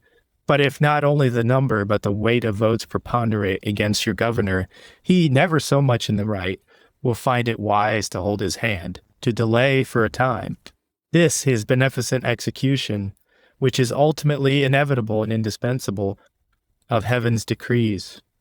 The nation being still unprepared, he will leave the bedarkened nation yet a while alone. What can he do for it, if not even a small minority will stand by him? Let him strive to enlighten the nation. Let him pray, and in all ways endeavor, that the nation be enlightened, that a small minority may open their eyes and hearts to the message of heaven, which he, heavy-laden man and governor, has been commissioned to see done in this transitory earth, at his peril. Heaven's message, sure enough if it be true, and hell's if it be not. Though voted for by innumerable two-legged animals without feathers or with, on the whole, honor to small minorities when they are genuine ones. Severe is their battle sometimes, but it is victorious always like that of gods. Tancred of Hauteville's sons, some 8 centuries ago, conquered all Italy, bounded up into organic masses of vital order after a sort, founded thrones and principalities upon the same which have not yet entirely vanished, which the last dying wrecks of which still wait for some worthier successor, it would appear. The Tancred Normans were some 4,000 strong. The Italy they conquered in open fight and bound up into masses at their ordering will might count 8 millions, all as large of bone, as eupeptic and black-whiskered as they. How came the small minority of Normans to prevail in this so hopeless-looking debate? Intrinsically, doubt it not, because they were in the right. Because in a dim, instinctive, but most genuine manner, they were doing the commandment of heaven, and so Heron had decided that they were to prevail. But extrinsically also, I can see, it was because the Normans were not afraid to have their skin scratched, and were prepared to die in their quarrel where needful. One man of that humor among 1,000 of the other considerate. Let the small minority, backed by the whole universe, and looked on by such a cloud of invisible witnesses, fall into no despair. What is to become of Parliament in the new era is less a question with me than what is to become of Downing Street. With a reformed Downing Street strenuously bent on real and not imaginary management of our affairs, I could foresee all manner of reform to England and its Parliament, and at length in the gradual course of years, that highest acme of reform to Parliament and to England, a new governing authority, a real and not imaginary king set to preside there. With that, to my view, comes all blessedness whatsoever. Without that comes and can come nothing but with ever accelerated pace anarchy, or the declaration of the fact that we have no governor and have long had none. For the rest, anarchy advances as with 7-league boots in these years. Either some new Downing Street and incipiency of a real hero kingship again, or else Chartfirst Parliament with apotheosis of attorneyism, and anarchy very undeniable to all the world, one or else the other, it seems to me, we shall soon have. Under a real kingship, the Parliament, we may rest satisfied, would gradually, with whatever difficulty, get itself inducted to its real function, and restricted to that, and molded to the form fittest for that. If there can be no reform of Downing Street, I care not much for the reform of Parliament. Our doom, I perceive, is the apotheosis of attorneyism. Into that blackest of terrestrial curses we must plunge, and take our fate there like the others. For the sake both of the new Downing Street and of whatever its new Parliament may be, let us add here what will vitally concern both these institutions. A few facts, much forgotten at present, on the general question of enfranchisement. And therewith end, Who is slave and eternally appointed to be governed? Who free and eternally appointed to govern? It would much avail us all to settle this question. Slave or free is settled in heaven for a man. Acts of Parliament attempting to settle it on earth for him sometimes make sad work of it. Now and then they correctly copy heaven's settlement in regard to it. Proclaim audibly what is the silent fact. Here is a free man, let him be honored. And so are of the nature of a God's gospel to other men concerned. Far oftenest they quite miscopy heaven's settlement, and copy merely the account of the ledger or some quite other settlement in regard to it, proclaiming with an air of discovery, here's a 10-pounder, here's a 1,000-pounder. Heavens, here's a 3,000,000-pounder, is not he free? Nay, there are wont here in England for some time back to proclaim in the gross, as if it had become credible lately, all two-legged animals without feathers to be free. Here is a distressed nigger, one they proclaim, who much prefers idleness to work. Should not he be free to choose which? Is not he a man and brother? Clearly here are 2 legs and no feathers. Let us vote him 20 millions for enfranchisement, and so secure the blessing of the gods. My friends, I grieve to remind you, but it is eternally the fact, whom heaven has made a slave. No parliament of men nor power that exists on earth can render free. No, he is chained by fetters which parliaments with their millions cannot reach. You can label him free, yes, and it is but labeling him a solecism, bidding him be the parent of solecisms wheresoever he goes. You can give him pumpkins, houses of 10-pound rent, houses of 10,000 pound. The bigger candle you light within the slave image of him, it will but show his slave features on the larger and more hideous scale. Heroism, manful wisdom is not his. Many things you can give him, but that thing never. Him the supreme power is marked in the making of him, slave, appointed him at his and our peril, not to command but to obey in this world. Him you cannot enfranchise, not him. To proclaim this man free is not a God's gospel to other men. It is an alarming devil's gospel to himself and to us all. Devil's gospel little feared in these days, but brewing for the whole of us its big oceans of destruction all the same.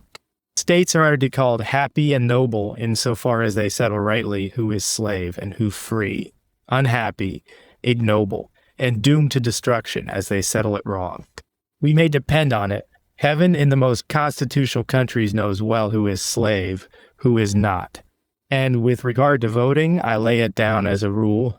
No real slave's vote is other than a nuisance whensoever or wheresoever, or in what manner soever it be given. That is a truth no slave say. And alas, here is another not quite so plain. Though equally certain that as nature and severe destiny, not mere act of parliament and possession of money capital, determine a man's slavehood, so by these latter it has been in innumerable instances determined wrong just at present. Instances evident to everybody and instances suspected by nobody but the more discerning. The fact is, slaves are in a tremendous majority everywhere, and the voting of them, not to be got rid of just yet, is a nuisance in proportion. Nuisance of proportionally tremendous magnitude, properly indeed the grand fountain of all other nuisances whatsoever. For it is evident, could you entirely exclude the slave's vote, and admit only the heroic free man's vote, folly, knavery, falsity, gluttonous imbecility, low-mindedness, and cowardice had, if not disappeared from the earth, reduced themselves to a rigorous minimum in human affairs, the ultimate new era, and best possible condition of human affairs had actually come. This is what I always pray for, rejoicing in everything that furthers it, sorrowing for everything that furthers the reverse of it. And though I know it is yet a great way off, I know also either that it is inevitably coming, or that human society and the possibility of man's living on this earth has ended. And so for England too, nay, I think for England most and soonest of all, it will be behooveful that we attain some rectification, innumerable rectifications, in regard to this essential matter, and contrive to bid our heaven's free men vote, and our heaven's slaves be silent. 6-day parliaments, 251 with infinitely more correctness than at present. Either on the hither brink of that black sea of anarchy wherein other nations at present lie, drowning and plunging, or after weltering through the same, if we can welter, it will have to be attained. In some measure, in some manner attained. Life depends on that, death on the missing of that. New definitions of slavery are pressingly wanted just now. The definition of a free man is difficult to find, so that all men could distinguish slave from free. Found, it would be invaluable. The free man once universally recognized, we should know him who had the privilege to vote, and us first in commanding, at least to go himself uncommanded. Men do not know his definition well at present, never knew it worse, hence these innumerable sorrows. The free man is he who is loyal to the laws of this universe, who in his heart sees and knows across all contradictions that injustice cannot befall him here. That, except by sloth and cowardly falsity, evil is not possible here. The first symptom of such a man is not that he resists and rebels, but that he obeys. As poor Henry Martin wrote in Chepstow Castle long ago, reader, if thou an oft-told tale wilt trust, thou'lt gladly do and suffer what thou must, gladly. He that will go gladly to his labor and his suffering, it is to him alone that the upper powers are favorable, and the field of time will yield fruit. See, an oft-told tale, friend Harry, all the noble of this world have known it, and in various dialects have striven to let us know it. The essence of all religion that was and that will be is to make men free. Who is he that in this life pilgrimage will consecrate himself at all hazards to obey God and God's servants, and to disobey the devil and his? With pious valor this free man walks through the roaring tumults, invincibly the way whither he is bound. To him in the waste Saharas, through the grim solitudes peopled by galvanized corpses and doleful creatures, there is a lodestar, and his path, whatever those of others be, is towards the eternal. A man well worth consulting and taking the vote of matters temporal, and properly the only kind of man. Though always an exceptional, this was once a well-known man. He has become one of the rarest now, but is not yet entirely extinct, and will become more plentiful if the gods intend to keep this planet habitable long. Him it were vain to try to find always without mistake. Alas, if he were in the majority, this world would be all a school of virtue, which it is far from being. Nevertheless, to him, and in all times to him alone, belongs the rule of this world. That he be got to rule, that he be forbidden to rule, and not got means salvation or destruction to the world. Friend Peter, I am perfectly deliberate in calling this the truest doctrine of the Constitution you have ever heard. And I recommend you to learn it gradually and to lay it well to heart. For without it, there is no salvation, and all other doctrines of the Constitution are leather and prunella.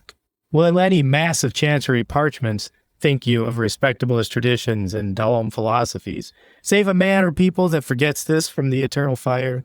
There does burn such a fire everywhere over this green earth rind of ours, and London pavements themselves, as Paris pavements have done, can start up into sea ridges with a horrible trough of the sea.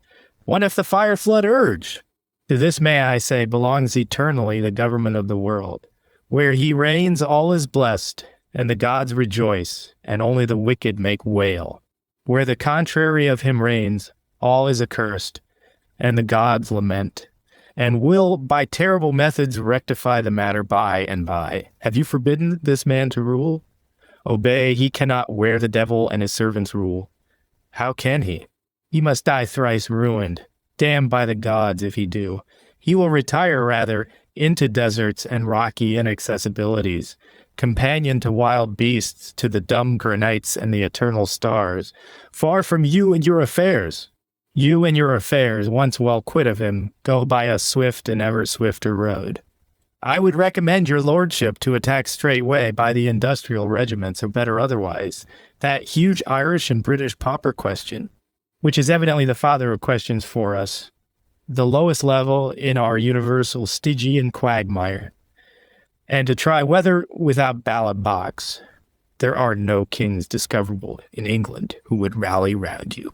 In practical attempt towards draining said quagmire from that point, and to be swift about it, for the time presses. And if your lordship is not ready, I think the ballot boxes and the 6 points are fast getting ready. Chapter 7. Hudson Statue, 1st July 1850. At St. Ives in Huntingdonshire, where Oliver Cromwell farmed and resided for some years, the people have determined to attempt some kind of memorial to that memorable character. Other persons in other quarters seem to be more or less languidly taking up the question. In country papers, I have read emphatic leading articles recommending and urging that there should be a people's statue of this great Oliver, statue furnished by universal contribution from the English people, and set up, if possible, in London, in Huntingdon, or failing both these places, in St. Ives or Naseby Field. Indeed, a considerable notion seems to exist in the English mind that some brass or stone acknowledgment is due to Cromwell and ought to be paid him, so that the vexed question, shall Cromwell have a statue, appears to be resuscitating itself, and the weary public must prepare to agitate it again. Poor English public, they really are exceedingly bewildered with statues at present. They would fain do honor to somebody if they did but know whom or how. Unfortunately, they know neither whom nor how. They are at present the farthest in the world from knowing. They have raised a set of the ugliest statues, and to the most extraordinary persons ever seen and under the sun before. Being myself questioned in reference to the new Houses of Parliament some years ago, shall Cromwell have a statue? I had to answer with sorrowful dubiety, Cromwell, side by side with a sacred Charles II, sacred George IV, and the other sacred Charleses, Georges, and defenders of the faith. I'm afraid he wouldn't like it. Let us decide provisionally, no. And now again as to St. Ives and the people's statue. Is it not to be asked in like manner, who are the people worthy to build statues to Cromwell, or worthy only of doing it to Hudson? This latter is a consideration that will lead us into far deeper and more momentous than sculptural inquiries, and I will request the reader's excellent company into these for a little. The truth is, dear reader, nowhere, to an impartial observant person, does the deep-sunk condition of the English mind in these sad epochs, and how in all spiritual or moral provinces it has long quitted company with fact, and ceased to have veracity of heart, and clearness or sincerity of purpose in regard to such matters, more signally manifest itself than in this affair of public statues. Whom doth the king delight to honor? That is the question of questions concerning the king's own honor. Show me the man you honor. I know by that symptom, better than by any other, what kind of man you yourself are. For you show me there what your ideal of manhood is, what kind of man you long inexpressibly to be, and would thank the gods with your whole soul for being if you could. In this point of view, it was always matter of regret with me that Hudson's statue, among the other wonders of the present age, was not completed. The 25/7 subscribed or offered as oblation by the hero worshippers of England to their ideal of a man awoke many questions as to what outward figure it could most profitably take under the eternal canopy, questions never finally settled, nor ever now to be settled. Now when the universal Hudson Ragnarok, or twilight of the gods, has arrived, and it is too clear no statue or cast metal image of that incarnation of the English Vishnu will ever be molten now. Why was it not set up? That the whole world might see it, that our religion might be seen mounted on some figure of a locomotive, garnished with scripturals proper, and raised aloft in some conspicuous place. For example, on the other arch at Hyde Park Corner, by all opportunities, especially to all subscribers and pious sacrificers to the Hudson testimonial, I have earnestly urged, complete your sin offering, buy with the 5 and 20,000 pounds. What utmost amount of brazen metal and reasonable sculptural supervision. It will cover, say, 10 tons of brass with a tolerable sculptor. Model that with what exactness art can into the enduring brass portrait and express image of King Hudson. As he receives the grandees of this country at his levee of soirees and couches, mount him on the highest place you can discover in the most crowded thoroughfare on what you can consider the pinnacle of the English world. I assure you he will have beneficial effects there. To all men who are struggling for your approbation and fretting their poor souls to fiddlestrings, because you will not sufficiently give it, I will say, leading them to the foot of the Hudson Mount of Vision, see, my worthy Mr. Rigmarole, consider this surprising copper pyramid in partly human form. Did the celestial value of men's approbation ever strike you so forcibly before? The new Apollo Belvedere of this, or ideal of the script ages, what do you think of it? Allah, Lala, there is still one God you see in England, and this is his prophet. Let it be a source of healing to you, my unhappy Mr. Rigmarole. Draw from it uses of terror, as the old divine said, uses of amazement, of new wisdom, of unutterable reflection upon the present epoch of the world. For, in fact, there was more of real worship in the affair of Hudson than is usual in such. The practical English mind has its own notions as to the supreme excellence, knows the real from the spurious avatar of Vishnu, and does not worship without its reasons. The practical English mind, contemplating its divine Hudson, says with what remainder of reverence is in it, yes, you are something like the ideal V.N.J. Hudson statue 257 of a man. You are he I would give my right arm and leg and accept a pot-belly with gout, and an appetite for strong waters to be like. You have nothing to make a world, or huge fortune of gold. A divine intellect is in you, which earth and heaven, and Capel Court itself acknowledge. You find a dying railway, you say to it, live blossom anew a scrip, and it lives and blossoms into umbrageous flowery scrip, to enrich with golden apples, surpassing those of the Hesperides, the hungry souls of men. Diviner miracle, what God ever did. Hudson, though I mumble about my 39 articles, and the service of other divinities, Hudson is my God, and to him I will sacrifice this 20-pound note. If perhaps he will be propitious to me, object not that there was a mixed motive in this worship of Hudson. That perhaps it was not worship at all. Undoubtedly there were two motives mixed, but both of them sincere, as often happens in worship. Transcendent admiration is defined as the origin of sacrifice, but also the hope of profit joins itself. If by sacrificing a goat or the like trifle to Supreme Jove you can get Supreme Jove's favor, will not that, for one, be a good investment?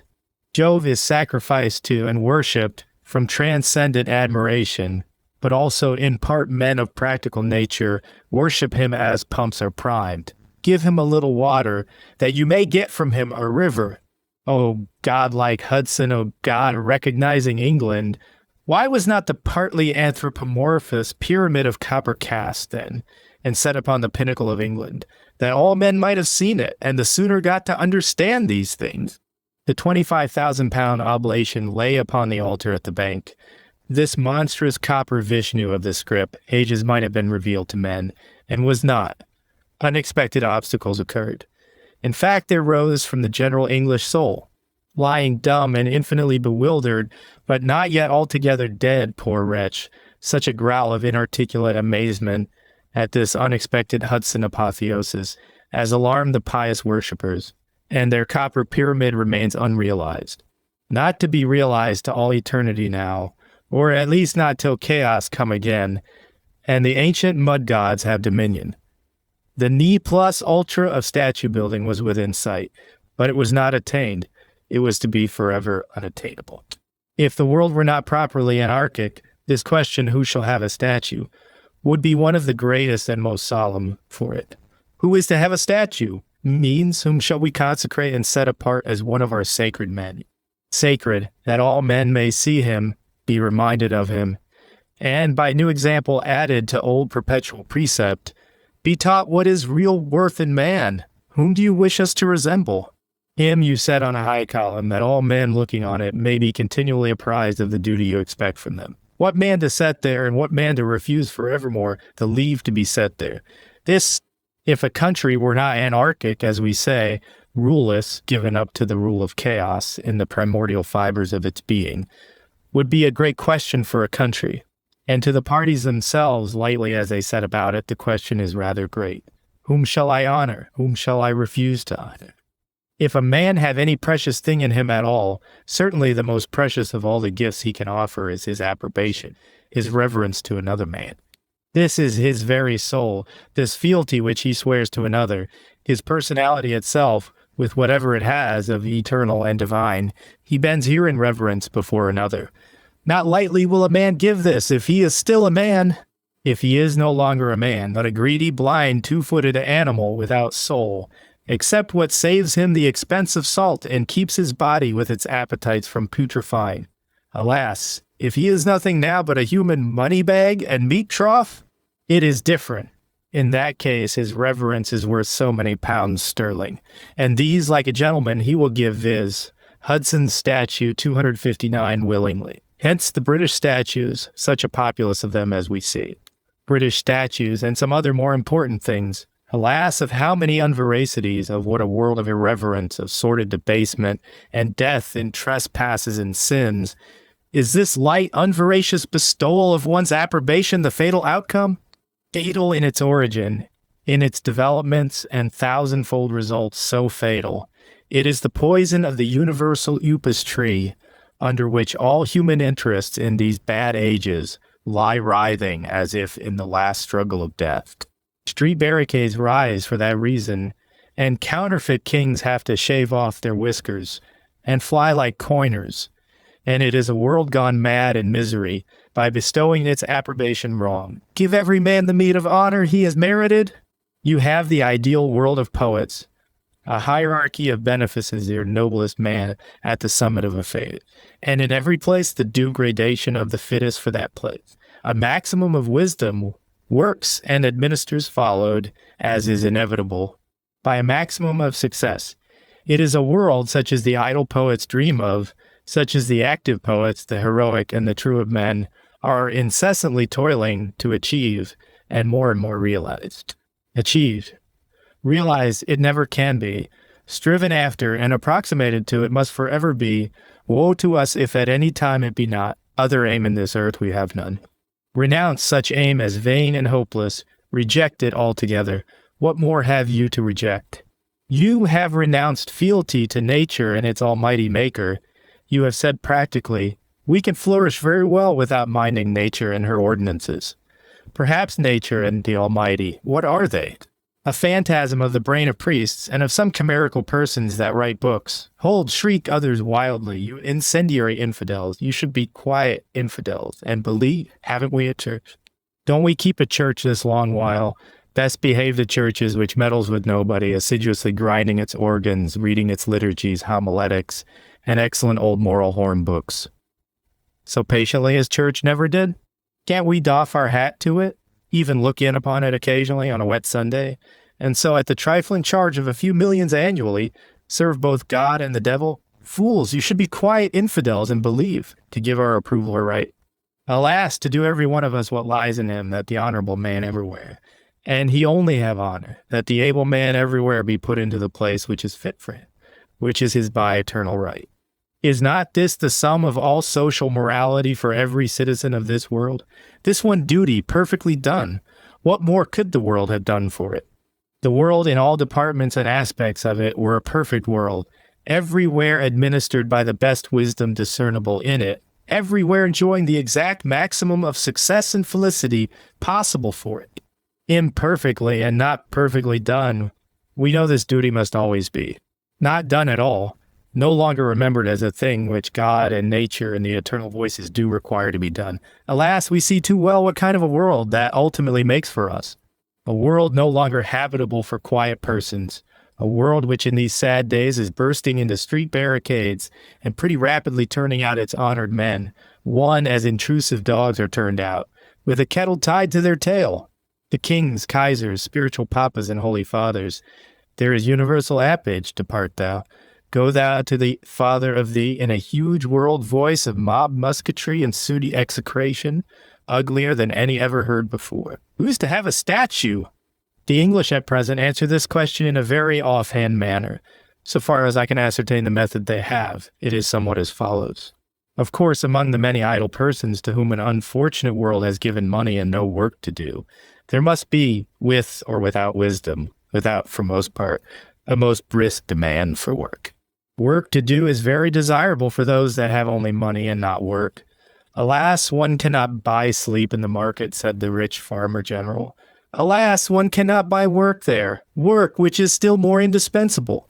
One of these unfortunates with money and no work, whose haunts lie in the dilettante line among artist studios, picture sales, and the like regions, an inane kingdom much frequented by the inane in these times, him it strikes, in some inspired moment, that if a public subscription for a statue to somebody could be started, good results would follow. Perhaps some artist, to whom he is Mecenas, might be got to do the statue.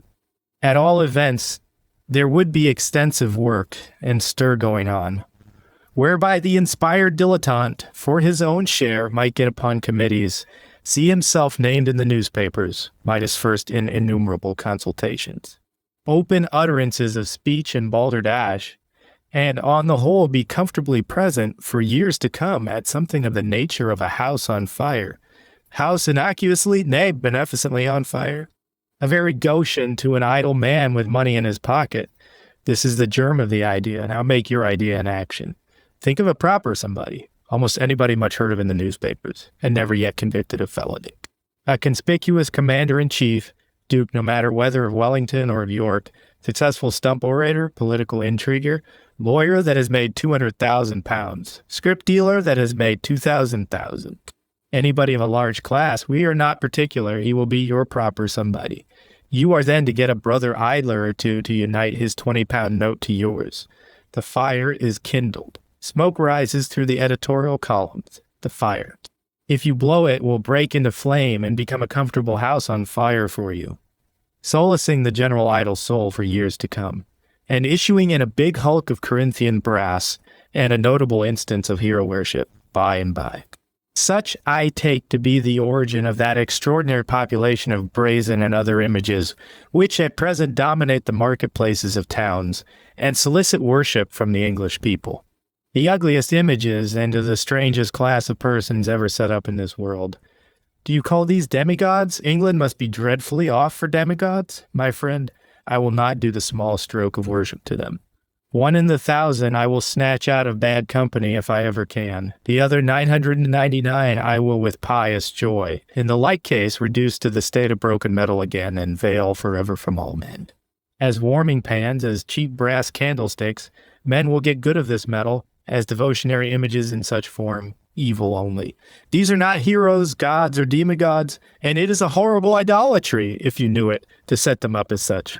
Are these your pattern men, great men? They are your lucky or unlucky, gamblers swollen big, paltry adventurers for most part, worthy of no worship, and incapable forever of getting any except from the soul consecrated to flunkeyism. Will a man's soul worship that? Think you? Never. If you fashioned him of solid gold, big as Ben Lomond, no heart of a man would ever look upon him except with sorrow and despair. To the flunky heart alone is he was he, or can he at any time be, a thing to look upon with upturned eyes of transcendent admiration, worship or worship, so-called. He, you unfortunate fools, he is not the one we want to be kept in mind of. Not he at all by any means, to him and his memory. If you had not been unfortunate in blockheads, you would have sunk a coal shaft rather than raised a column. Deep coal shaft there to bury him in his memory, that men might never speak or hear of him more. Not a high column to admonish all men that they should try to resemble him. Of the sculptural talent manifest in these brazen images, I say nothing, though much were to be said. For indeed, if there is no talent displayed in them but a perverse one, are not we to consider it a happiness in that strange case? This big swollen gambler and gluttonous hapless spiritual Daniel Lambert deserved a coal shaft from his brother mortals. Let at least his column be ugly, nevertheless ugly columns and images are in themselves a real evil. They too preach ugliness after their sort, and then have a certain effect, the whole of which is bad. They sanction and consecrate artistic botching, pretentious futility, and the horrible doctrine that this universe is a cockney nightmare, which no creature ought for a moment to believe or listen to. In brief, they encourage an already ugly population to become in 1,000 ways uglier. They too, for their ugliness, did not the infinitely deeper ugliness of the thing they commemorate absorb all consideration of that, would deserve, and do in fact incessantly solicit abolition from the sight of men. What good in the aesthetic, the moral, social, or any human point of view we are ever to get of these brazen images now peopling our chief cities and their marketplaces, it is impossible to specify. Evil enough we consciously or unconsciously get of them. No soul looks upon them approvingly, or even indifferently without damage. All the deadlier the less he knows of it. Simple souls they corrupt in the sources of their spiritual being. Wise souls obliged to look on them, look with some feeling of anger and just abhorrence. which is itself a mischief to a peaceable man. Good will never be got of these brazen images in their present form. Of what use, till once broken up and melted into warming pans, they can ever be to gods or men, I own I cannot see. Gods and men demand that this, which is their sure ultimate destiny, should so soon as possible be realized. It is tragically evident to me our first want, which includes all wants, is that of a new real aristocracy of fact. Instead of the extinct imaginary one of title, which the anarchic world is everywhere rebelling against, but if it is from popular suffrage that we are to look for such a blessing, is not this extraordinary populace of British statues, which now dominates our marketplaces, one of the saddest omens that ever was. Suffrage announces to us nothing doubting. Here are your real demigods and heroic men, ye famous British people. Here are brazen and other images worthy once more of some worship. This is the new aristocracy I have chosen, and would choose for you. That is suffrage's opinion.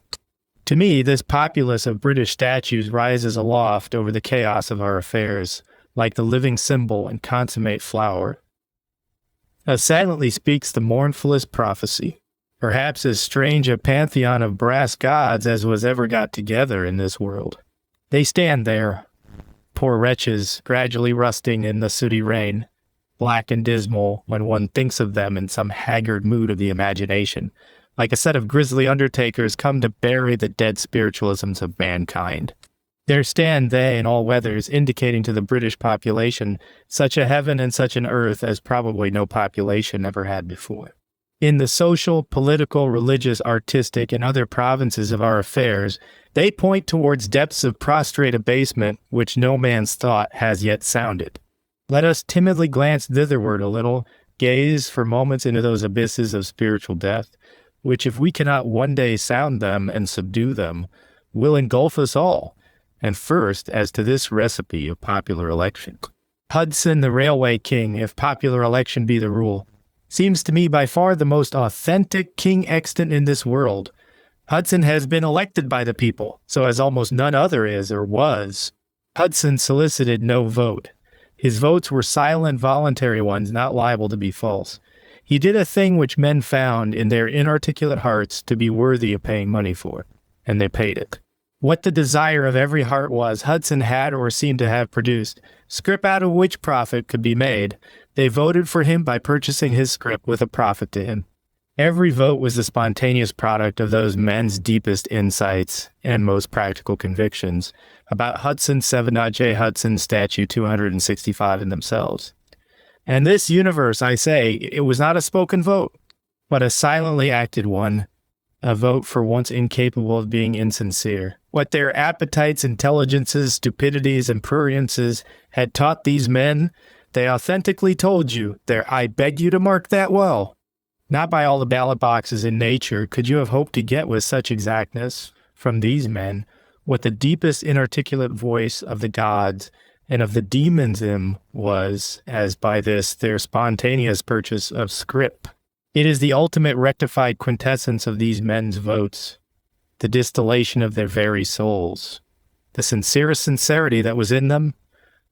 Without gratitude to Hudson, or even without thought of him, they raised Hudson to his bad eminence, not by their voice given once at some hustings under the influence of balderdash and beer, but by the thought of their heart, by the inarticulate, indisputable dictate of their whole being. Hudson inquired of England, "What precious thing can I do for you, O enlightened countrymen? What may be the value to you by popular election of this stroke of work that lies in me, popular election, with universal, with household and other suffrage, free as air, deep as life and death, free and deep as spoken, suffrage never was or could be as answered, pounds sterling to such and such amount, that is the apparent value of thy stroke of work to us. Blockheads as we are, real value differs from apparent to a frightful extent in this world. Try it. By what suffrage you will, Hudson's value as a demigod being what it was, his value as a maker of railways shall hardly concern us here. What Hudson's real worth to mankind in the matter of railways might be, I cannot pretend to say. Fact knows it to the uttermost fraction, and will pay it him yet, but men differ widely in opinion, and in general do not in the least know. From my own private observation and conjecture, I should say, trifling if any word, much as we love railways, there is one thing undeniable. Railways are shifting all towns of Britain into new places. No town will stand where it did, and nobody can tell for a long while yet where it will stand. This is an unexpected and indeed most disastrous result. I perceive railways have set all the towns of Britain a-dancing. Reading is coming up to London, Basingstoke is going down to Gosport or Southampton, Dumfries to Liverpool and Glasgow. While at Crewe and other points, I see new ganglions of human population establishing themselves. And the prophecy of metallurgic cities, which were not heard of before. Reading, Basingstoke, and the rest, the unfortunate towns, subscribed money to get railways, and it proves to be for cutting their own throats. Their business has gone elsewhither. And they cannot stay behind their business. They are set at dancing, as I said, confusedly waltzing in a state of progressive dissolution towards the four winds. And know not where the end of the death dance will be for them, in what point of space they will be allowed to rebuild themselves. That is their sad case. And what an affair it is in each of the shops and houses of those towns, thus silently bleeding to death. Or what we call dancing away to other points of the British territory. How Joplin of Reading, who had anchored himself in that pleasant place, and fondly hoping to live by upholstery and paper hanging, had wedded and made friends there, awakens some morning and finds that his trade has flitted away. Here it is not any longer. It is gone to London, to Bristol. Whither has it gone?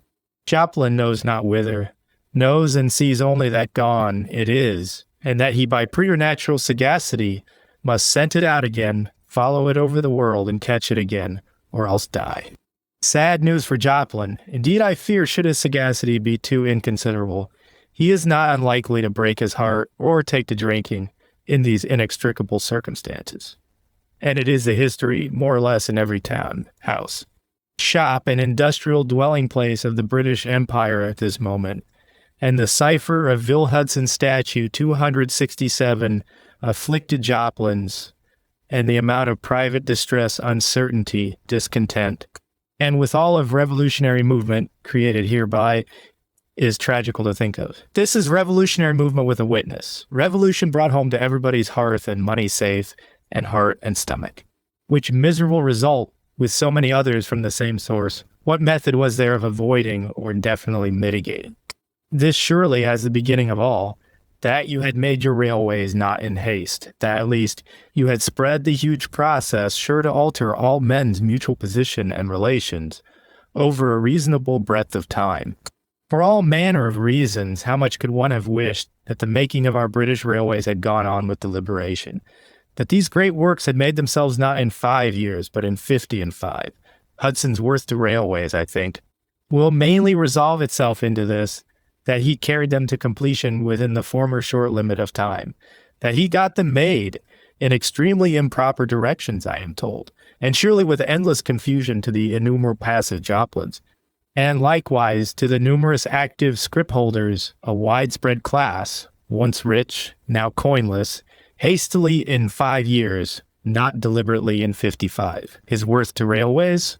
Is worthy, I take it, to English railways, much more to Englishmen, will turn out to be extremely inconsiderable, to be incalculable damage, rather. Foolish railway people gave him 2 millions and thought it not enough without a statue to boot. But fact thought, and is now audibly saying far otherwise. Rhadamanthus, had you been able to consult him, would in no wise have given this man 25,000 pounds for a statue. What if Rhadamanthus doomed him, rather, let us say, to ride in express trains now hither for 25 eons, or to hang in heaven as a locomotive constellation and be a sign forever? Fact and suffrage, what a discrepancy. Fact decided for some coal shaft such as we describe. Suffrage decides for such a column. Suffrage, having money in its pocket, carries it hollow for the moment.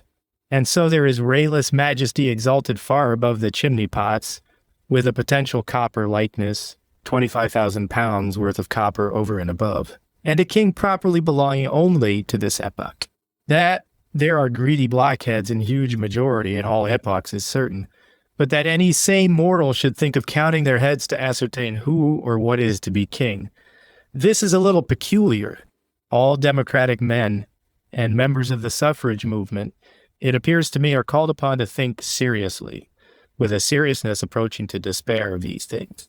Jefferson Brick, the American editor, twitted me with the multifarious patented anomalies of overgrown worthless dukes, bishops of Durham, etc., which poor English society at present labors under and is made a solecism by. To which what answer could I make, except that surely our patented anomalies were some of them extremely ugly, and yet, alas, that they were not the ugliest. I said, have not you also overgrown anomalous dukes, after a sort appointed not by patent? Overgrown monsters of wealth, namely, who have made money by dealing in cotton, dealing in bacon, jobbing scrip, digging metal in California, who are become glittering man-mountains filled with gold and preciosities, revered by the surrounding flunkies, invested with the real powers of sovereignty, and placidly admitted by all men, as if nature and heaven had so appointed it, to be in a sense godlike, to be royal, and fit to shine in the firmament, though their real worth is what? Brick, do you know where human creatures reach the supreme of ugliness in idols? It were hard to know. We can say only all idols have to tumble, and the hugest of them, with the heaviest fall. That is our chief comfort in America is here, the idol of Somna. A mere mass of coarse crockery, not Villa Hudson's statue 269, worth 5 shillings of anybody's money, sat like a great staring god with 2 diamonds for eyes, worshipped by the neighboring black populations.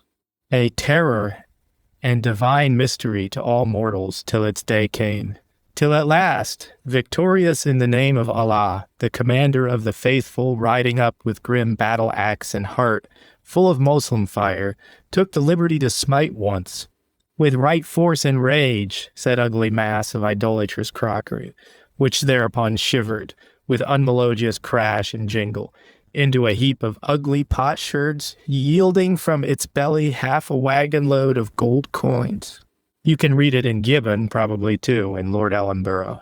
The gold coins, the diamond eyes, and other valuable extrinsic parts were carefully picked up by the faithful. Confused jingle of intrinsic potsherds was left lying, and the idol of Somnath, once showing what it was, had suddenly come to a conclusion. Thus end all idols an intrinsically worthless man. Mountains never so illuminated with diamonds and filled with precious metals and tremulously worshipped by the neighboring flunky populations, black or white. Even thus, sooner or later, without fail, and are shot hastily as a heap of potsherds into the highway to be crunched under wagon wheels, and do macadam a little service, being clearly abolished as gods, and hidden from man's recognition, in that or other capacities, forever and a day. You do not sufficiently bethink you, my Republican friend. Our ugliest anomalies are done by universal suffrage, not by patent. The expressed nonsense of old feudalism, even now in its dotage, is as nothing to the involuntary nonsense of modern anarchy called freedom, republicanism, and other fine names which expresses itself by supply and demand. Consider it a little. The bishop of our diocese is to me an incredible man, and has, I will grant you, very much more money than you or I would now give him for his work. One does not even read those charges of his, much preferring speech which is articulate. In fact, being intent on a quiet life, you generally keep on the other side of the hedge from him, and strictly leave him to his own fate. Not a credible man, perhaps not quite a safe man to be concerned with.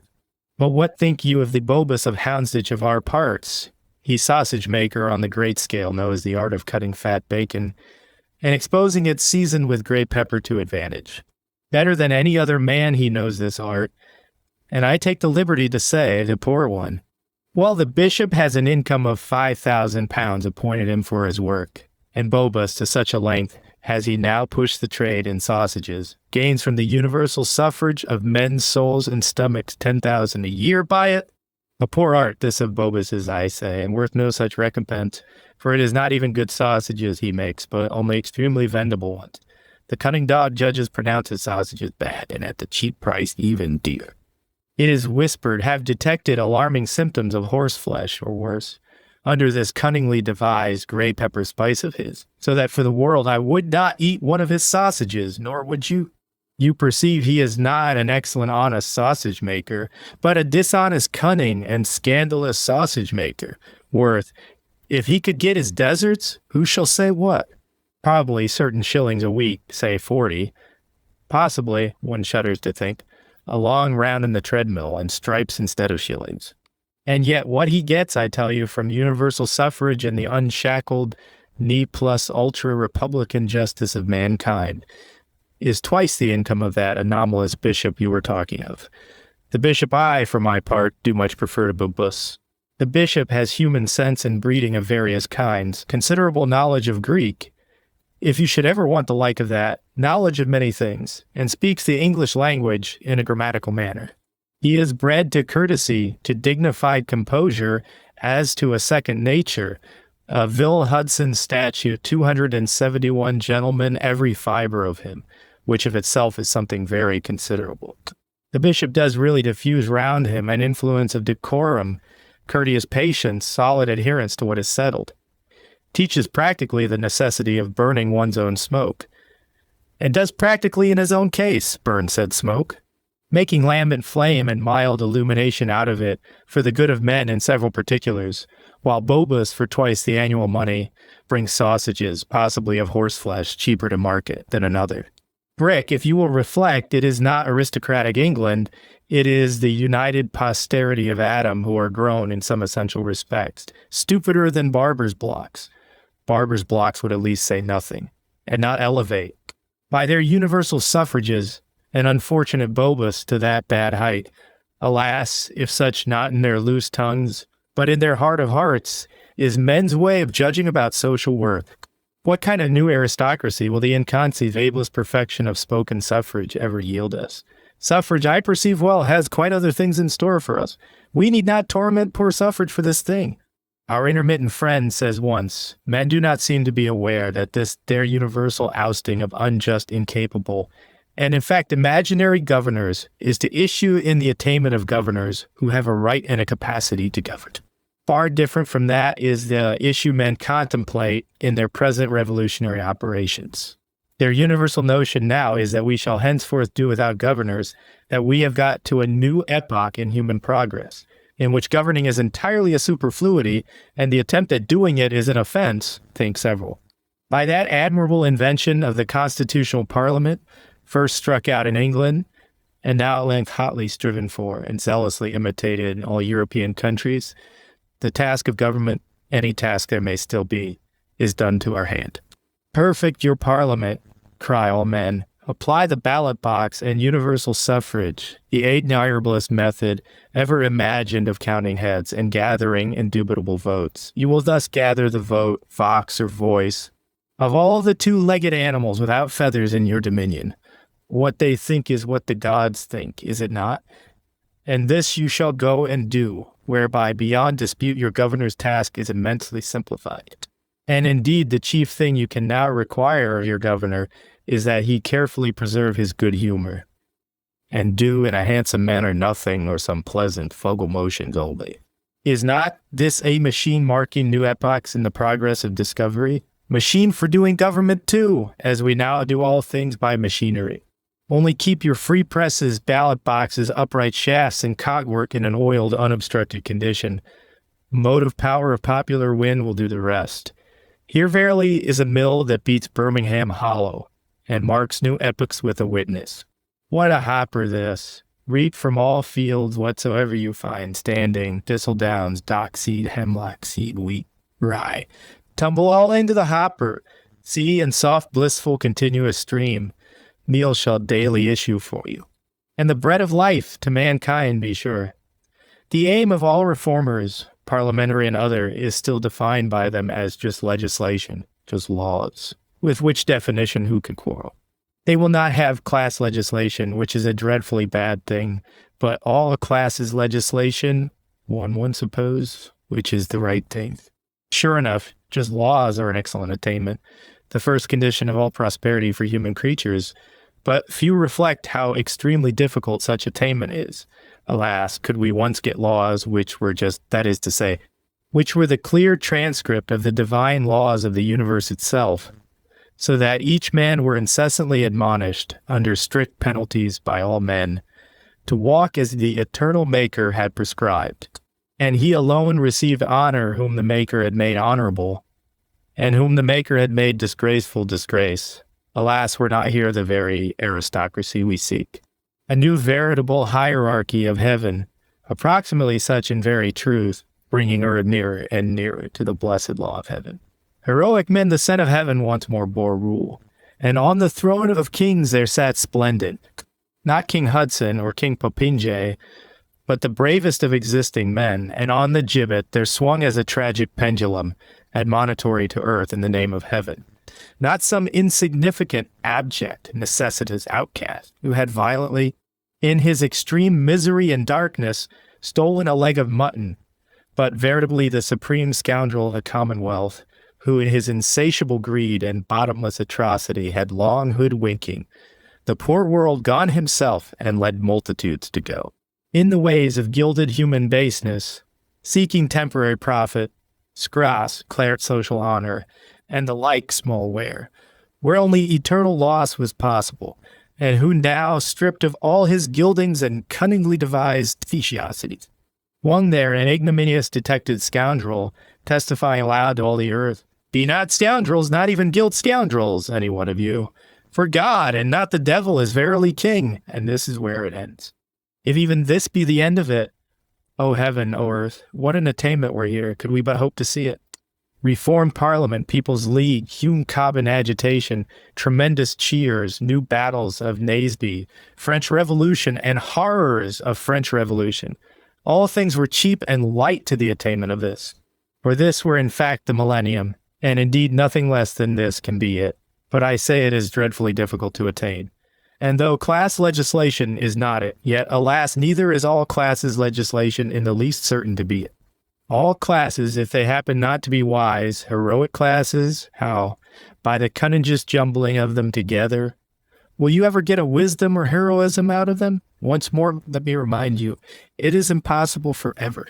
Unwisdom, contradiction to the gods, how from the mere vamping together of hostile veracities and opacities, never so dexterously or copiously combined, can or could you expect anything else? Can any man bring a clean thing out of an unclean? No man. Veracities and opacities, blended together in never such cunningly devised proportions, will not yield noblenesses and illuminations. They cannot do it. Parliamentary reform, extension of the suffrage, good heavens! How, by the mere enlargement of your circle of ingredients, by the mere flinging in of new opacities and veracities, will you have a better chance to distill wisdom from that foul cauldron, which is merely bigger, not by hypothesis better? You will have a better chance to distill zero from it, evil elements from all sides now more completely extinguishing one another, so that mutual destruction, like that of the Kilkenny cats, a parliament which produces parliamentary eloquence only, and no social guidance, either bad or good, will be the issue, as we now in these years sorrowfully see. Universal suffrage. What a scheme to substitute for the revelation of God's eternal law, the official declaration of the account of heads. It is as if men had abdicated their right to attempt following the aforesaid law, and with melancholy resignation had agreed to give it up, and take temporary peace and good agreement as a substitute. In all departments of our affairs it is so, literary, moral, political, social, and in all of them it is and remains eternally wrong. In every department, literary, moral, political, social, the man that pretends to have what is angrily called a choice of his own, which will mean at least some remnant of a feeling in him that nature and fact do still claim a choice of their own, and are like to make it good yet. Such man is felt as a kind of interloper and dissocial person who obstructs the harmony of affairs and is out of keeping with the universal suffrage arrangement that has been entered upon. Why not decide it by dice? Universal suffrage for your oracle is equivalent to flat despair of answer. Set up such oracle, you proclaim to all men, friends, there is in nature no answer to your question, and you don't believe in dice. Try to esteem this oracle a divine one, and be thankful that you can thereby keep the peace and go with an answer from the shrine of chaotic chance. Peace is good, but woe to the cowardly caitiff of a man or collection of cowardly caitiffs styling themselves nation, that will have peace on these terms. They will save their ignoble skin at the expense of their eternal loyalty to the highest God. Peace? Better war to the knife, war till we all die, than such a peace. Reject it, my friend, I advise thee. Silently swear by God above that on earth below thou for thy part never wilt accept it. Be it forever far from us, my poor scattered friends. Let us fly to the rocks rather, and silently appealing to the eternal heaven, await an hour which is full surely coming, when we too shall have grown to a respectable company of poor men, authorized to rally, and with celestial lightning, and with terrestrial steel and such good weapons as there may be, spend all out blood upon it. After all, why was not the Hudson testimonial completed? As Moses lifted up the brazen serpent in the wilderness, why was not Hudson's statue lifted up? Once more, I say, it might have done us good. Thither, too, in a sense, poor poison-stricken mortals might have looked, and found some healing. For many reasons, this alarming populace of British statues wanted to have its chief. The liveliest type of choice by suffrage ever given. The consummate flower of universal anarchy in the Commonwealth, and in the hearts of men. Was not this statue such a flower? Or do we look for one more perfect and consummate? Of social hierarchies and religions the parent of these, why speak in presence of social anarchy such as is here symbolized? The apotheosis of Hudson beckons to still deeper gulfs on the religious side of our affairs, into which one shudders to look down. For the eye rests only on the blackness of darkness, and shrunk to hissing whispers inaudible, except to the finer ear come meanings of the everlasting tempest and tones of alti guai. Nor is a certain vertigo quite absent from the strongest heads. A mad impulse to take the leap, then, and dwell with eternal death, since it seems to be the rule at present. One hurried glance or two, holding well by what parapets there still are, and then let us hasten to be gone. Worship, what we call human religion, has undergone various phases in the history of mankind. To the primitive man, all forces of nature were divine, either for propitiation or for admiration. Many things, and in a sense all things, demanded worship from him.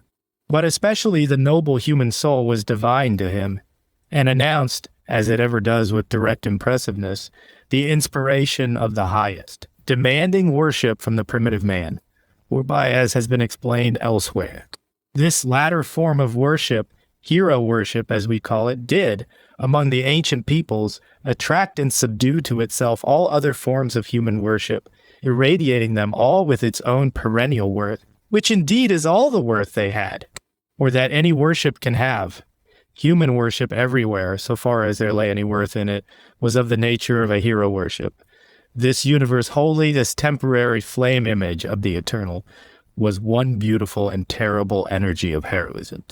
Presided over by a divine nobleness or infinite hero, divine nobleness forever friendly to the noble, forever hostile to the ignoble. All manner of moral rules, one and well-sanctioned too, flowed naturally out of this primeval intuition into nature, which I believe is still the true fountain of moral rules, though much forgotten one at present. And indeed, the seven-dyed statue 277, it seems to be the one unchangeable, eternally indubitable intuition into nature we have yet heard of in these parts. To the primitive man, whether he looked at moral rule or even at physical fact, there was nothing not divine. Flame was the god Loki, etc. This visible universe was wholly the vesture of an invisible infinite, every event that occurred in it a symbol of the immediate presence of God, which it intrinsically w and forever will be. Let poor stupid mortals remember or forget it. The difference is not that God has withdrawn, but that men's minds have fallen habitated stupid, that their hearts are dead, awakening only to some life about mealtime and cookery time, and their eyes are grown dim, blinkered, a kind of horn eyes like those of owls, available chiefly for catching mice. Most excellent Fitzsmith Etrove, it is a long time since I have stopped short in admiring your stupendous railway miracles. I was obliged to strike work and cease admiring in that.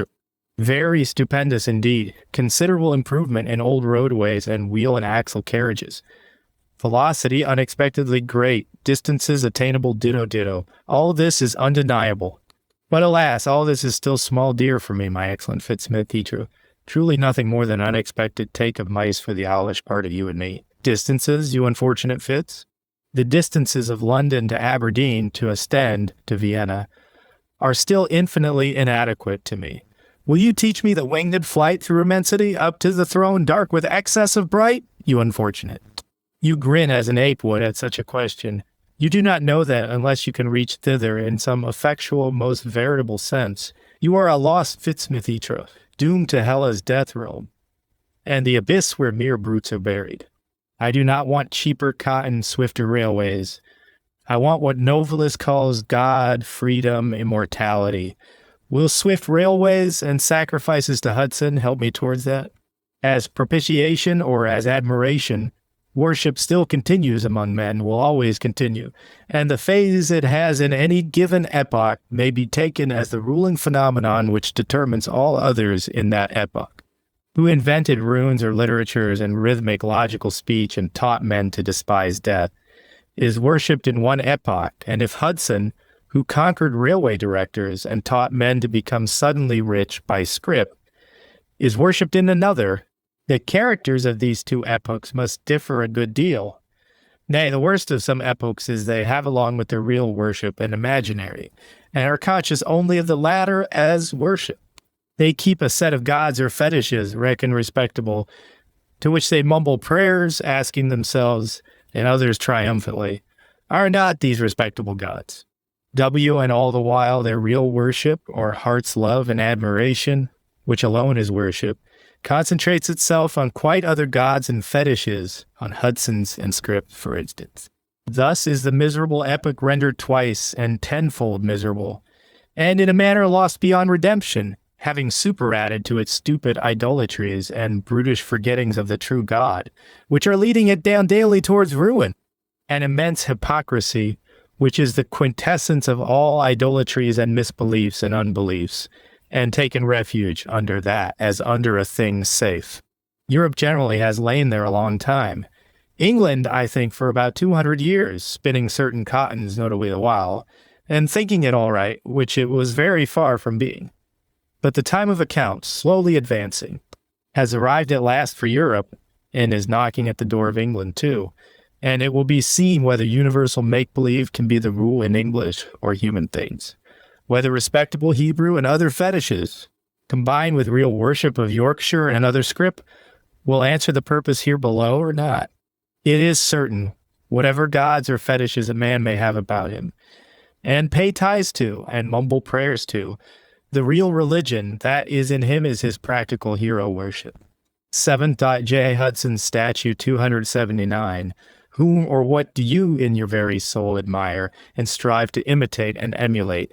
Is it God's servant or the devil's? Clearly, this is the whole question. There is no other religion in the man which can be of the slightest consequence in comparison. Theologies, doxologies, orthodoxies, heterodoxies are not of moment, except as subsidiary towards a good issue in this. If they help well in it, they are good. If not well or at all, they are nothing or bad. This also is certain. Nations that do their hero worship well are blessed and victorious. Nations that do it ill are accursed, and in all fibers of their business grow daily more so, till their miserable, afflictive, and offensive situation becomes at last unendurable to heaven and to earth. And the so-called nation, now an unhappy populace of misbelievers, miscreants, was the old name, bursts into revolutionary tumult, and either reforms or else annihilates itself. How otherwise? Know whom to honor and emulate and follow, know whom to dishonor and avoid and coerce under hatches as a foul, rebellious thing. This is all the law and all the prophets. All conceivable evangels, Bibles, homiletics, liturgies, and litanies, and temporal and spiritual law books for a man or a people issue practically there. Be right in that. Essentially, you are not wrong in anything. You read this universe tolerably aright, and are in the way to interpret well what the will of its maker is. Be wrong in that, had you liturgies the recommendablest in nature, and bodies of divinity as big as an Indiaman, it helps you not a whit. You are wrong in all things. How in anything can you be right? You read this universe in the inmost meaning of it wrong. Gross idolatrous misbelief is what I have to recognize in you. And superadded such a faith in the saving virtue of that deadliest of vices, hypocrisy, as no people ever had before. Beautiful, recommendable liturgies, your liturgies, the recommendablest in nature, are to me alarming and distressing, a turning of the Kalmuck prayer mill, not my way of praying. This immense asthmatic spiritual hurdy-gurdy, issuing practically in a set of demigods like Hudson, what is the good of it? Why will you keep grinding it under poor men's windows? Since Hudson W. Vishnu, let the Shastras and Vedas be conformable to him. Why chant divine psalms, which belong to a different dispensation, and are now become idle and far worse? Not melodious to me, such a chant, in such a time. The sound of it, if you are not yet quite dead to spiritual sounds, is frightful and bodful. I say, this litany of yours, with a wretched populace and population never so unanimous and loud. In it is a thing no God can hear. Your miserable religion, one as you call it, is an idolatry of the nature of mumbo-jumbo. And I would advise you discontinue it rather. You are infidels, persons without faith, not believing what is true but what is untrue, miscreants, as the old fathers well called you, appointed too inevitably unless you can repent and alter soon, of which I see it will doom. It was always so, you indolently say? No, friend Heaviside. It was not always so, and even till lately it was never so. And I would much recommend you to sweep that foolish notion, which you often fling at me, and always keep about you as one of your main consolations, quite out of your head. Once the notion was my own, too.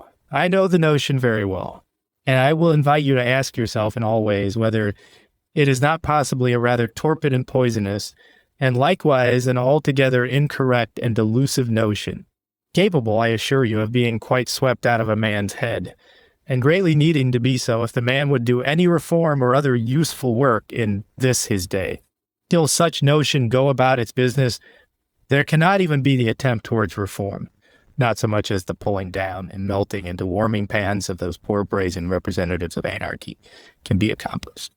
But they will stand there prophesying as now, here is the new aristocracy you want. Down on your knees, ye Christianville. Hudson's statue, 281 souls. Oh, my friend.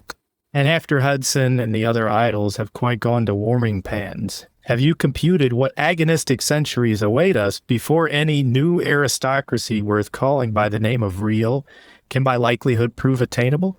From the stormful trampling down of sham human worth and casting it with wrath and scorn into the melting pot, onward to the silent, sad, repentant recognition of real human worth, and the capability of again doing that some pious reverence, some reverence which were not practically worse than none. Have you measured what an interval is there? Centuries of desperate wrestle against earth and hell on the part of all the brave men that are born. Too true this, though figuratively spoken. Perilous, tempestuous struggle and pilgrimage, continual marching battle with the mud, serpents of this earth, and the demons of the pit centuries of such a marching fight, continually along the edge of Red Republic too, and the abyss, as brave men were not often called to in history before, and the brave men will not yet so much as gird on their harness. They sit indolently saying, it is already all as it can be, as it was wont to be, and universal suffrage and tremendous cheers will manage it. Collins's old peerage book, a dreadfully dull production, fills one with unspeakable reflections. Beyond doubt, a most dull production, one of the darkest in the book, kind ever realized by chaos in man's brain. And it is properly all we English have for a biographical dictionary. Nay, if you think farther of it, for a national Bible. Friend Heaviside is much astonished, but I see what I mean here, and have long seen. Clear away the dust from your eyes, and you will ask this question. What is the Bible of a nation? To practically credit God's message to a nation. Is it not, beyond all else, the authentic biography of its heroic souls? This is the real record of the appearances of God in the history of a nation. This which all men to the very marrow of their bones can believe, and which teaches all men what the nature of the universe, when you go to work in it, really is. What the universe was thought to be in Judea and other places, this too may be very interesting to know. But what it is in England here, where we live and have our work to do, that is the interesting point, the universe, Crowdy answers. It is a huge dull cattle stall in St. Catherine's Wharf, with a few pleasant apartments upstairs for those that can make money. Make money and don't bother about the universe. That is McCrowdy's notion, reckon a quiet, innocent and rather wholesome notion just now, yet clearly fitter for a reflective pig than for a man, working continual damnation, therefore, however quiet it be. And indeed I perceive it as one of the damnablest notions that ever came into the head of any two-legged animal without feathers in this world.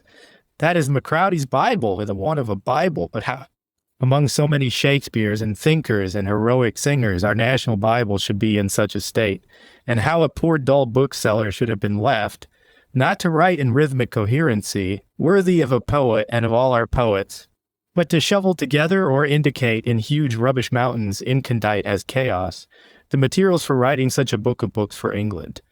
This is abundantly amazing to me, and I wish much it could duly amaze us all.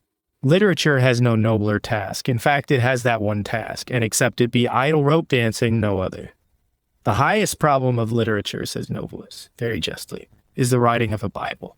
With their antiquarian excerpts and sepulchral brasses, it is astonishing what strange fragments you do turn up, miraculous talismans to a reader that will think windows through which an old sunk world, as yet all built upon veracity, and full of rugged nobleness, becomes visible to the mute wonder of the modern mind. It struck me much that of these ancient peerages, a very great majority had visibly had authentic heroes for their founders, noble men, of whose worth no clear-sighted king could be in doubt, and that, in their descendants too, there did not cease a strain of heroism for some time, the peership generally dying out and disappearing not long after that ceased. What a world, that old sunk one, real governors governing in it, shams not yet anywhere recognized as tolerable in it, a world whose practical president was not chaos with ballot boxes, whose outcome was not anarchy plus a street constable. In how high and true a sense the Almighty, with continual enforcement of his laws, still presided there, and in all things as yet there was some degree of blessedness and nobleness there. One's heart is sore to think how very far all this has vanished from us, how the very tradition of it has disappeared, and it has ceased to be credible, to seem desirable till the like of it returned. Yes, my constitutional friend. Yes, my constitutional friend. Such is the sad fact, till the like of it, in new form, adapted to the new times, be again achieved by us. We are not properly a society at all. We are a lost, gregarious horde, with kings of scrip on this hand, and famishing connaughts and distressed needlewomen on that, presided over by the anarchold. A lost horde who, in bitter feeling of the intolerable injustice that presses upon all men, will not long be able to continue even gregarious, but will have to split into street barricades and internecine battle with one another, and to fight if wisdom for some new real peerage be not granted us till we all die, mutually butchered, and so rest, so if not otherwise. Till the time of James I, I find that real heroic merit more or less was actually the origin of peerages. Never, till towards the end of that bad reign, were peerages bargained for, or bestowed on men palpably of no worth except their money or connection. But the evil practice, once begun, spread rapidly.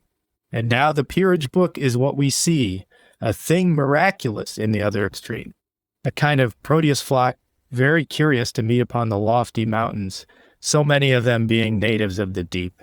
Our menagerie of live peers in Parliament is like that of our brazen statues in the marketplace. The selection seemingly is made much in the same way, and with the same degree of felicity and successful accuracy in choice. Our one steady regulated supply is the class definable as supreme stump orators in the lawyer department. The class called chancellors flows by something like fixed conduits towards the peerage.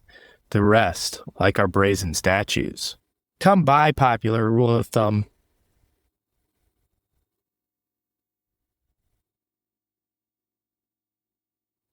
Stump orators, supreme or other, are not beautiful to me in these days, but the immense power of lawyers among us is sufficiently intelligible. I perceive it proceeds from two causes. First, they preside over the management and security of property, which is our God at present. They are thus properly our panos, the highest priests we have. Then furthermore, they possess the talent most valued, that of the tongue, and seem to us the most gifted of our intelligences. thereby provoking a spontaneous loyalty in worship. What think you of a country whose kings go by genealogy and are the descendants of successful lawyers? A poor, weather-worn, tanned, curried, wind-dried human creature, called a chancellor, all or almost all gone to horsehair and officiality. The whole existence of him tanned by long maceration, public exposure, tugging and manipulation, to the toughness of Yorkshire leather. Meseems I have seen a beautifuler man. Not a leather man would I by preference appoint to beget my kings. Not lovely to me is the leather species of men, to whose tanned soul God's universe has become a jangling logic cockpit and little other. If indeed it have not become far less and worse, for the wretched tanned chancellor, I am told, is usually acquainted with the art of lying too. Considerable part of his trade, as I have been informed, is the talent of lying in a way that cannot be laid hold of, a dreadful trick to learn. Out of such a man there cannot be expected much revelation of the beautiful, I should say. Oh, Bull, were I in your place, I would try either to get other peers, or else to abolish the concern, which latter indeed, by your acquiescence in such nominations, and by many other symptoms, I judge to be unconsciously your fixed intention. You have seen many chancellors made peers in these late generations, Mr. Bull. And now tell me, which was the chancellor you did really love or honor to any remarkable degree? Alas, you never within authentic memory loved any of them. You couldn't, no man could. You lazily stared with some semblance of admiration at the big wig, huge purse, reputation for divine talent, and sublime proficiency in the art of tongue fence. But to love him, that Mr. Bull, was once for all a thing you could not manage. Who of the seed of Adam could, from the time of Chancellor Bacon downwards, and beyond that, your chancellors are dark to you as the Muftis of Constantinople. I challenge you to show me one chancellor for whom had the Whigs purses, reputations, etc., been peeled off him, who would have given his weight in Smithfield beef sinking awful. You, unhappy Bull governed by kings, you have not the smallest regard for, wandering in an extinct world of wearisome, oppressive and expensive shadows, nothing real in it but the Smithfield beef, nothing preternatural in it, but the Chartisms and threatened street barricades. And this not celestial but infernal. Sure enough I find, O heavy side, England once was a hierarchy, as every human society, not either dead or else hastening towards death, always is, but it has long ceased to be so to any tolerable degree of perfection, and is now, by its Hudson and other testimonials, testifying in a silent way to the thoughtful, what otherwise by its thousandfold anarchic depravities, miseries, God-forgettings, and open devil worships, it has long loudly taught them to expect, that we are now wending towards the culmination in this particular. That, to the modern English populations, supreme hero and supreme scoundrel are, perhaps, as nearly as is possible to human creatures, indistinguishable. That it is totally uncertain, perhaps even the odds against you, whether the figure whom said population mount to the place of honor is not in nature in fact honorable, whether the man to whom they raise a column does not deserve a coal shaft. And in fine, poor devils, that their universal suffrage, as spoken, as acted, meditated, and imagined, universal suffrage, I do not say ballot boxed and cunningly constitutionalized, but boiled, distilled, digested, quintessent, till you get into the very heart of it, is to the rational soul, except for stock exchange, and the like very humble practical purposes worth express zero, or nearly so. I think probably as near zero as the unassisted human faculties and destinies ever came or are like to come. Hierarchy! Oh heaven, if chaos himself sat umpire, what better could he do? Here are a set of human demigods as if chosen to his hand.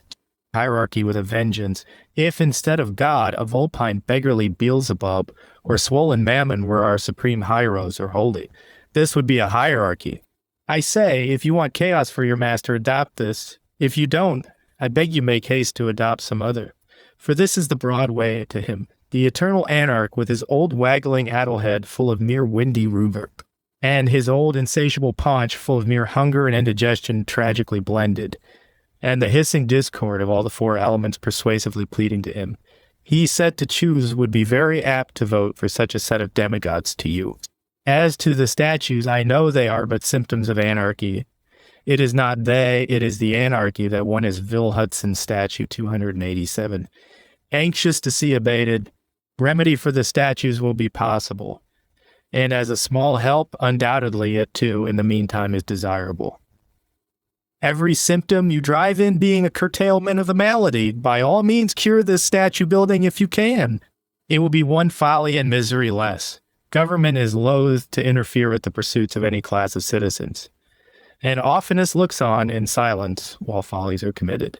But government does interfere to prevent afflictive accumulations on the streets, malodorous or other unsanitary procedures of an extensive sort, regulates gully drain cesspools, prohibits the piling up of dung heaps, and is especially strict on the matter of indecent exposures. Wherever the health of the citizens is concerned, much more where their soul's health, and as it were their very salvation, is concerned, all governments that are not chimerical make haste to interfere. Now, if dung heaps laid on the streets, afflictive to the mere nostrils, are a subject for interference, what we ask are high columns, raised by prurient stupidity and public delusion, to blockheads whose memory does in eternal fact deserve the sinking of a coal shaft rather? Give to everyone what he deserves. What really is in all scenes and situations thou shalt do that. Or in very truth, woe will betide thee, as sure as thou art living, and as thy Maker lives. Blockhead, this big gambler swollen to the edge of bursting, he is not great and honorable. He is huge and abominable. Thou shalt honor the right man, and not honor the wrong, under penalties of an alarming nature. Honor Barabbas the robber. Thou shalt sell old clothes through the cities of the world, shalt accumulate sordid monies with a curse on every coin of them and be spit upon for 1800 years. Raise statues to the swollen gambler as if he were great, sacrifice oblations to the king of scrip. Unfortunate mortals, you will dearly pay for it yet. Quiet as nature's counting house and scrip ledgers are, no faintest item is ever blotted out from them, for or against. And to the last doit that account too will have to be settled. Rigorous is destiny, Sheem destiny. Chancery or fetter lane is soft to her when the day of settlement comes. With her, in the way of abatement, of oblivion, neither gods nor man prevail. Abatement? That is not our way of doing business. The time is run out, the debt it appears is due. Will the law of gravitation abate for you? Gravitation acts at the rate of 16 feet per second in spite of all prayers. Were it the crash of a solar system, or the fall of a Yarmouth herring, all one to gravitation? Is the fall of a stone certain, and the fruit of an unwisdom doubtful, you unfortunate beings? Have you forgotten it? In this immense improvement of machinery, cheapening of cotton, and general astonishing progress of the species lately, with such extension of journals, human cultures, universities, periodic and other literatures, mechanics institutes, reform of prison discipline, abolition of capital punishment, enfranchisement by ballot, report of parliamentary speeches, and singing for the million? You did not know that the universe had laws of right and wrong. You fancied the universe was an oblivious, greedy blockhead, like one of yourselves, attentive to script mainly, and willing, where there was no practical script, to forget and forgive.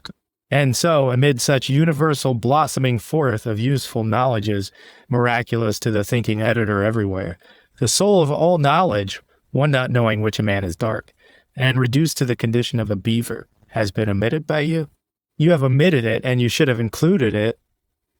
The thinking editor never missed it, so busy wondering and worshiping elsewhere.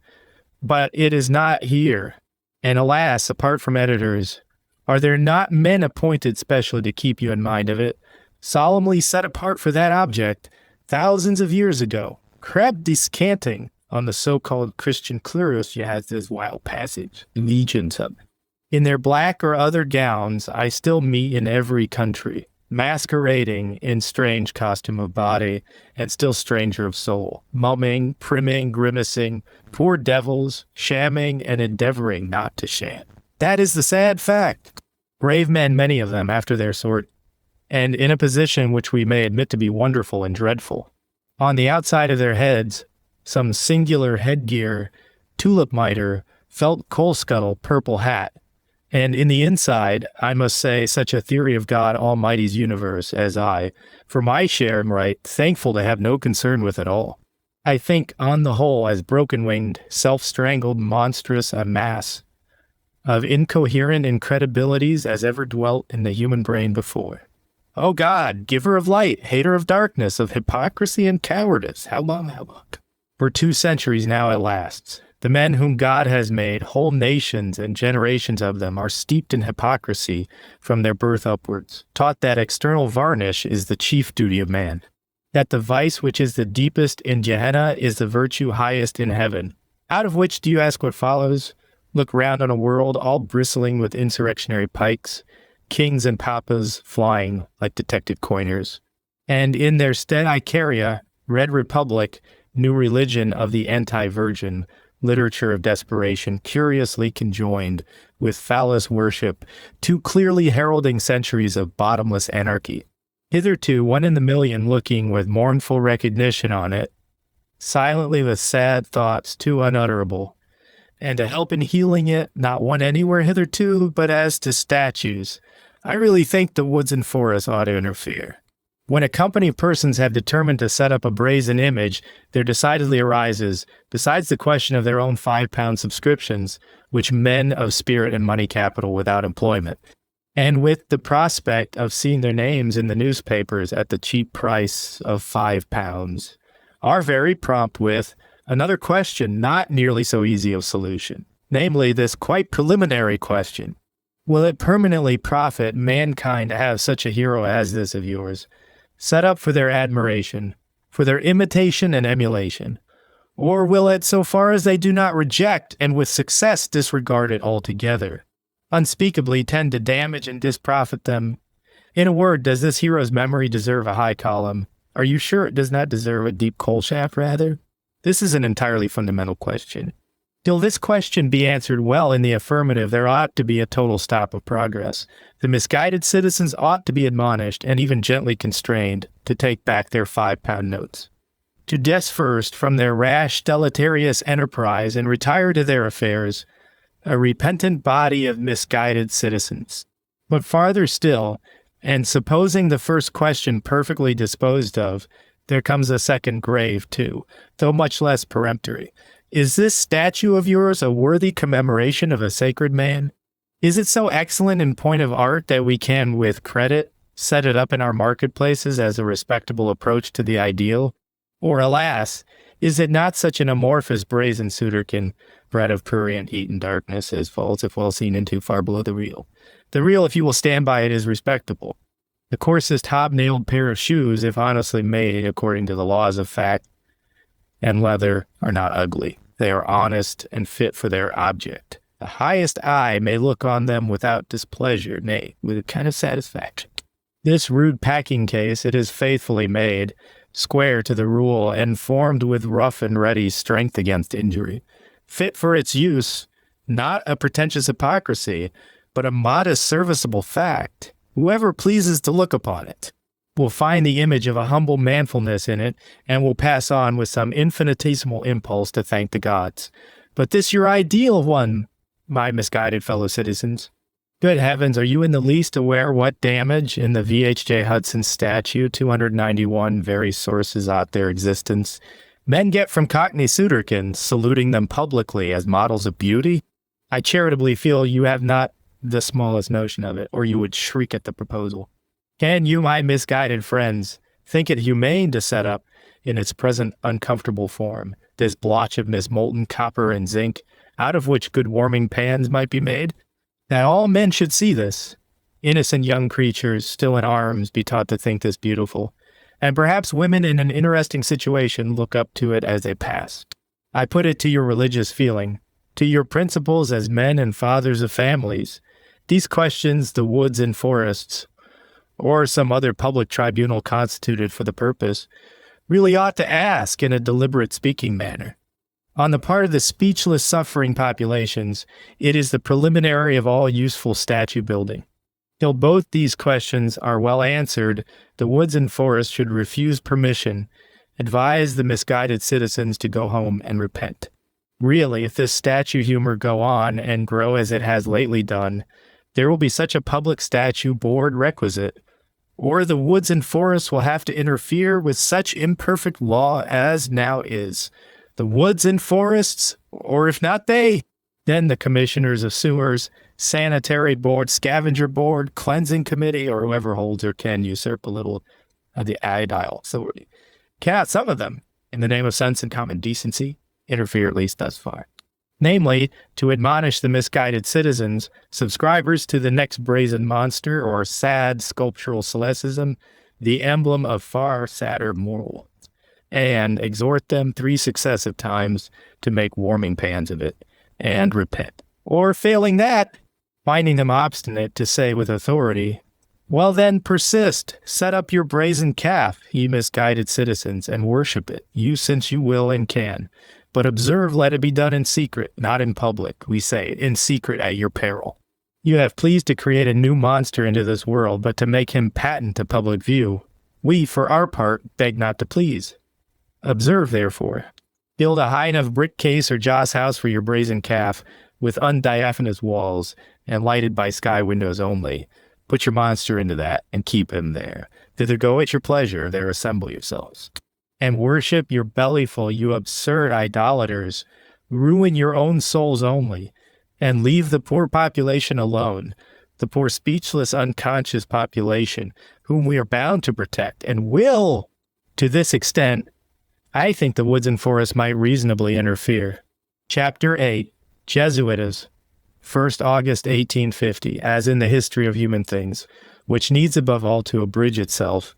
It happens usually that the chief actors in great events and great epochs give their name to the series, and are loosely reputed the causers and authors of them, as a German Reformation is called of Luther, and a French reign of terror passes for the work of Robespierre, and from the Aeneid and earlier this has been the wont.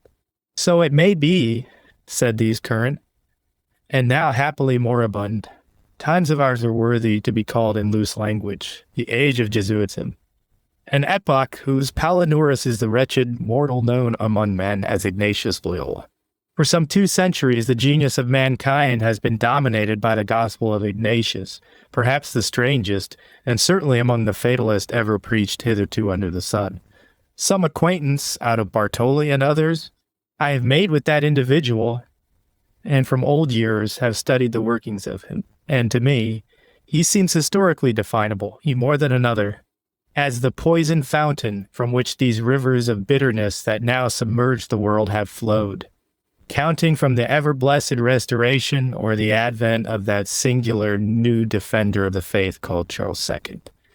It is about 200 years since we ourselves commenced that bad course, and deeply detesting the name of St. Ignatius, did nevertheless gradually adopt his gospel as the real revelation of God's will, and the solid rule of living in this world. Rule long since grown perfectly accredited, complete in all its parts, and reigning supreme among us in all spiritual and social matters whatsoever, the singular gospel or revelation of God's will. That to please the supreme fountain of truth, your readiest method now and then was to persist in believing what your whole soul found to be doubtful or incredible. That poor human symbols were higher than the God Almighty's facts they symbolized. That formulas, with or without the facts symbolized by them, were sacred and salutary. That formulas well persisted in could still save us when the facts were all fled.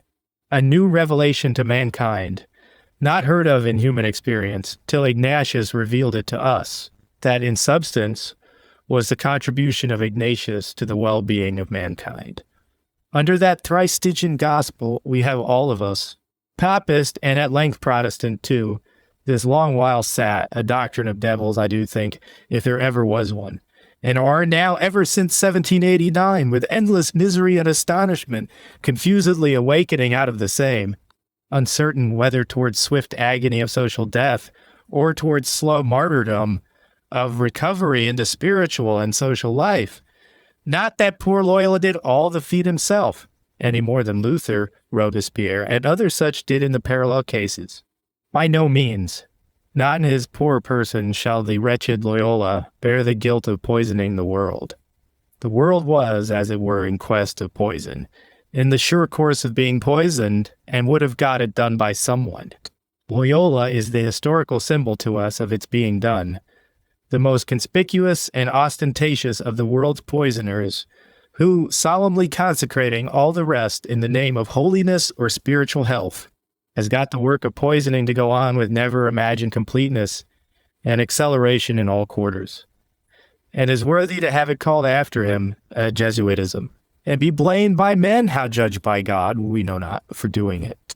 That it is done, there is the sad fact for us, which infinitely concerns every living soul of us. What Ignatius got or is to get for doing it, this shall not concern us at all. Vi non I, Jesuitism 200. And so, before dismissing busy English readers to their autumnal grouse shooting, their Ramadan, sacred fast, or month of meditative solitude and devout prayer, now in use among the English, I have one sad thing to do. Lead them a little to the survey of Ignatius and our universal Jesuitism, and ask them in heaven's name, if they will answer such a question, what they think of it and of their share in it. For this is the central and parent phenomenon, the great Tartarian deep, this, whence all our miseries, fatuities, futilities spring, the accursed Hellas realm, tenanted by foul creatures, ministers of death eternal, out of which poor mortals, each for himself, are called to escape if they can. Who is there that can escape, that can become alive to the terrible necessity of escaping? By way of finish to this offensive and alarming set of pamphlets, I have still one crowning offense and alarm to try if I can give.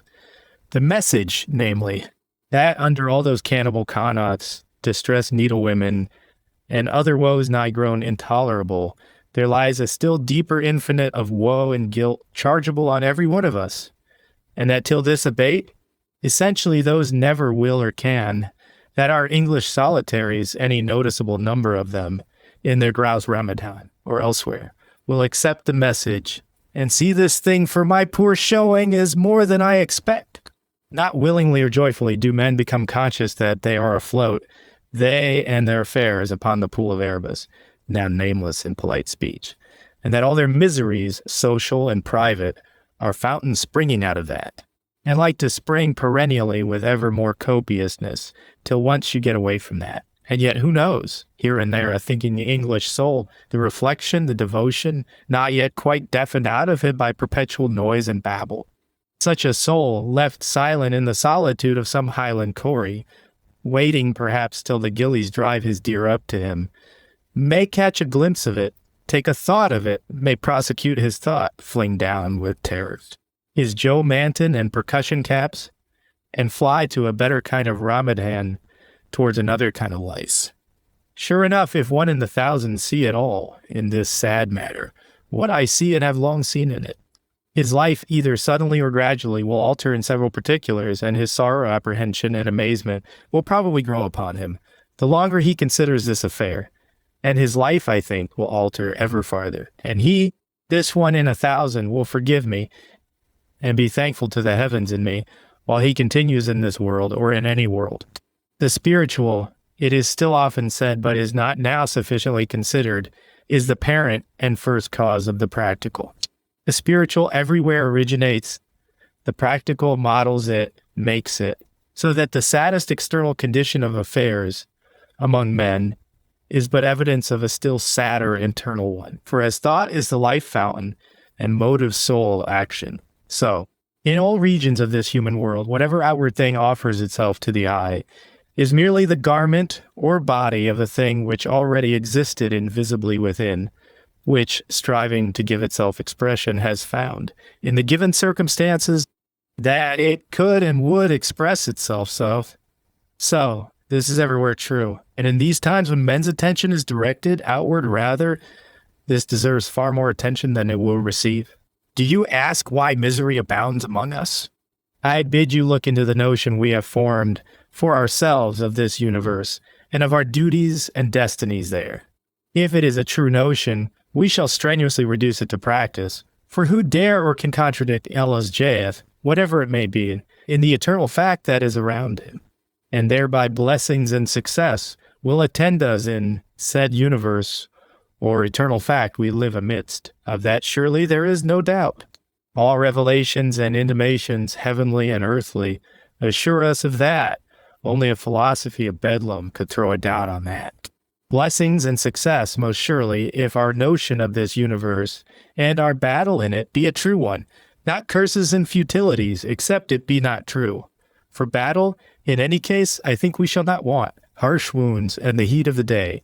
We shall have to stand, but it will be a noble godlike and human battle, not an ignoble devil-like and brutal one.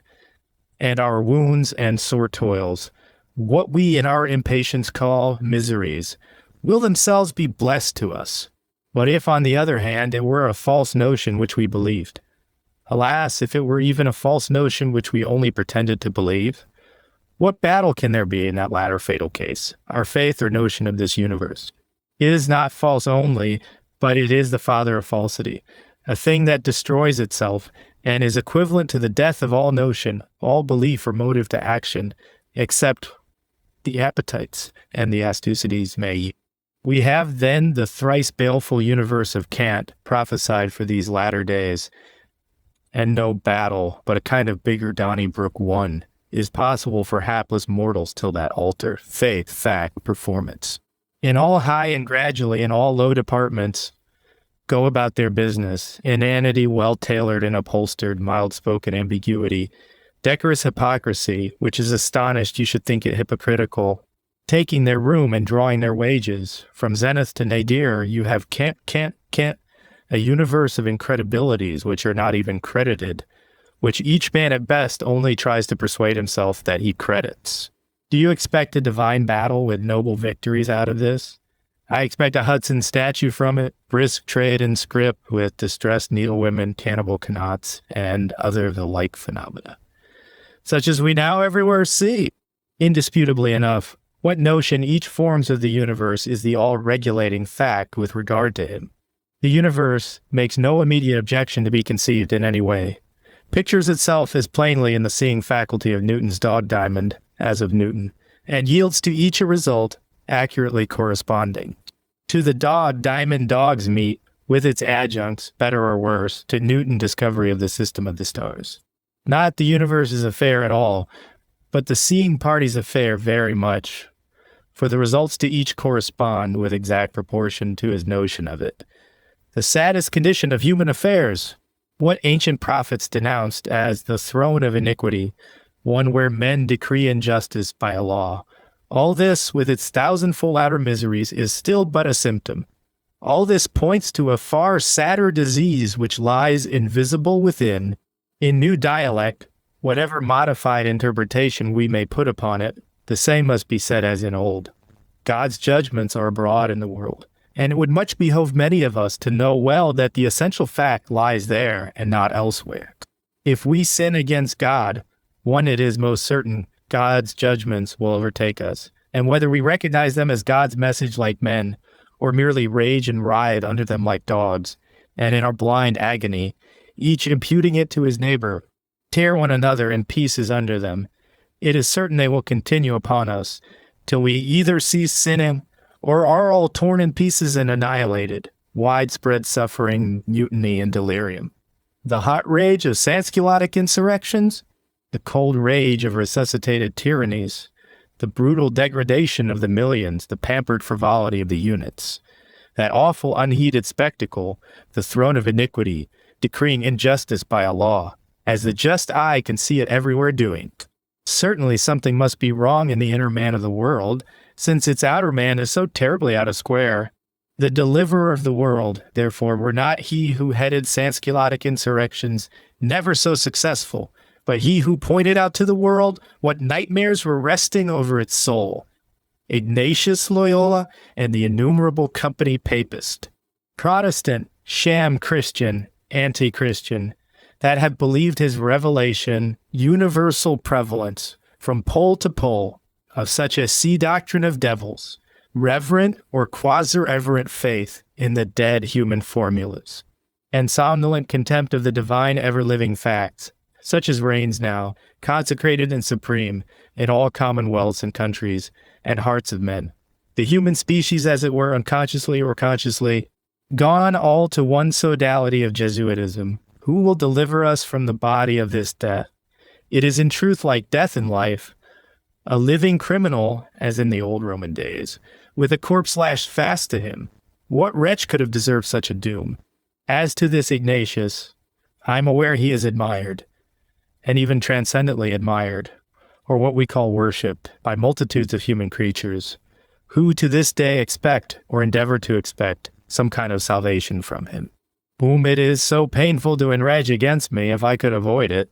Undoubtedly Ignatius, centuries ago, gave satisfaction to the devil's advocate, the Pope and other parties interested, was canonized named saint, and raised duly into heaven, officially so called, whereupon with many he passes ever since, for a kind of god or a person who has much influence with the gods. Alas, the admiration and transcendent admiration of mankind goes a strange road in these times. Hudson, too, had his canonization, and by vox populi, if not by Pope and devil's advocate, was raised to a kind of brass Olympus by mankind, and rode there for a year or two, though he has already gone to warming pans again. A poor man in our day has many gods foisted on him, and big voices bid him worship or be, in a menacing and confusing manner. What shall he do? By far the greater part of said gods current in the public, whether canonized by Pope or populace, are mere dumb appeases and beatified prize oxen. Nay, some of them who have articulate faculty are devils instead of gods. A poor man that would save his soul alive is reduced to the sad necessity of sharply trying his gods, whether they are divine or not, which is a terrible pass for mankind and lays an awful problem upon each man. The man must do it, however. At his own peril he will have to do this problem too, which is one of the awfulest, and his neighbors, all but a most select portion of them, portion generally not clad in official tiaras, can be of next to no help to him in it, nay, rather will infinitely hinder him in it as matters go.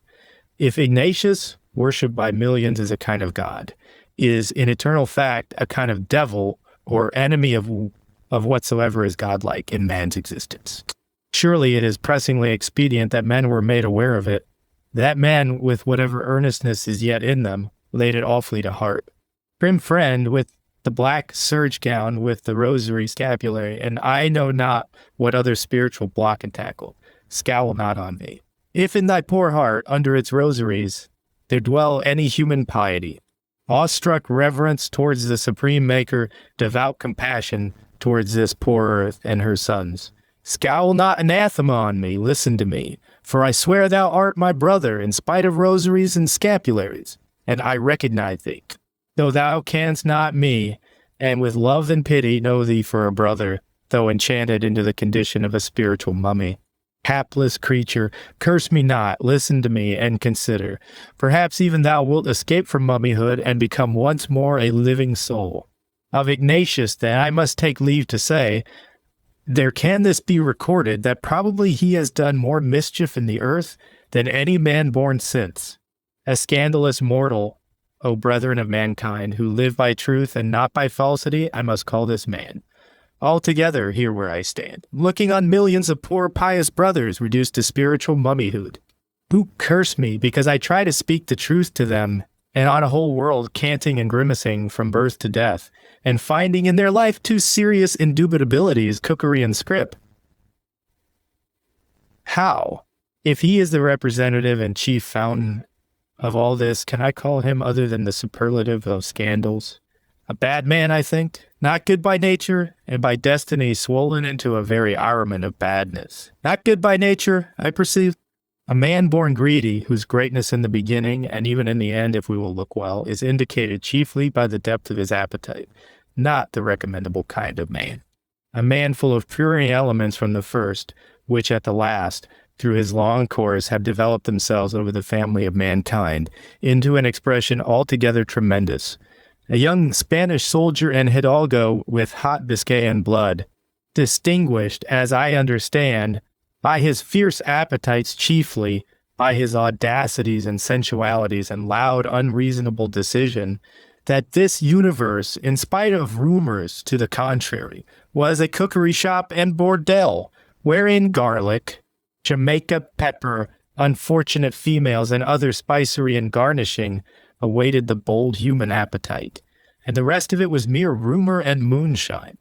With this life theory in practice, had Ignatius lived some 30 years, a hot human Papin's digester and little other, when, on the walls of Pampeluna, the destined cannon shot shattered both his legs, leaving his head hitting only his legs so the destinies would have it, and he fell at once totally prostrate. A wrecked Papin's digester lay many weeks horizontal, and had in that tedious posture to commence a new series of reflections. He began to perceive now that the rest of it was not mere rumor and moonshine, that the rest was in fact the whole secret of the matter, that the cookery shop and bordel was a magical delusion, a sleight of hand of Satan to lead Ignatius down, by garlic and finer temporal spiceries to eternal hell, and that in short he, Ignatius, had lived hitherto as a degraded, ferocious human pig, one of the most perfect scoundrels, and was at that date no other than a blot on creation, and a scandal to mankind, with which set of reflections who could quarrel. The reflections were true, were salutary. Nay, there was something of sacred in them, as in the repentance of man. In the discovery by erring man that wrong is not right. That wrong differs from right, as deep hell from high heaven. There ever is. Ignatius's soul was in convulsions, in agonies of new birth, for which I honor Ignatius. Human sincerity could not but have told him, yes, in several respects thou art a detestable human pig, and disgrace to the family of man, for which it behoves thee to be in nameless remorse, till thy life either mend or end. Consider, there as thou liest, with thy 2 legs smashed, the peccant element that is in thee. Discover it, rigorously tear it out. Reflect what farther thou wilt do. A life yet remains, to be led clearly in some new manner. How wilt thou lead it? Sit silent for the rest of thy days? In some most modest seclusion hide thyself from a humankind which has been dishonored by thee? Thy sin being pruriency of appetite, give that at least no farther scope under any old or new form, I admit. The question was not easy. Think, in this his wrecked horizontal position, what could or should the poor individual called Inigo Ignatius, or whatever the first name of him was, have done? Truly for Ignatius the question was very complicated.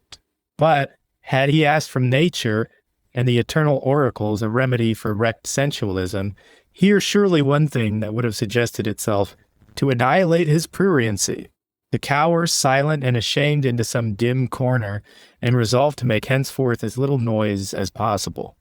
That would have been modest, salutary. That might have led to many other virtues, and gradually to all. That, I think, is what the small, still voices would have told Ignatius, could he have heard them amid the loud bullions and liturgians. But he couldn't. Perhaps he never tried. And tie, accordingly, was not what Ignatius resolved upon.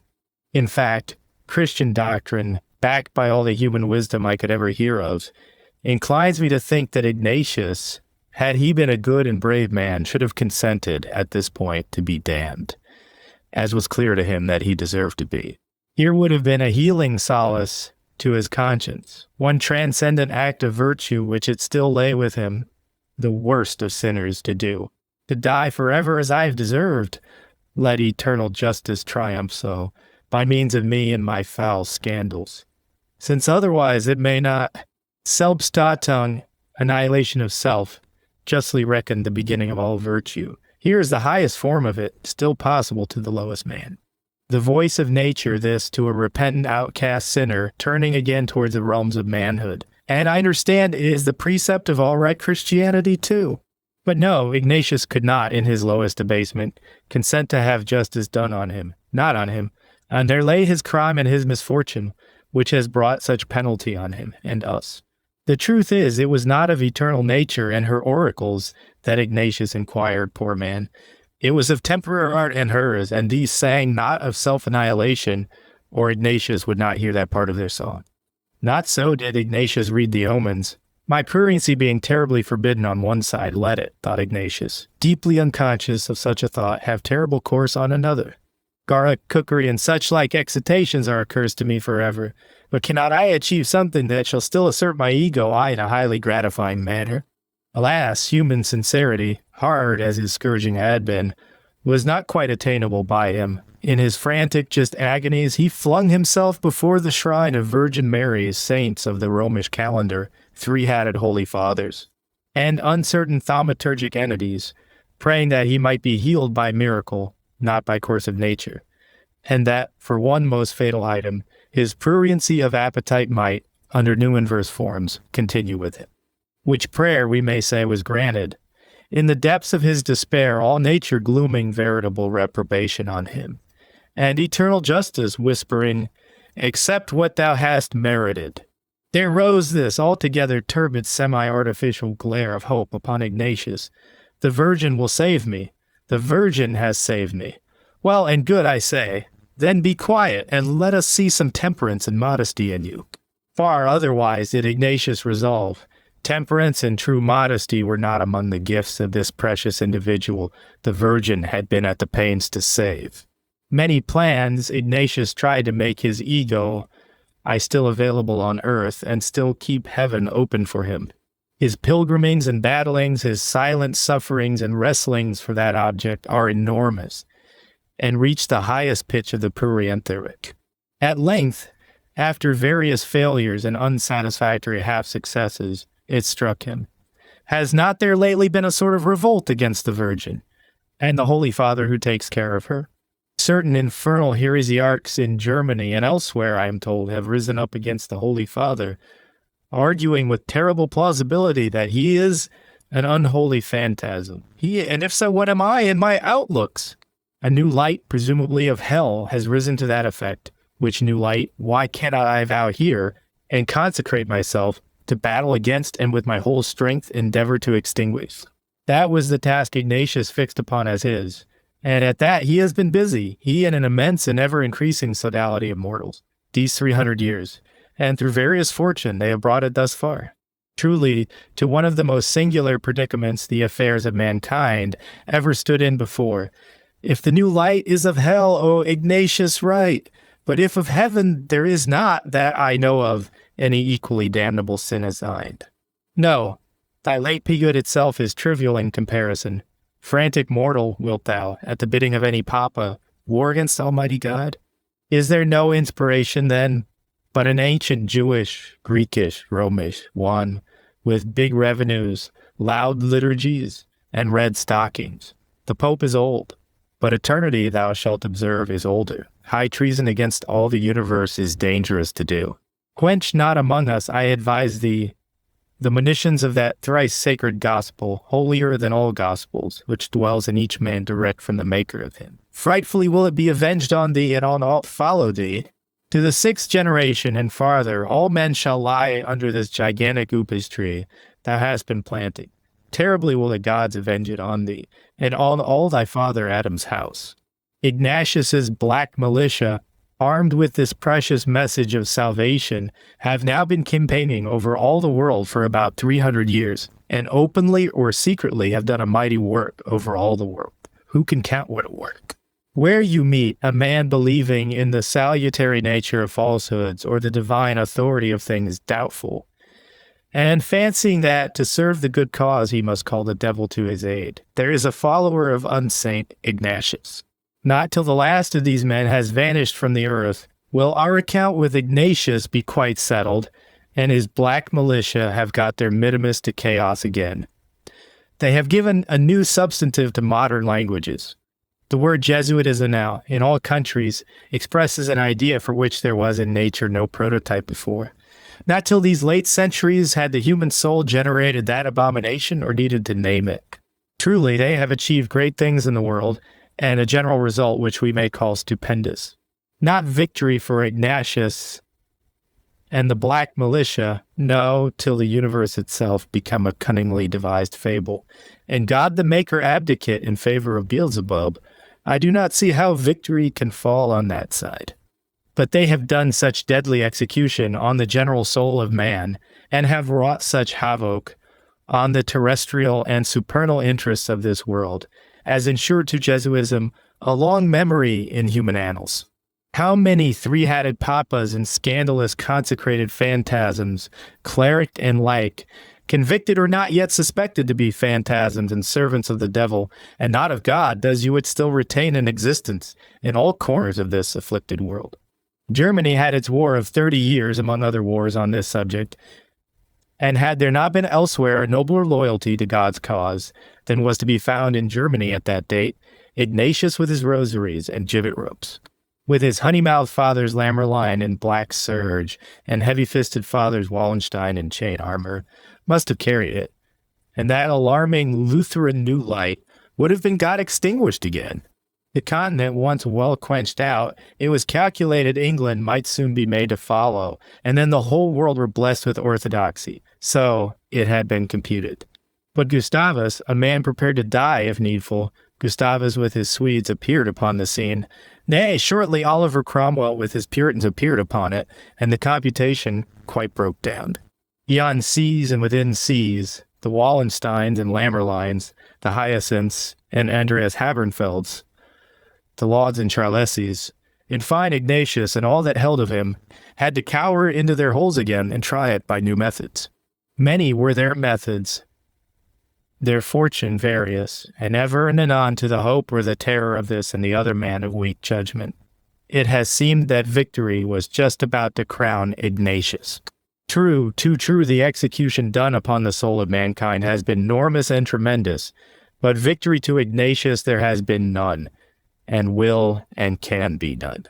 Nay, at last, ever since 1789 and 93, the figure of the quarrel has much altered, and the hope for Ignatius, except to here and there a man of weak judgment, has become a flat impossibility. For Luther and Protestantism, proper having, so to speak, withdrawn from the battlefield, as entities whose work was done, there then appeared on it Jean-Jacques and French Sansculottism, to which all creatures have gradually joined themselves. Whereby now we have Protestantism, e.m. proper, a Protestantism universal and illimitable on the part of all men. The whole world risen viol, Jesuitism 3 anarchic mutiny, with pike and paving stone, swearing by heaven above and also by hell beneath, by the eternal yea and the eternal no, that Ignatius and imposture shall not rule them any more, neither in soul nor in body nor in breeches pocket any more, but that they will go unruled rather, as they hope it will be possible for them to do. This is Ignatius's destruction of Protestantism. He has destroyed it into Sansculottism, such a form of all-embracing Protestantism as was never dreamt of by the human soul before. So that now, at last, there is hope of final death and rest to Ignatius and his labors. Ignatius, I perceive, is now sure to die and be abolished before long, nay, is already dead and will not even galvanize much farther, but in fine is hourly sinking towards the abyss, dragging much along with him thither, whole worlds along with him. Such continents of things, once living and beautiful, now dead and horrible, things once sacred, now not even commonly profane, fearful and wonderful to every thinking heart and seeing eye in these days? That is the answer, slowly enunciated, but irrevocable and indubitable, which Ignatius gets in heaven's high court when he appeals there, asking, am I a sanctus or not? As the Papa and his devil's advocate told me I was, the vivaciousness of Jesuitism is much spoken of as a thing creditable. And truly it is remarkable, though I think in the way of wonder even more than admiration, what a quantity of killing it does require. To say nothing of the Cromwells and Gustavuses, and what they did, they and theirs. It is near a century now since Pombal and Aranda, secular and not divine men, yet useful antiseptic products of their generation, felt called, if not consciously by heaven, then by earth, which is unconsciously a bit of heaven, to cut down this scandal from the world and make the earth rid of Jesuitism for one thing. What a wide-sweeping shear they gave it, as with the sudden scythe of universal death is well known. And how mown down from side to side of the world in one day, it had to lie sorrowfully slain and withering under the sun. After all which, nay, after 1793 itself, Does not Jesuitism still pretend to be alive? And in this year, 1850, still by dint of steady galvanism, shows some quivering in its fingers and toes. Vivacious, sure enough, and I suppose there must be reasons for it, which it is well to know withal.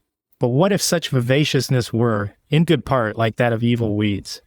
If the strength of Jesuitism were like that of typhus fever, not a recommendable kind of strength. I hear much also of obedience, one how that and the kindred virtues are prescribed and exemplified by Jesuitism, the truth of which, and the merit of which, far be it from me to deny. Obedience, a virtue universally forgotten in these days, will have to become universally known again. Obedience is good and indispensable, but if it be obedience to what is wrong and false, good heavens, there is no name for such a depth of human cowardice and calamity. Spurned everlastingly by the gods.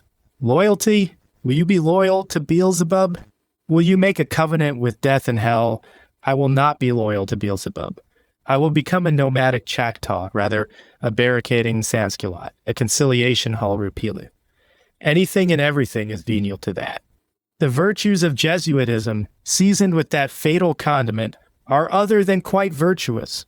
To cherish pious thoughts and assiduously keep your eye directed to a heaven that is not real. Will that yield divine life to you, or hideous galvanic life in death?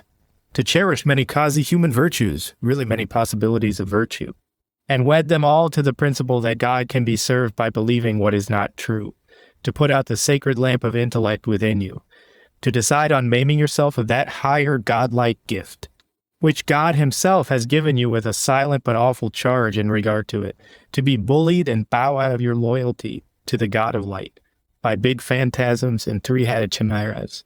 Can I call that by the name of nobleness or human courage? Could not help it, say you? If a man cannot help it, a man must allow me to say he has unfortunately given the most conspicuous proof of caitiffhood that lay within his human possibility, and he must cease to brag to me about his virtues in that sad case.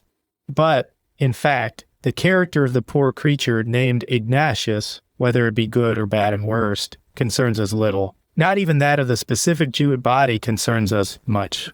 The Jesuits proper have long since got their final mittimus from England, nor in the 17th century, with an ubiquitous, alarming Toby Matthews, Andreas Habenfeld and company, with there a Father Hyacinth, and here a William Laud and Charles First. Was this by any means so light a business as we now fancy? But it has been got accomplished. Long now have the English people understood that Jesuits proper, in so far as they are not nothing, which is the commonest case, are servants of the Prince of Darkness, by Puritan Cromwelliads on the great scale, and on the small by diligent hunting, confinement in the Clink prison, and judicial tribulation, let us say, by earnest pious thought and fight, and the labors of the valiant borne to us. This country has been tolerably cleared of Jesuits proper, nor is there danger of their ever coming to a head here again. But alas, the expulsion of the Jesuit body avails us little, when the Jesuit soul has so nestled itself in the life of mankind everywhere.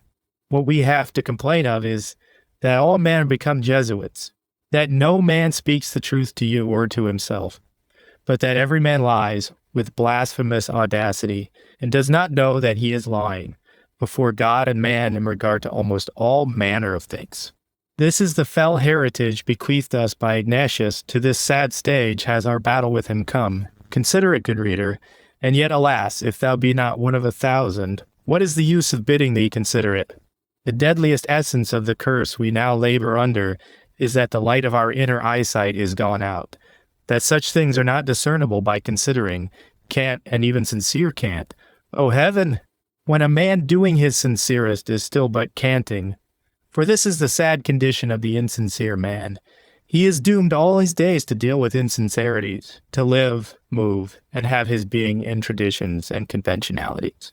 If the traditions have grown old, the conventionalities will be mostly false.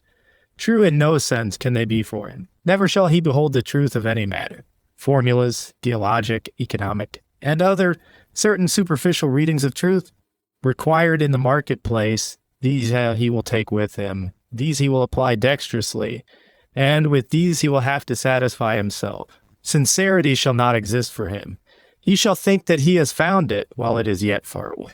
The deep, awful, and indeed divine quality of truth that lies in every object, and in virtue of which the object exists, from his poor eyes, this is forever hidden, not with austere divine realities which belong to the universe and to eternity, but with paltry ambiguous phantasms, comfortable and uncomfortable, which belong to his own parish, and to the current weaker generation shall he pass his days. There had been liars in the world. Alas, never since the old serpent tempted Eve had the world been free of liars, neither will it be. But there was in this a Jesuit Ignatius an apotheosis of falsity, a kind of subtle quintessence and deadly virus of lying, the like of which had never been seen before. Measure it if you can, prussic acid and chloroform, or pour to it. Men had served the devil, and men had very imperfectly served God. But to think that God could be served more perfectly by taking the devil into partnership, this was a novelty of St. Ignatius. And this is now no novelty.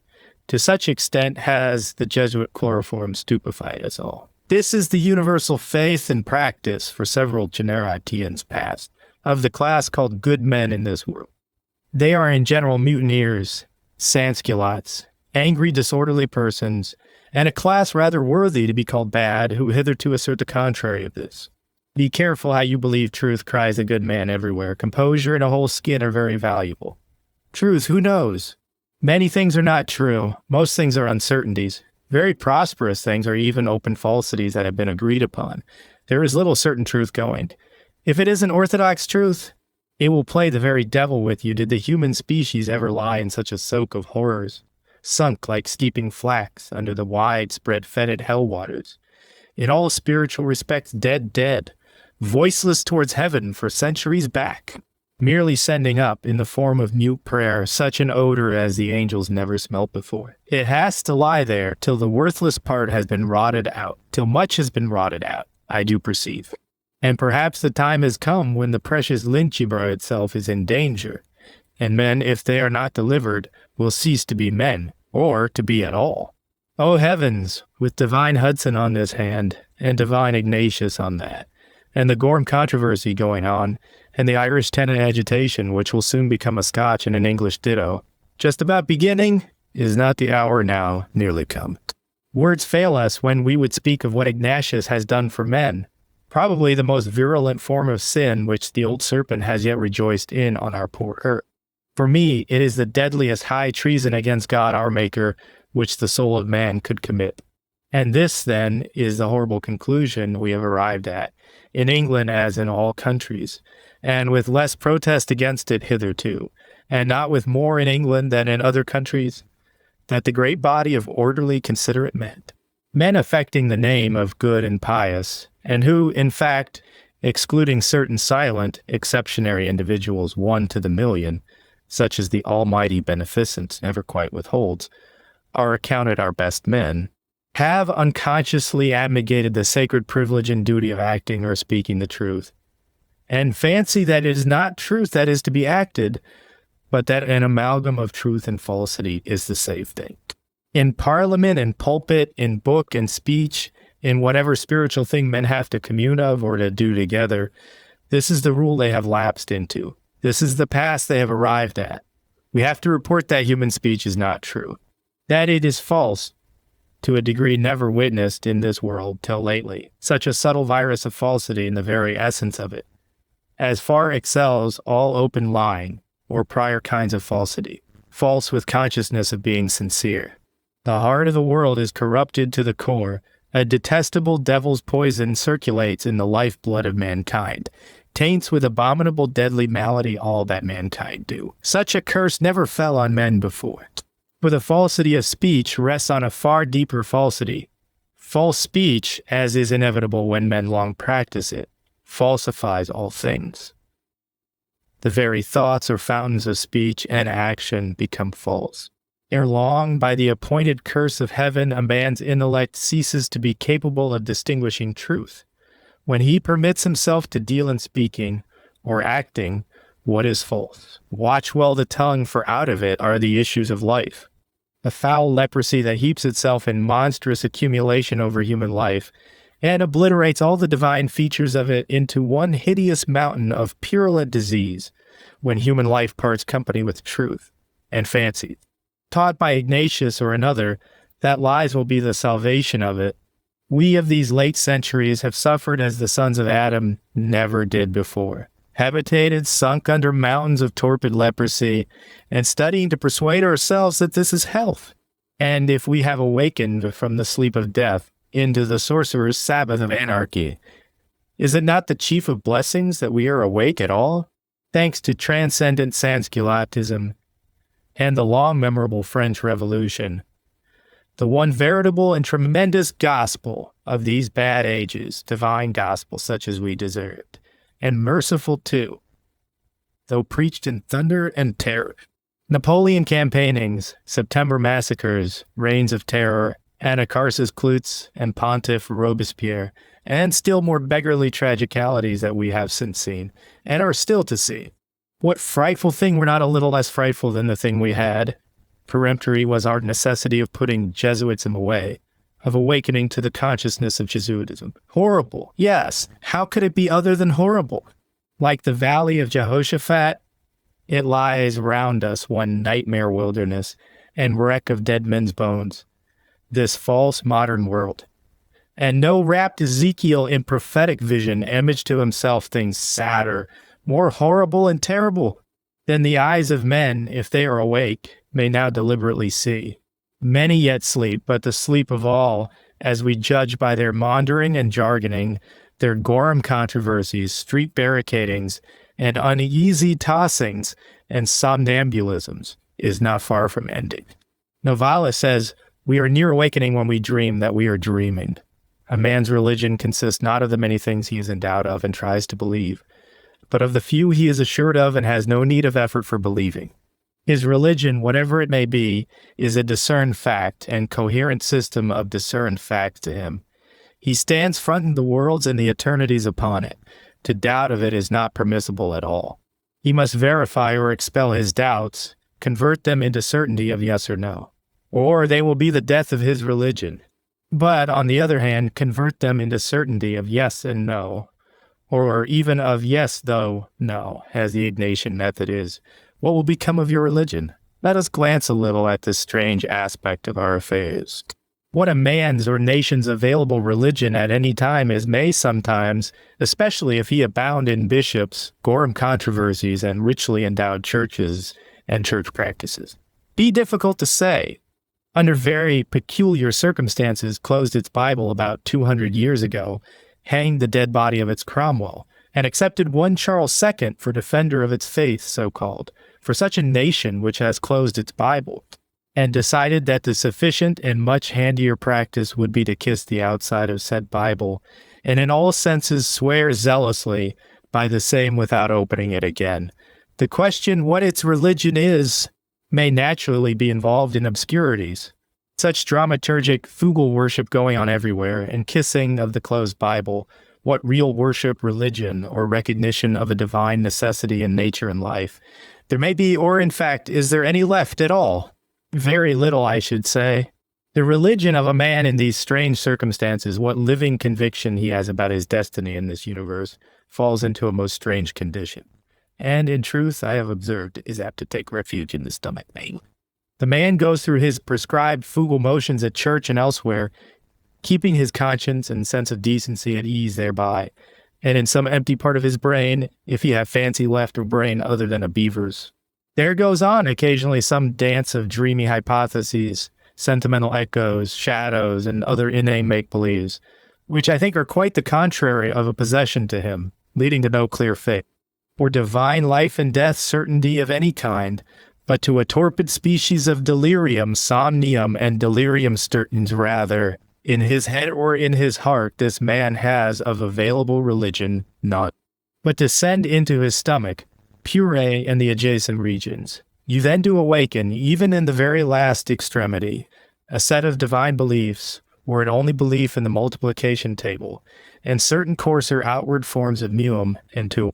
He believes in the inalienable nature of purchased beef, in the duty of the British citizen to fight for himself when injured, and other similar faiths. An actual religion of its sort, or revelation of what the Almighty Maker means with him in this earth, and has irrefragably, as by direct inspiration, charged him to do.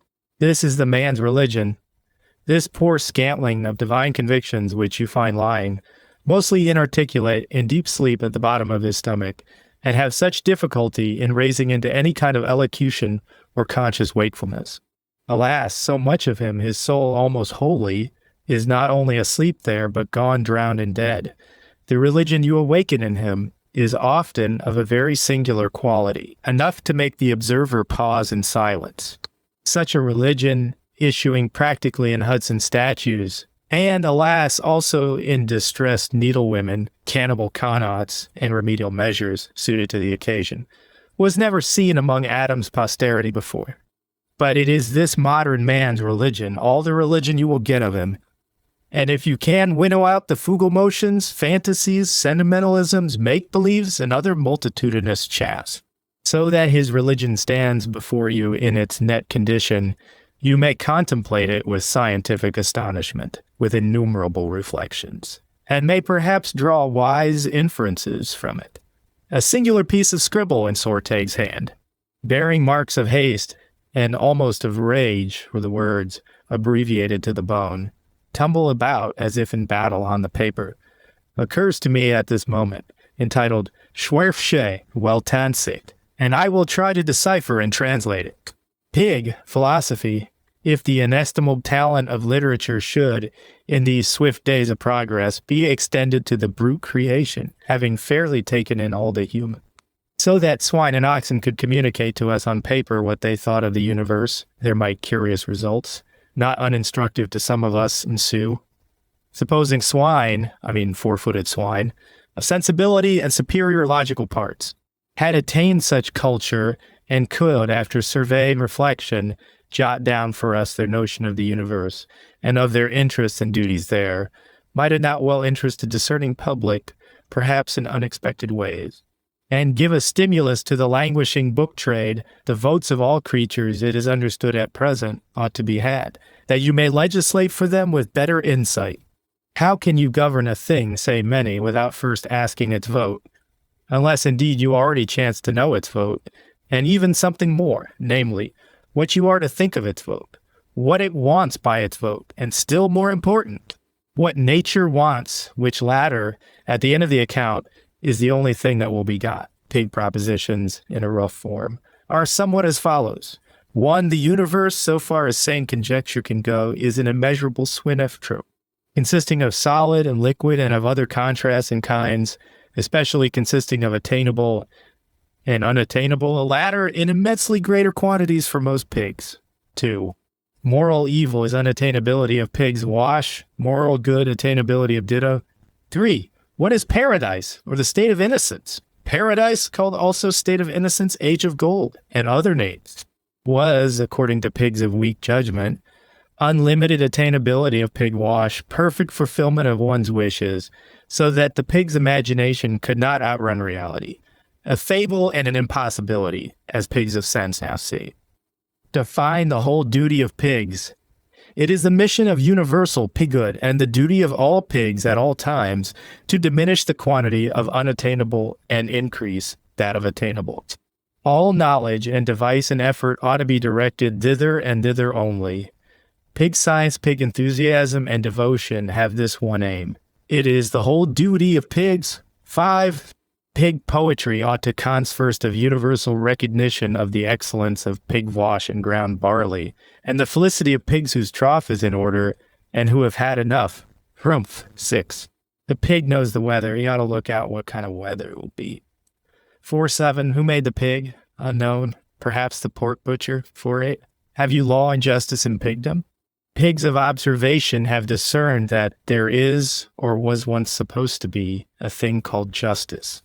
Undeniably, at least there is a sentiment in pig nature called indignation, revenge, etc., which, if one pig provoke another, comes out in a more or less destructive manner. Hence laws are necessary, amazing quantities of laws. For quarreling is attended with loss of blood, of life, at any rate with frightful effusion of the general stock of hogswash, and ruin, temporary ruin, to large sections of the universal swine's trough. Wherefore let justice be observed, that so quarreling be avoided. 9. What is justice? Your own share of the general swine's trough? Not any portion of my share. 10. But what is my share? There, in fact, lies the grand difficulty, upon which pig science, meditating this long while, can settle absolutely nothing. My share, humph. My share is on the whole whatever I can contrive to get without being hanged or sent to the hulks. For there are gibbets, treadmills, I need not tell you, and rules which lawyers have prescribed. 11. Who are our lawyers? Servants of God, appointed revealers of the oracles of God, who read off to us from day to day what is the eternal commandment of God in reference to the mutual claims of his creatures in this world. 12. Where do they find that written? In Coke upon Littleton. 18. Who made Coke? Unknown. The maker of Coke's wig is discoverable. What became of Coke? Then. Went to the undertaker, but we must pull up, sore takes fierce humor. Confounding ever farther in his haste, the four-footed with the two-footed animal rushes into wilder and wilder forms of satirical torch dancing, and threatens to end in a universal rape of the wigs, which in a person of his character looks ominous and dangerous. Here, for example, is his 51st proposition, one as he calls it, 51.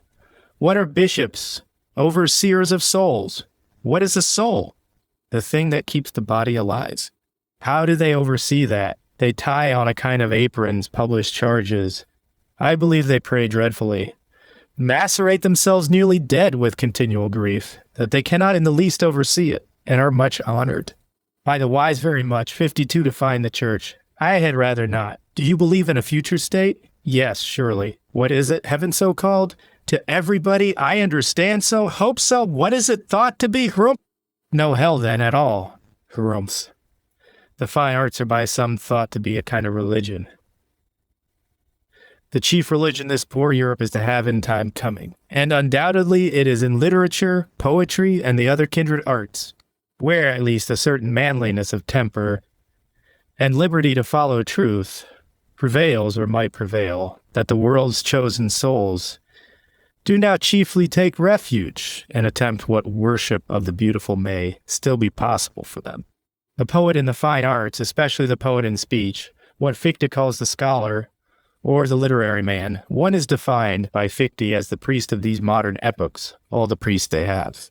And indeed, nature herself will teach us that the man born with what we call genius, which will mean born with better and larger understanding than others, the man in whom the inspiration of the Almighty given to all men, has a higher potentiality, that he and properly he only is the perpetual priest of men, ordained to the office by God himself, whether men can be so lucky as to get him ordained to it or not. Nay, he has the office too, after a sort. In this, and in all epochs, ever must the fine arts be, if not religion, yet indissolubly united to it, dependent on it, vitally blended with it, as body is with soul. Why should I say Ignatius Loyola ruined our fine arts? Ignatius thought not of the fine arts, nor is the guilt all his. Ignatius, intent on the heart of the matter, did but consecrate in the name of heaven, and religiously welcome as life in God, the universal death in the devil which of itself was preparing to come. On the fine arts, as on all things. The fine arts are not what I most regret in the catastrophe so frightfully accelerated and consummated by him. If men's practical faith had become a pig philosophy, and their divine worship had become a Baojumbuism, soliciting in dumb agony either change to the very heart or else extinction and abolition, it matters little what their fine or other arts may be. All arts, industries, and pursuits they have are tainted to the heart with foul poison, carry not in them the inspiration of God, but, frightful to think of, that of the devil calling, and think himself God, and are smitten with a curse forevermore. What judgment the Academy of Cognoscenti may pronounce on them is unimportant to me.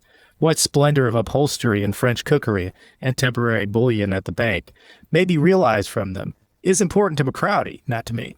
Such bullion, I perceive well, can but be temporary, and if it were to be eternal, would bullion reconcile me to them? No, McCrowdy, never.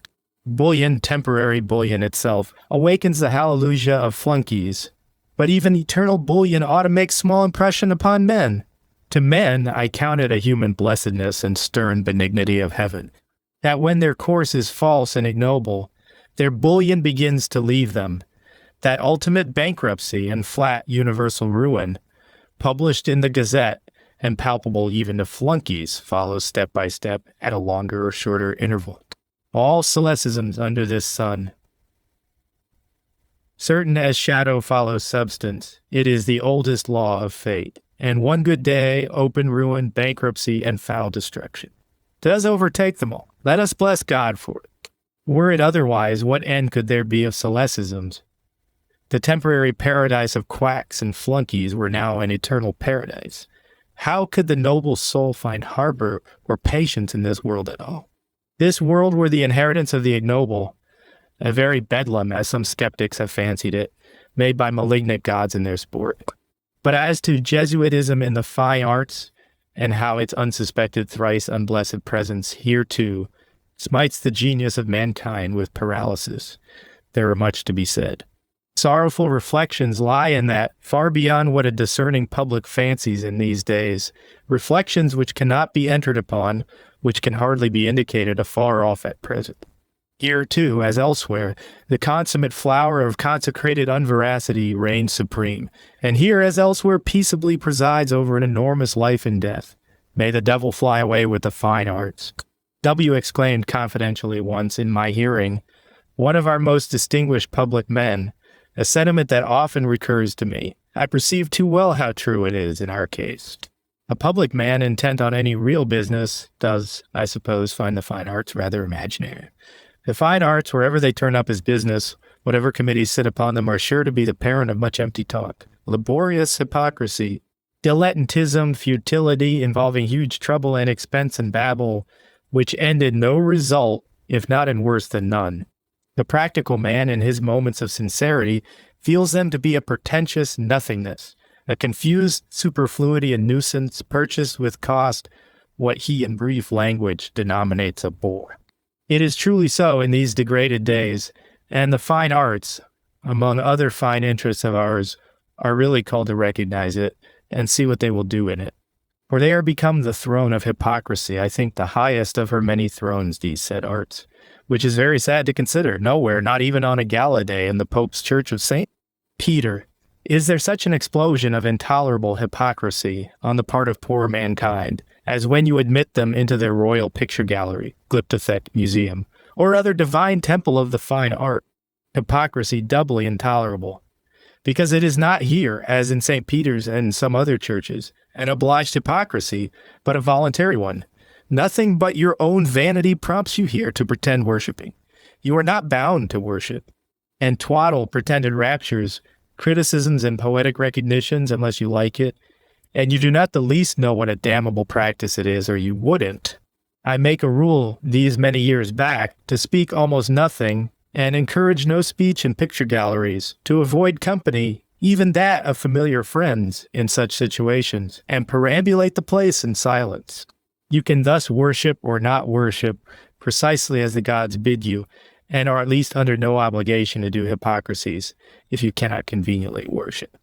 The fact is, though men are not in the least aware of it, the fine arts, divorced entirely from truth this long while, and wedded almost professedly to falsehood, fiction, and such like, are got into what we must call an insane condition. They walk abroad without keepers, nobody suspecting their sad state, and do fantastic tricks equal to any in Bedlam, especially when admitted to work regardless of expense, as we sometimes see them. What earnest soul passes that new saint? Stevens and its wilderness of stone pepper boxes, X with their tin flags atop, worth 2 millions, I am told, without mentally exclaiming a padvi and cutting some pious cross in the air. If that be ideal beauty, one except for sugarwork and the more elaborate kinds of gingerbread, what is real ugliness? To say merely, with an architectonic trumpet blast that costs 2 millions, good Christians, you observe well, I am regardless of expense, and also of veracity in every form. Too truly these poor fine arts have fallen mad. The fine arts, once divorcing themselves from truth, are quite certain to fall mad if they do not die, and get flown away with by the devil, which latter is only the second worst result for us. Truth fact is the life of all things. Falsity, fiction, or whatever it may call itself, is certain to be death, and is our insanity, to whatever thing takes up with it. Fiction, even to the fine arts, is not a quite permissible thing. Sparingly permissible within iron limits, or if you will reckon strictly, not permissible at all. The fine arts, too, like the course in every art of man's God-given faculty, are to understand that they are sent hither not to fib and dance, but to speak and work, and on the whole that God Almighty's facts such as given us are the one pabulum which will yield them any nourishment in this world. Oh heavens, had they always remembered that, what a world we're in now! This seems strange doctrine, but it is to me this long while too sorrowfully certain, and I invite all my art-first friends of the painting, sculpturing, speaking, writing, especially of the singing and rhyming department, to meditate upon it, till, with amazement, remorse, and determination to amend, they get to see what lies in it. Homer's Iliad, if you examine, is no fiction but a ballad history, the heart of it burning with enthusiastic, ill-informed belief. It sings itself, because its rude heart, wrapped into transcendency of zeal and admiration, is too full for speaking. The valor of Tydides, wrath of the divine Achilles, in old Greece, in Theodotus and Chestolia, to earnest souls that could believe them, these things were likely to be interesting. Human speech was once wholly true, as transcendent human speech still is. The Hebrew Bible, is it not before all things true, as no other book ever was or will be? All great poems, all great books, if you search the first foundation of their greatness, have been veridical, the truest they could get to be. Never will there be a great poem more that is not veridical. That does not ground itself on the interpreting of fact. To the rigorous exclusion of all falsity, fiction, idle dross of every kind, never can a poem truly interest human souls, except by, in the first place, taking with it the belief of said soul. Their belief. That is the whole basis, essence, and practical outcome of human souls. Leave that behind you, as poets everywhere have for a long time done. What is there left of poets in you? The early nations of the world, all nations, so long as they continued simple and in earnest, knew without teaching that their history was an epic and Bible, the clouded, struggling image of a God's presence, the action of heroes and God-inspired men. The noble intellect that could disenthrall such divine image and present it to them clear, unclouded, invisible coherency comprehensible to human thought was felt to be of votes and the chief of intellects. No need to bid him sing it, make a poem of it. Nature herself compelled him. Except in song or in psalm, such an insight by human eyes into the divine was not utterable. These are the Bibles of nations. To each its believed history is its Bible. Not in Judea alone or Hellas and Latium alone, but in all lands and all times.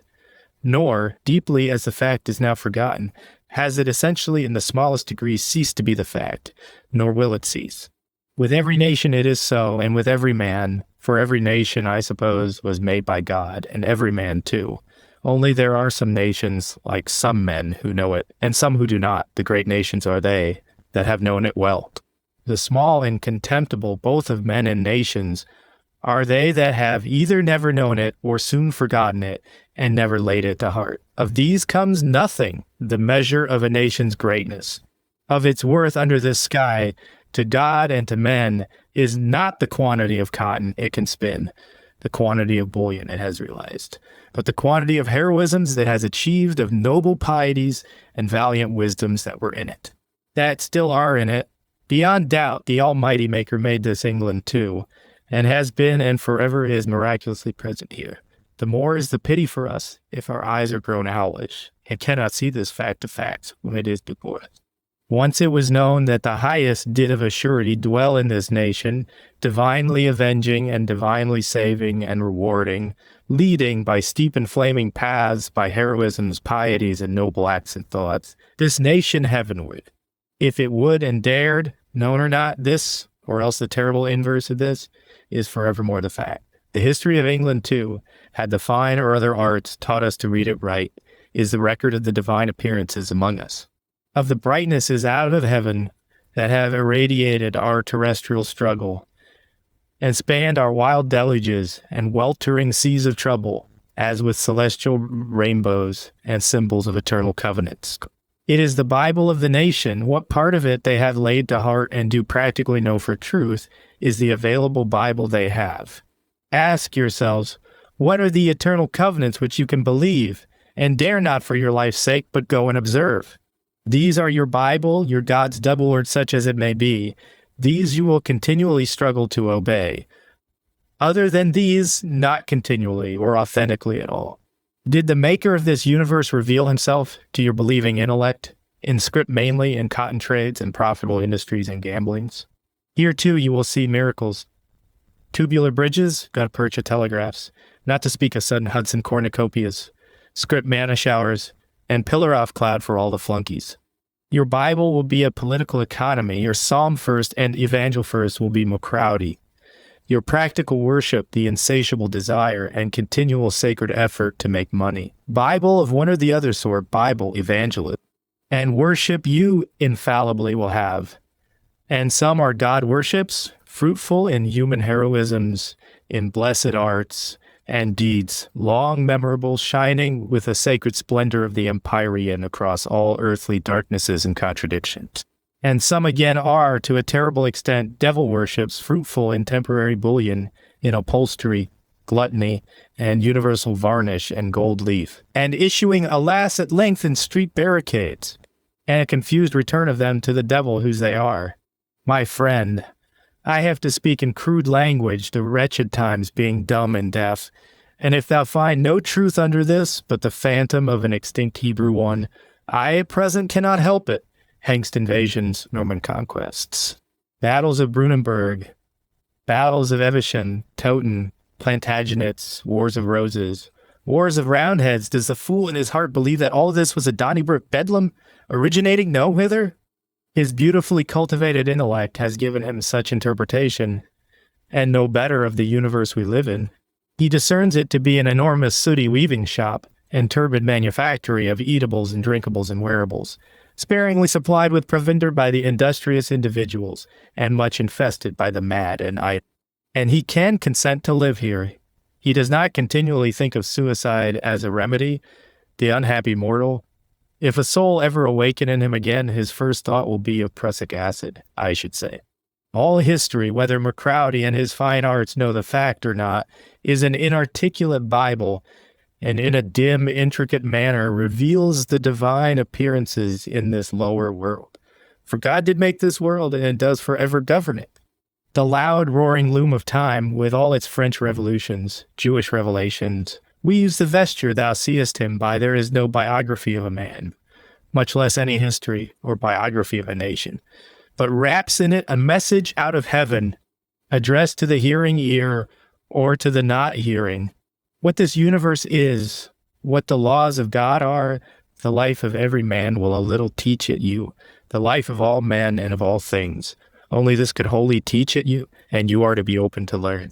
Who are they, gifted from above, that will convert voluminous, dry as dust, into an epic and even a Bible? Who will smelt in the all-victorious fire of his soul these scandalous, bewildering rubbish mountains of sleepy, dry as dust, till they give up the golden ingot that lies imprisoned in them? The veritable revelation of the ways of God to England, how the almighty power and his mysterious providences dealt heretofore with England, more and more what the Almighty's judgments with us, his chastisements, and his benefices were. What the supreme will, since ushering this English people on the stage of things, has guided them to do and to become. Fine arts, literatures, poetries, if they are human arts at all, where have they been wool gathering these centuries long, wandering literally like creatures fallen mad? It awakens graver thoughts than were in Marlborough, that saying of his that he knew no English history but what he had learned from Shakespeare. In Shakespeare's grand intelligence, the history of England, cursory as was his study of it, does model itself for the first time into something of rhythmic and poetic, There are scattered traits and tones of a national epos in those historical plays of his. In Shakespeare, more than in another, lay that high votes talent of interpreting confused human actualities and unfolding what divine melodious ideals or thoughts of the supreme were embodied in them. He, more than any other, might have done somewhat towards making history a Bible. But alas, it was not in the temple of the nations, with all intelligences ministering to him and cooperating with him, that his workshop was laid.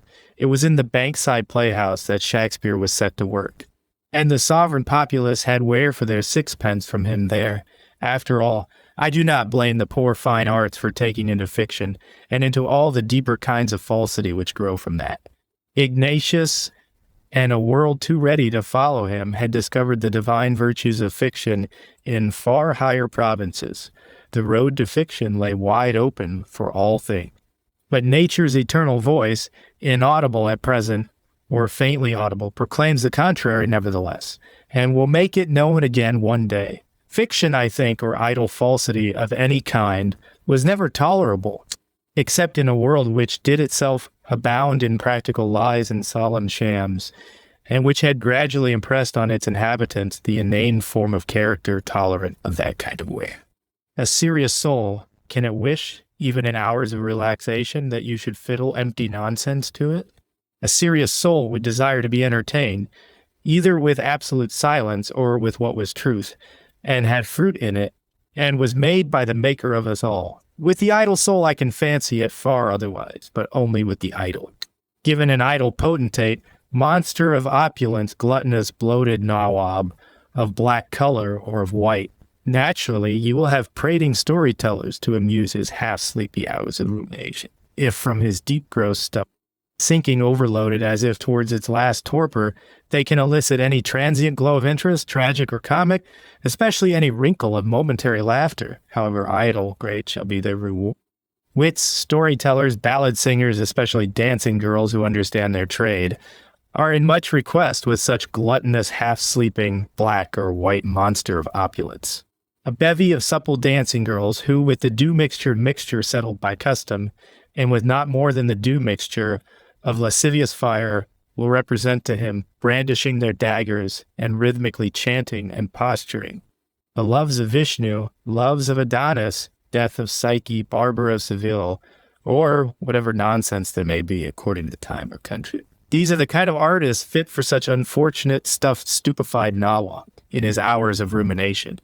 Upon these his hot, heavy-laden eye may rest without abhorrence, if with perceptible momentary satisfaction, emerging from his bottomless ennui, then victory and gold purses to the artist, be such art first crowned with laurel or with parsley, and declared divine in presence of all men. Luxurious Europe in its reading publics, dilettanti, cognoscenti, and other publics, is wholly one big ugly nawab of that kind, who has converted all the fine arts into after-dinner amusements. Slave adjuncts to his cookeries, upholsteries, tailories, and other palpably coarse arts. The brutish monster has turned all the 9 muses, who by birth are sacred priestesses of heaven, into scandalous bayaderas, and they dance with supple motions to enlighten the vile darkness of his ennui for him. Too truly mad, these poor fine arts.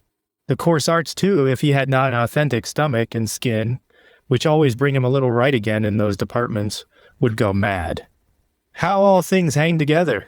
Universal Jesuitism having once lodged itself in the heart, you will see it in the very fingernails by and by. Calculate how far it is from Sophocles and Aeschylus to Noels and Scribe, how Homer has gradually changed into Sir Harris Nicholas, or what roads the human species must have traveled before a psalm of David could become an opera at the Haymarket, and men with their divine gift of music, instead of solemnly celebrating the highest fact, or singing to the praise of God, consented to celebrate the lowest nonsense, and sing to the praise of Jenny Lind and the Gazeladra. Perhaps the step from Oliver Cromwell to Lord John Russell will not seem so unconscionable. I find it within and not without the order of nature, and that all things, like all men, are blood relations to one another. This accursed nightmare, which we name Jesuitism, will have to vanish. Our comfort is that life itself is not much longer possible otherwise. But I say, have you computed what a distance forwards it may be towards some new Psalm of David done with our new appliances, our much improved wind instruments, grammatical and other? That is the distance of the new golden age, my friend. Not less than that, I lament to say. And the centuries that intervene are a foul agonistic welter through the Stygian seas of mud. A long scavenger age, inevitable, where the mother of abominations has long dwelt. It is to be hoped one is not blind withal to the celebrated virtues that are in Jesuitism, to its missionary zeal, its contempt of danger, its scientific, heroic, and other prowesses, of which there is such celebrating. I do not doubt that there are virtues in it, that we and it, along with this immeasurable sea of miseries which it has brought upon us, shall ultimately get the benefit of its virtues too. Peruvian bark, of use in human agues, tidings from the fabulous East, by Dervelat, Duhalde, and others, examples of what human energy and faculty are equal to, even under the inspiration of Ignatius. Nothing of this small residue of pearls from such a continent of putrid shellfish shall be lost to the world. Nay, I see across this black deluge of consecrated falsity, the world ripening towards glorious new developments, unimagined hitherto, of which this abominable mud deluge itself, threatening to submerge us all, was the inevitable precursor and the means decreed by the Eternal. If it please heaven, we shall all yet make our exodus from Houndsditch, and bid the sordid continents of once rich apparel, now grown poisonous oit-dews, a mild farewell.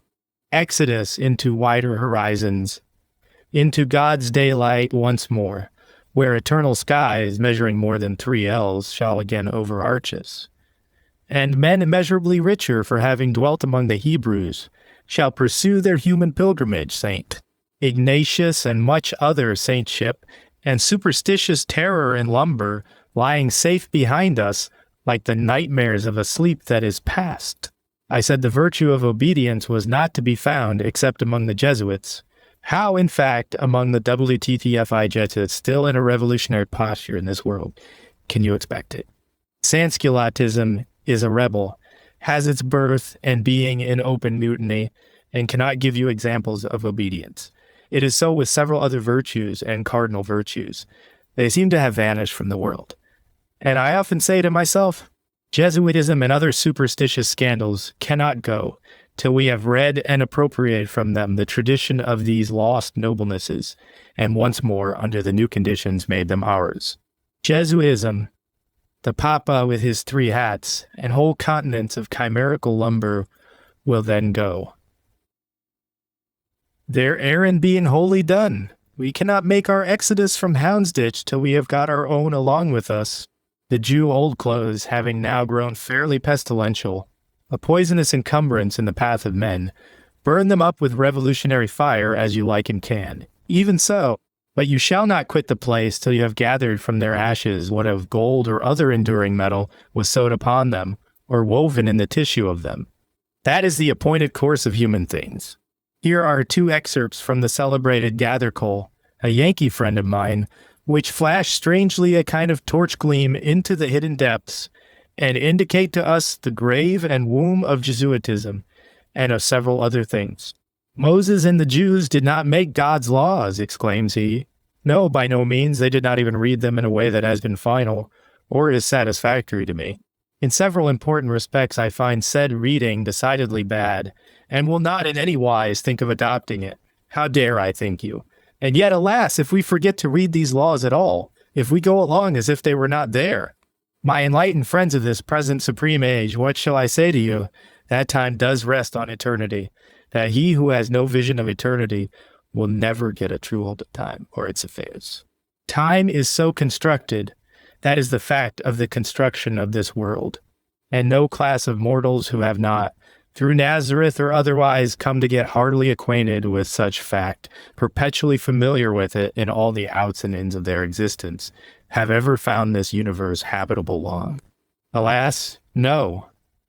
Their fraternities, equalities, free trade philosophies, great as happiness principles, soon came to a conclusion, and the poor creatures had to go. To the devil, I fear, generations such as ours play a curious part in world history. They sit as apes do around a fire in the woods, but know not how to feed it with fresh sticks. They have to quit it soon and march into chaos, as I conjecture, into that land of which Bedlam is the Mount Zion. The world turns out not to be made mere eatables and drinkables of newspaper puffs, gilt carriages, conspicuous flunkies. No, but of something other than these. Old Suetonius Romans, corrupt babbling Greeks of the lower empire, examples more than one. Consider them. Be taught by them. Add not to the number of them. Heroism, not the apery and traditions of heroism, the feelings spoken or sought. That in man's life there did lie a godlike, and that his time history was verily but an emblem of some eternal. Without this, there had been no Rome either. It was this that had made old Rome, old Greece, and old Judea. Apes, with their wretched blinking eyes, squatted around a fire which they cannot feed with new wood, which they say will last forever without new wood, or, alas, which they say is going out forever. It is a sad sight elsewhere, my eccentric friend. As some call him, whose center, however, I think I got into, has this passage. Church, do you say? Look, 1800 years ago in the stable at Bethlehem, an infant laid in a manger. Look, thou ass, and behold it. It is a fact, the most indubitable of facts. Thou wilt thereby learn innumerable things. Jesus of Nazareth and the life he led and the death he died, does it teach thee nothing? Through this, as through a miraculous window, the heaven of martyr heroism, the divine depths of sorrow, of noble labor, and the unspeakable silent expanses of eternity, first in man's history disclose themselves. The admiration of all nobleness, divine worship of godlike nobleness, how universal it is in the history of man. But mankind, that singular entity mankind, is like the fertilest, fluidest, most wondrous element, an element in which the strangest things crystallize themselves and spread out in the most astounding growth. The event at Bethlehem was of the year 1, but all years since that, 1,800 of them now, have been contributing new growth to it. And see, there it stands, the church touching the earth with one small point, springing out of one small seed grain, rising out therefrom ever higher, ever broader, high as the heaven itself, broad, till it overshadow the whole visible heaven and earth, and no star can be seen but through it.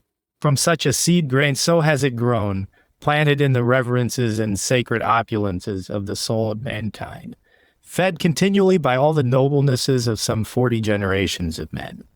The world tree of the nations for so long. Alas, if its roots are now dead, and it have lost hold of the firm earth or clear belief of mankind, what, great as it is, can by possibility become of it, shaken to and fro, in Jesuitism's gorum controversies, and the storms of inevitable fate? It must sway hither and thither, not ever farther from the perpendicular, not at last too far, and sweeping the eternal heavens clear of its old brown foliage gate. Jesuitism and multitudinous rooks' nests come to the ground with much confused crashing and disclose the diurnal and nocturnal upper lights again. The dead world tree will have declared itself dead. It will lie there in imbroglio of torn boughs and ruined fragments, of bewildered splittings and widespread shivers, out of which the poor inhabitants must make what they can. One, enough now of Gathercole and his torch gleams. Simple souls still clamor occasionally for what they call a new religion. My friends, you will not get this new religion of yours. I perceive you already have it, have always had it. All that is true is your religion one, is it not?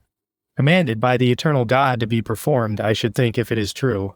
Do you not already, in your dim heads, know truths by the thousand? And yet, in your dead hearts, will you perform them by the 10, by the unit? New religion.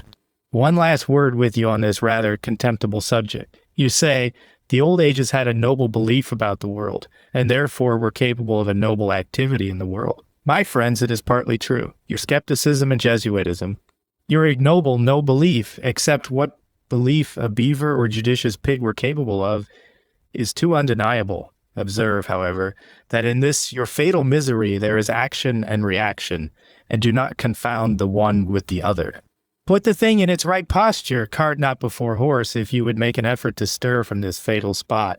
It is your own falsity that makes the universe incredible.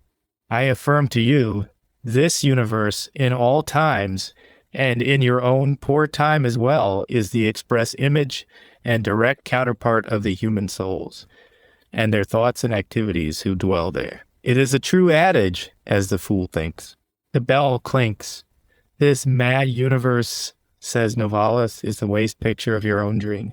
Be noble in mind. All nature gives response to your heroic struggle for recognition by her. With her awful eternal voices answers to every mind, yea, I am divine, be thou from the cloud. Whirlwind speaks a god yet, my friend, to every man who has a human soul. To the inhuman brute soul, indeed, she answers, yea, I am brutal, a big cattle stall, rag-fared saint. Catherine's Wharf. Enter thou, and fat victual, if thou be faithful, shall not fail. Not because heaven existed did men know good from evil, but because one I invite you to consider lay quite the other way. It was because men, having hearts as well as stomachs, felt there, and knew through all their being the difference between good and evil, that heaven and hell first came to exist. That is the sequence, that and not the contrary. If you have now no heaven to look to, if you now sprawl, lamed and lost, sunk to the chin in the pathless sloughs of this lower world, without guidance from above, know that the fault is not heaven's at all, but your own. Our poor friends, the apes, by the Dead Sea, have now no heaven either. They look into this universe now, and find it tragically grown to be the humbug they insisted on its being. Moses went as in this enchantment fell upon them. Such enchantments are adamantine nature does yet daily execute on the rebellious. He that has eyes may still daily see them, fearful and wonderful ever as of old. How can you believe in a heaven, the like of you? What struggle in your mean existence ever pointed thitherward? None. The first heroic soul sent down into this world, he looking up into the sea of stars, around into the moaning forests and big oceans, into life and death, love and hate, and joy and sorrow, and the illimitable loud thundering loom of time, was struck dumb by it, as the thought of every earnest soul still is, and fell on his face, and with his heart cried for salvation in the world whirlpool. To him, the open secret of this universe was no longer quite a secret, but he had caught a glimpse of it, much hidden from the like of us in these times. Do nobly. Thou shalt resemble the maker of all this. Do act nobly. The enemy of the maker. VLLL Jesuitism 335. This is the divine sense of right and wrong in man, true reading of his position in this universe forevermore. The indisputable God's message, still legible in every created heart, though speedily erased and painted over, under articles, one in cants, and empty ceremonials, in so many hearts, making the open secret a very shut one indeed, my friends. Across these fogs of murky twaddle and philanthropism, in spite of sad, decadent world trees, with their rookeries of foul creatures, the silent stars, and all the eternal luminaries of the world, shine even now to him that has an eye.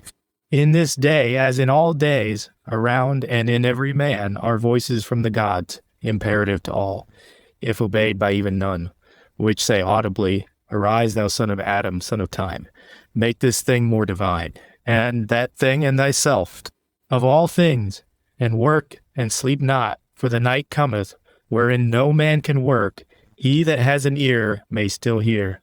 Surely, this ignoble sluggishness, skeptical torpor, indifference to all that does not bear a mammon, and his interest is not the natural state of human creatures, and it is not doomed to be their final one. Other states once were, or there had never been a society or any noble thing among us at all. Under this brutal stagnancy there lies painfully imprisoned some tendency which could become heroic. The restless gnawing ennui which, like a dark, dim ocean flood, communicating with the phlegethons and Stygian deeps, begirdles every human life so guided, is it not the painful cry even of that imprisoned heroism? Imprisoned it will never rest. Set forth at present, on these sad terms, it cannot be. You unfortunates, what is the use of your money bags, of your territories, funded properties, your mountains of possessions, equipments, and mechanic inventions, which the flunky pauses over, awestruck, and almost rises into epilogue and prophecy at sight of? No use or less than none. Your skin is covered, and your digestive and other bodily apparatus is supplied.